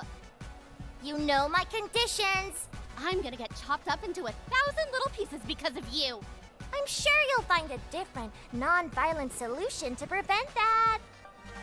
Maybe, if she shoots him with the goddamn love beam, he'll actually become self-actualized again and stop being a monster for about 5 seconds. Eden appeared in the doorway, which was completely dark now. He paused as if to assess the sight before him. The endless beam of light and Tabby's arm moving like a wild eel while she was frozen mid-crawl. Chutes and ladders! Is she not swearing because Love is controlling her? I mean, shoelaces? Yep. Are you censoring me? Eden rolled his shoulders as if limbering up before working. He took a careful step forward, parrying beams away with his knife, sensing he would be on her in just a second. Tabby jumped to her feet just to get hit squarely in the face by a beam. Falafel! My eyes! She scrambled backwards, half blinded by pink spots. I tried to tell you to be careful. Love relinquished control of Tabby's arm so she could clutch her face in peace. Careful with what? Stray lasers from my own wand? What kind of shrimpy design? Oh wait, it's already clearing up. She blinked away tears. Tabby felt only a deep sense of disappointment. That was like 2 seconds of light. It barely even warmed my face.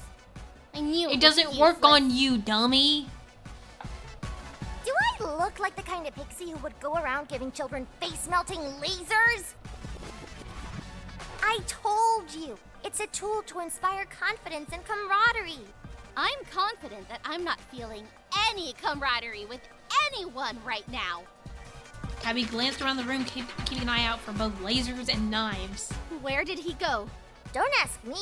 I can't see any better than you, Tabitha. Tabby swung her wand through the air preemptively. Eden burst out from the opposite doorway and ran at Tabby. When did he get over there? Springing the action out of instinctive self-defense, Tabby slammed him upside the head with the pommel of the wand. Eden's mask was knocked askew, but Tabby didn't wait for him to adjust it. She tackled him with all the force she could muster. Even at her small size and limited athletic ability, she still managed to knock him off balance. Eden staggered, tripping into the funhouse mirrors. They buckled from the force of his impact. Shards of glass rained down on both of them and scattered across the floor. With one arm still wrapped around Eden, Tabby grabbed a mirror fragment, desperately trying to gain some leverage in the fight. Unfortunately, Eden had recovered much quicker than Tabby, pushing her to the side and making her drop the sharpened glass. In a fit of desperation, she smashed the heavy end of her wand into Eden's wrist. Crack. Tabby winced, realizing she had definitely struck a bone. Eden stopped in his tracks, clutching his hand. His breath sounded ragged up beneath the mask, like he was gritting his teeth against the pain. Tabby ran for it, knowing instinctively that this was going to be the only moment to flee. She was so close to the exit, so she just had to keep running until she was out of the mansion. Tabby burst into the entrance hall. Ah! The glowing murderer is here! I'm too young to die! I'm not. It's me, Tabby! Tabby? Why the Hellenistic age are you all here? I thought everyone else left. Hellenistic age? The doors are locked. We've tried everything. Even the windows are sealed shut. Fucking Calum. That was probably Calum's doing. They had discussed making it impossible for Eden to leave. Tabby looked around at the sizable crowd that was trapped students, and her stomach flipped. One of the clowns told us someone was stabbing people and glowing. Ah! Sorry. Continue. Company policy states that we can't have our phones on us. Otherwise, we would have called the police. Some people already left to try the alternative exits, but they haven't come back yet. We banged on the door too, but none of the people outside even came to check. Honestly, that door isn't even supposed to be closed. Did you see the murderer? How did you escape? I didn't. He's... She spotted the glow out of the corner of her eye. Tabby leaped out of the way just as Eden's blade swirled through the doorway. Also, even if he was a monster, if he's lucid enough to be talking to her, wouldn't he not have a grievance with anybody else but Tabby? There was nowhere else to run. The room was a dead end, her dead end, if she didn't find a new way to survive fast. Love! Help! Love! We're gonna die! Love, tell me what to do! I've been saying it already. You have to open your heart to yourself first. What does that mean? Real steps only. Tabby fired off another beam at Eden. Alright, let's start from there. Eden batted away the beam, causing it to hit one of her classmates instead. Oh, cool trick, Tabby! Do it again! Oh, you're so cool. The other students looked horrified at the sudden, inexplicable outburst.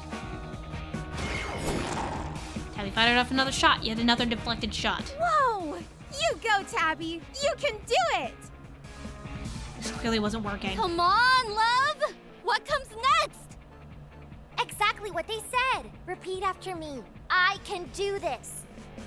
I can do this. You have to believe it. I can do this. The next beam flew faster, but Eden still managed to dodge the laser. Jonathan, who the beam hit instead, applauded. Eden's blade cut right into him. Ouch! Jonathan, move! Whatever you say, Tabby. Your opinion really matters to me. Tabby tossed more props at Eden, which he slashed away with ease. All of you, keep away from the knives. You're so smart, Tabby. Why didn't I think of that? Next one. There are people that care about me and my worth. Remember, you have to mean it. That's too long. Tabby held the wand up and fired blindly. There are people that care about me and my worth. Remember, you have to mean it. That's right. We do care. The beam shot out twice as fast and appeared twice as wide. I wish I could do that when I was your age. What's wrong with all of you? Last one! I'm getting better and better each day! I've got this! Eden slashed right through her good arm. Tabby lashed out right back at him, managing to punch him in the gut. This is some weird stuff, it sure is. I've got this! Yeah, you do! Show that creep what you're made of! Go, Tabby! I know you can do it. Because I'm awesome! Yeah! You're the best! I am the best! Tabby grabbed a broken board and smashed it over Eden's head. Eden staggered back, more in suspense than pain, or not suspense, surprise than pain. It took less than a second for him to cover, however, and he pounced on Tabby, pinning her to the ground. Leave Tabby alone. She doesn't deserve that. To be fair, she kind of does. I don't deserve this. I know! It's so cool. And I like when she hits his mask, you can see part of his face. His cute little face. She managed to wiggle one arm out from under his weight. Eden raised his knife. I don't deserve this! The knife sank into the ground and Tabby gasped. It didn't work, but I felt it. Is this the end? Our remaining adrenaline drained out of her, replaced by a strong sense of regret. Just when I was feeling proud of myself for once. Eden's whole body shook with laughter. Wow. Woo! Real cool moves, Tabby. My boy! My sweet baby boy! I've always said you were super fun to be around. The door to the haunted house smashed open, letting in a flood of blinding light. Firefighters and paramedics swarmed through the opening, followed by what looked like her entire 8th grade class. Tabby felt the magic leave her body before they got too close. Love clambered into Tabby's hood as soon as the transformation dissipated. Oh my god! Eden! Tabby! Are you alright? She was so brave. She saved us all. We've gotta tell everybody. It's that guy right there, officers. Tabby was super cool. I wish you'd all been there to see it. The police grabbed Eden, who didn't resist in the slightest. He's got knives, too! The knives in question clattered to the ground as Eden was handcuffed. They were clearly just costume props. The police bagged up the evidence before allowing the paramedics to approach Eden and check for injuries. Abby couldn't believe it was all over. She sat in shock, the state of shock. Moving only allowed the paramedics to assess her injuries. Tabby vaguely registered the voice of someone asking her if she could walk. She stood in a daze, following the scare actors and the other students out of the house. Everybody, clap for Tabby! She saved us all! It's true. There was a smattering of applause from Tabby's classmates. It grew as Stu and Den chimed in about Tabby's expert takeout. She was amazing! Woohoo, Tabby! Eden was pushed into an ambulance, still handcuffed. Thanks for saving us. I don't know how you weren't scared. It's because she's a tried and true hero. The applause and cheers grew louder as the students surrounded her in a bubble of praise. Tabby felt the sound warmth her inside. Are you hurt, from Tabby? inside. We don't want you to be hurt. No, I mean, yes, but... Excuse me, medic! Tabby should be treated ASAP! It doesn't feel as good as you thought it would, huh, Tabby? Wait. Oh, maybe she's actually fine. I would totally believe it after her amazing fight. I bet Eden couldn't even scratch her. Tabby looked down at her arms, hastily covered in gauze and tape. You're right. She was just so cool. This sucks, man. I'm like really upset.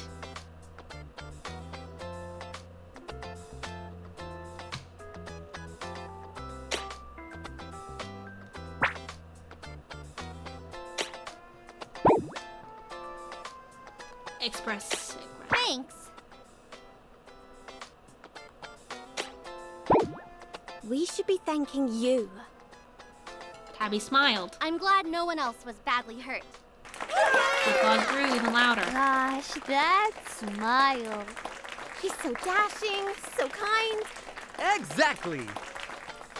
Tabby's smile faltered as Callum emerged from the crowd. Yes, imagine if that maniac had gotten out of the house. I hate you! Tabby saved all of us. Another cheer ran through the students. But we can give her all the praise that she deserves later. She sacrificed a lot for us. Callum. So right now, as her friend, I'm asking you all to let her rest. I hope she beats the fuck out of you, honestly. Caleb's right. Give her some space. Oh, Yeah, Tabby, you rest up. I hate this little man. I'm going to call my mom and tell her you saved my life. I love that the rest of the students don't. There's only 3 other students that interact, and they don't get faces or bodies. They're basically like stylized stick figures.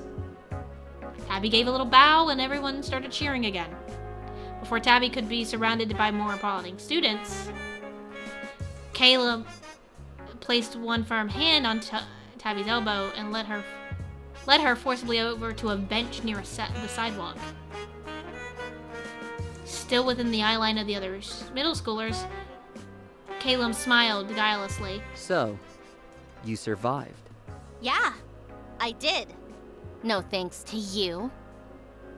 Tabby took in his innocent expression and narrowed her eyes. Did you expect me not to? I expected some difficulty. Yeah, well, if you expected so much.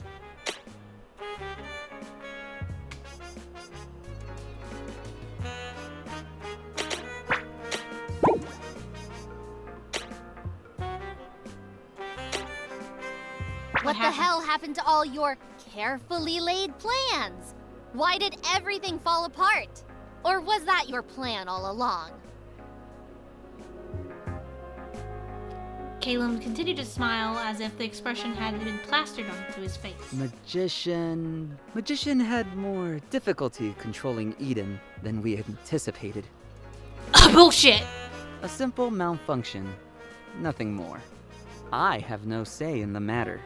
How magic manifests, how it mingles with man, that is out of my purview. Everything inside Tabby was telling her this was a lie. Also, incredibly pretentious. I don't buy it. Caleb's eyes flashed, his gaze hardening, even his smile widened. You don't? I don't know what to tell you, Tabby. That's the only truth I have to offer. Love emerged from Tabby's hood, peeking out at Caleb from behind Tabby's thick braids. Is this a friend of yours, Tabitha? Tabby was slow to answer Love, turning the question over in her mind. I don't know. I use fucking Eden's line against him. Friends don't leave friends hanging. Tabby gave Caleb a sharp look. Friends don't leave friends hanging. I learned that recently. They step up and stand up for each other in the face of difficulty. But you disappeared on me. Atta girl! Tell them how you really feel! I don't like you, but that was funny. Oh, shit! Caleb glanced at Love, who shrank back instinctively. She reached down to pat Tabby's shoulder. Tabby felt herself smile with a sudden self-confidence. You know, if you're having trouble with Magician, I could take a look. Caleb raised an eyebrow. Take a look how, exactly? I know I can make better use of Magician. Let me have him for a day to see if we're more compatible. And then if we are... Caleb crossed his arms. Why would I do that?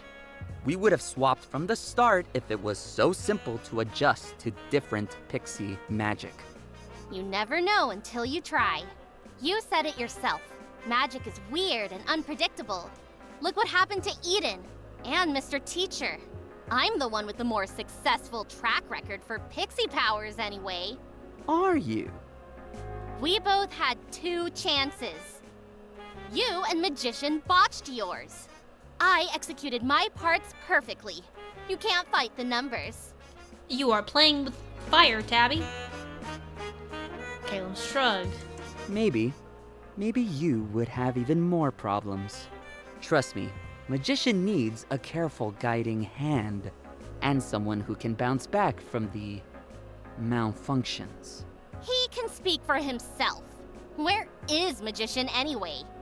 Of course, it's easy for you when all you're doing is destroying things. Have you done any work that needs a refined touch? A fine-tuned approach? Tabby opened and closed her mouth, begrudgingly acknowledging his point. Besides, I saw that you have a new pixie friend. Caleb fully turned his reptilian gaze towards Love, who huddled close to Tabby.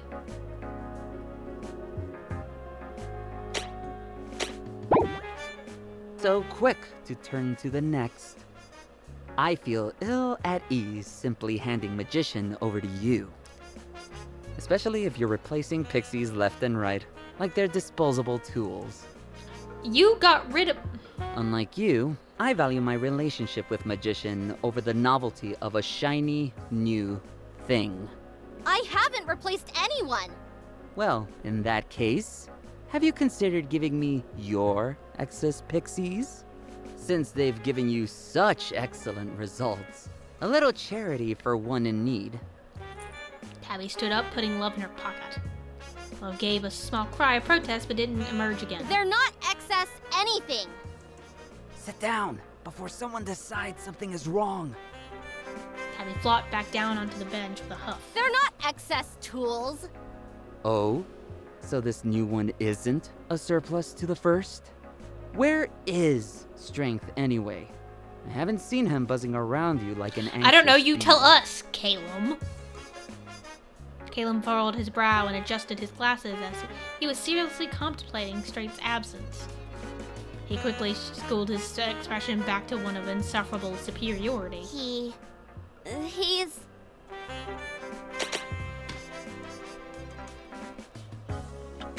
I fully believe that Caleb's behind it. Tabby took in Caleb's uninterested expression. Maybe you took him. Caleb scoffed. So you've lost him. Or he was stolen. Why would I take a pixie when I have one in my employ already? Tabby narrowed her eyes at Caleb. You always have an answer ready for everything, huh? Well, answer this. If you think you're such a genius mastermind, how come you didn't have a backup plan for when Magician messed up and you let a killer on the loose? And if your plan was to have me and Strength take Eden down, why didn't you foresee that Strength might go missing? You can't blame me for your mismanagement. How could so many things go wrong if your plans were supposed to be foolproof? It's like they're actually full of holes or something. It's almost like you're not in control at all. Fucking get him, Tabby. Caleb's eyes flashed with an undecipherable emotion. I am in control. Oh, yeah? I decide how to proceed. Slap him. Get him. Get him, bitch. Then I'll ask you again. If everything went according to your plans, why did it all miraculously fall apart? And what did you do with Strength? Caleb's stare was icy, but he looked away at first. Who can say how a well-oiled machine will break if a rock is thrown into the gears? Can the rock really blame the machine for breaking? perhaps you should think about your own responsibilities and how you might step up to meet the operation standards my plans require. Tabby scowled, sensing that Caleb was going to keep dodging her questions. Whatever. If I find out you've been hiding or hurting Strength, I shall be sure to let him know you've had a change of heart and suddenly care about his well-being, if I see him.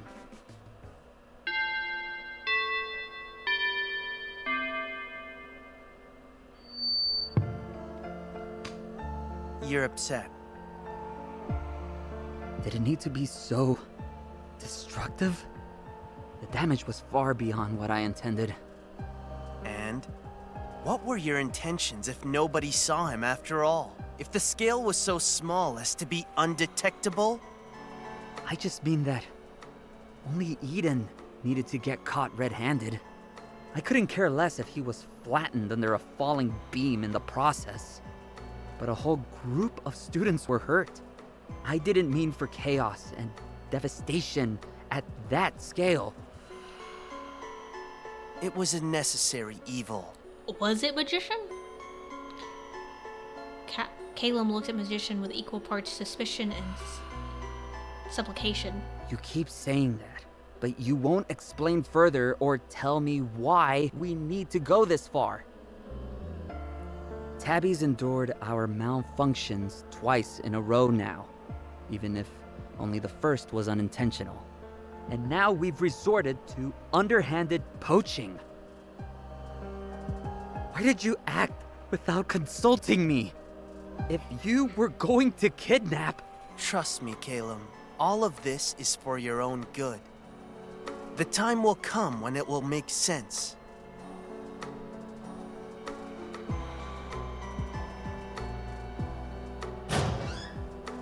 Caleb opened his locker and reached inside.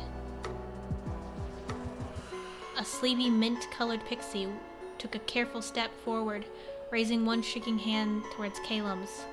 Caleb, you're better than this. Caleb didn't respond.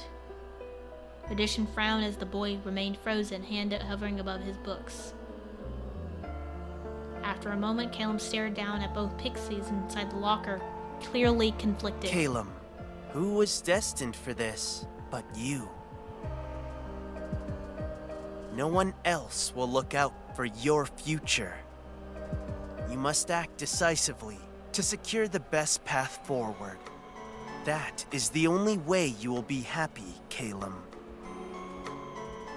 Caleb clenched his jaw and grabbed his notebooks, shoving them into his bag emotionlessly. Please! The locker closed with a decisive and final bang. I was about to say, if that's the fucking end of this game, I'm gonna be pissed. Son of a bitch! I'm so pissed. I saw that there was another, I saw when I was looking for shit for social posts that I didn't get to post, that there was a second game coming out.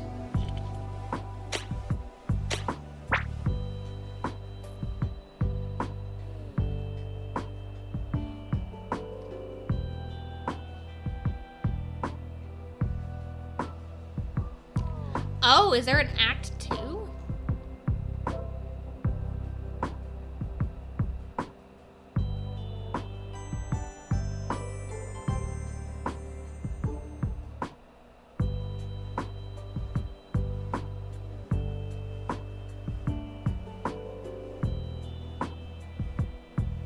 I don't know. But yeah, there is... I guess that's the end of the game, unfortunately. But, thanks, guys. That wasn't really an ending, and I feel really bad right now, but that's fine. I saw, looking around, that there was supposed to be another thing coming out, I think.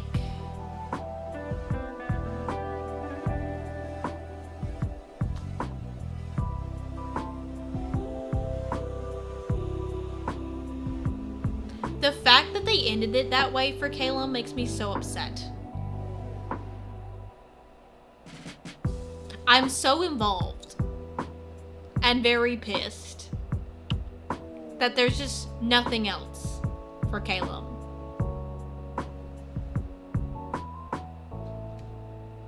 And there's nothing else here.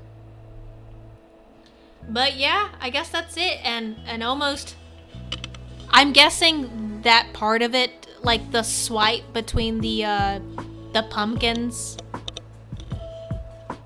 like her smashing the pumpkins, was Act 2, I guess? Got no clue. Or maybe like, I don't know, probably one of the swipes that we like the one we just saw with Love, was probably when we transitioned to Act 2 with some of like the bigger animations.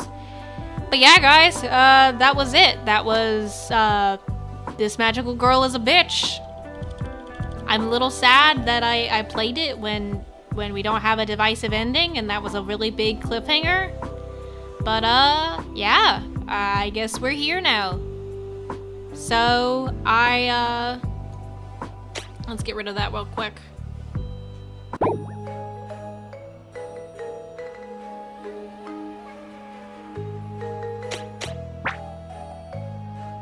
Yeah, see where...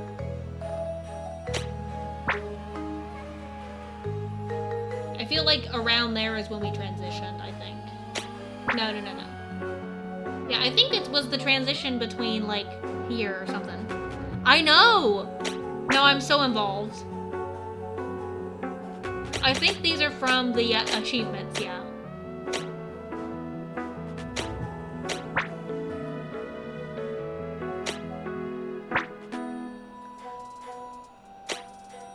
All I got was this lousy photo. I lived, bitch. I can be your angle. Yeah, but now I'm really excited, and I definitely will play. This is another game that I've got to... Yeah, because you can see it's 2.1. So I'm guessing they're releasing the game in parts. Which means I'll probably have to start from my last save. Which is fine. My last save isn't too far. Yeah, it's literally right before.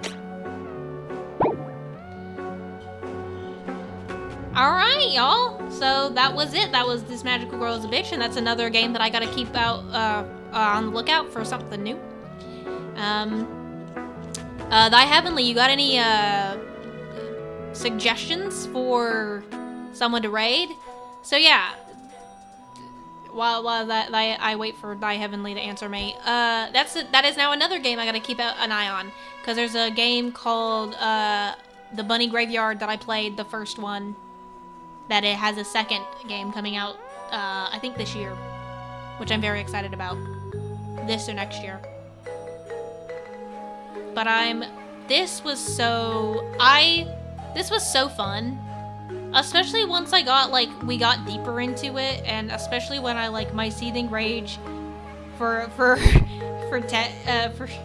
Tabby kind of, faded as things got more oh shit, these are traumatized children who are dealing with their own hardships, and, I really want to know more about why Eden does his toxic positivity thing.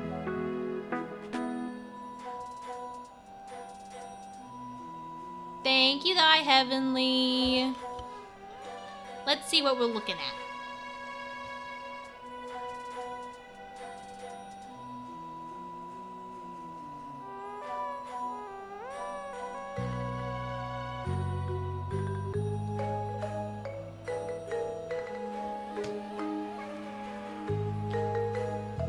Oh.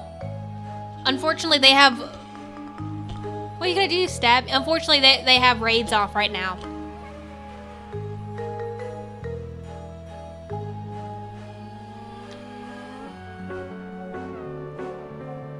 What are you gonna do, Stab me? Is a very good raid message. You're so smart. You got anyone else in mind? Or do I need to start searching?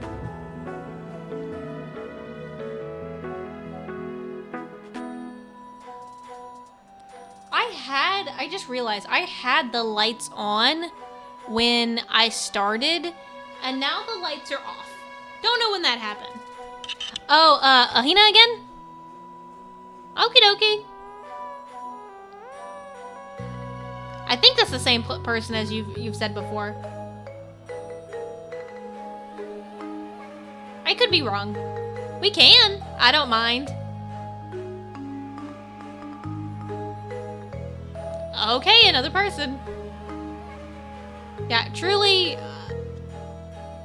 I don't mind raiding. That's why I ask for your input, because I don't know anybody to raid. Alrighty. Oh, of course they're on a BRB screen.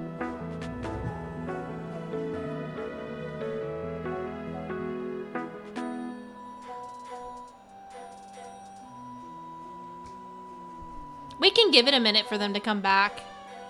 Yeah, I just saw that. We can raid them now, but they won't see it. Thank you, Disco. They won't see it. I can just do, Ahina again. I don't mind. I think that's who you've had me raid before. I think. I can always look.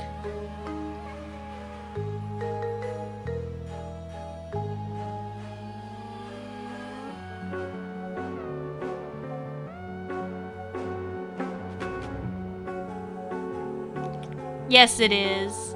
She's so nice, though. So up to you. If you wanna... Can go Mall Dummy, too.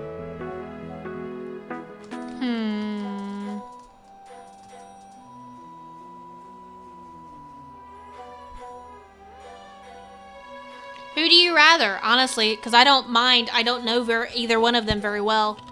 So we can do either or. I'll leave that up to y'all, I suppose.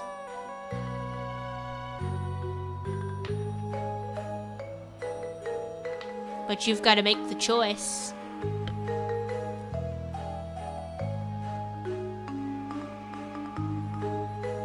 Mall Dummy is good. Okay. Yeah, I saw that Mall Dummy was streaming when I was looking at my raid thing. Alrighty. Thank y'all so much. Oh shit, the raid message. Before we start, we need the raid message. Where'd it go? What are you gonna do, stab me?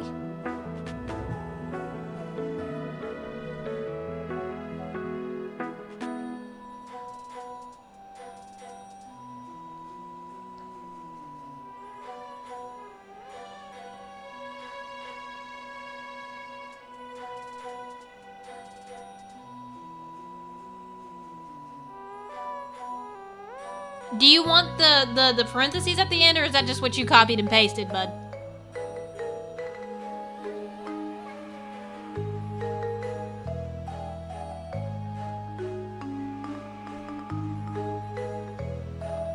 I don't know, it could be a nice morning. Any emojis, bud?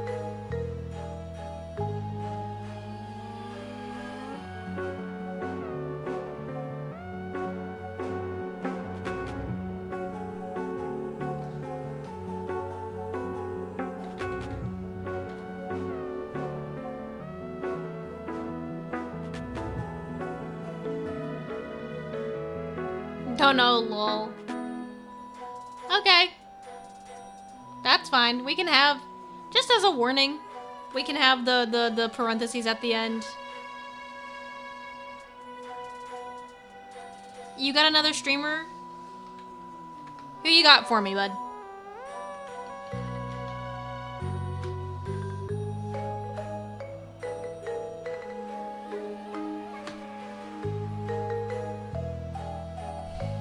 Who you got for me, Thy Heavenly?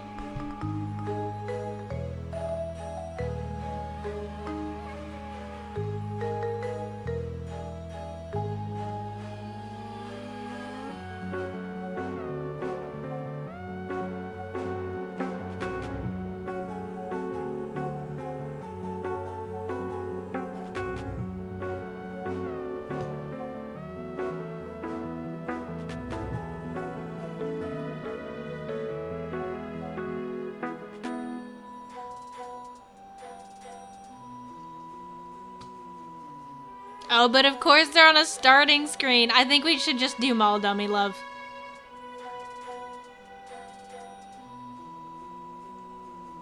They're not started yet.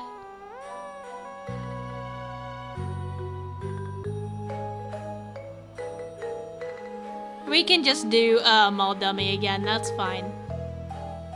Fun fact, that's how Thy Heavenly is here. Thy Heavenly is here because of a Mall Dummy raid. I know, but I like getting input because I'm indecisive. We can do Mall Dummy again since kind of everyone else has fall through. All right, y'all. Thank you so much for sticking by and being here and and watching this shit show. But I hope that y'all have a good time with whatever you do after this, and have fun either watching Mall Dummy or whatever you're doing after this.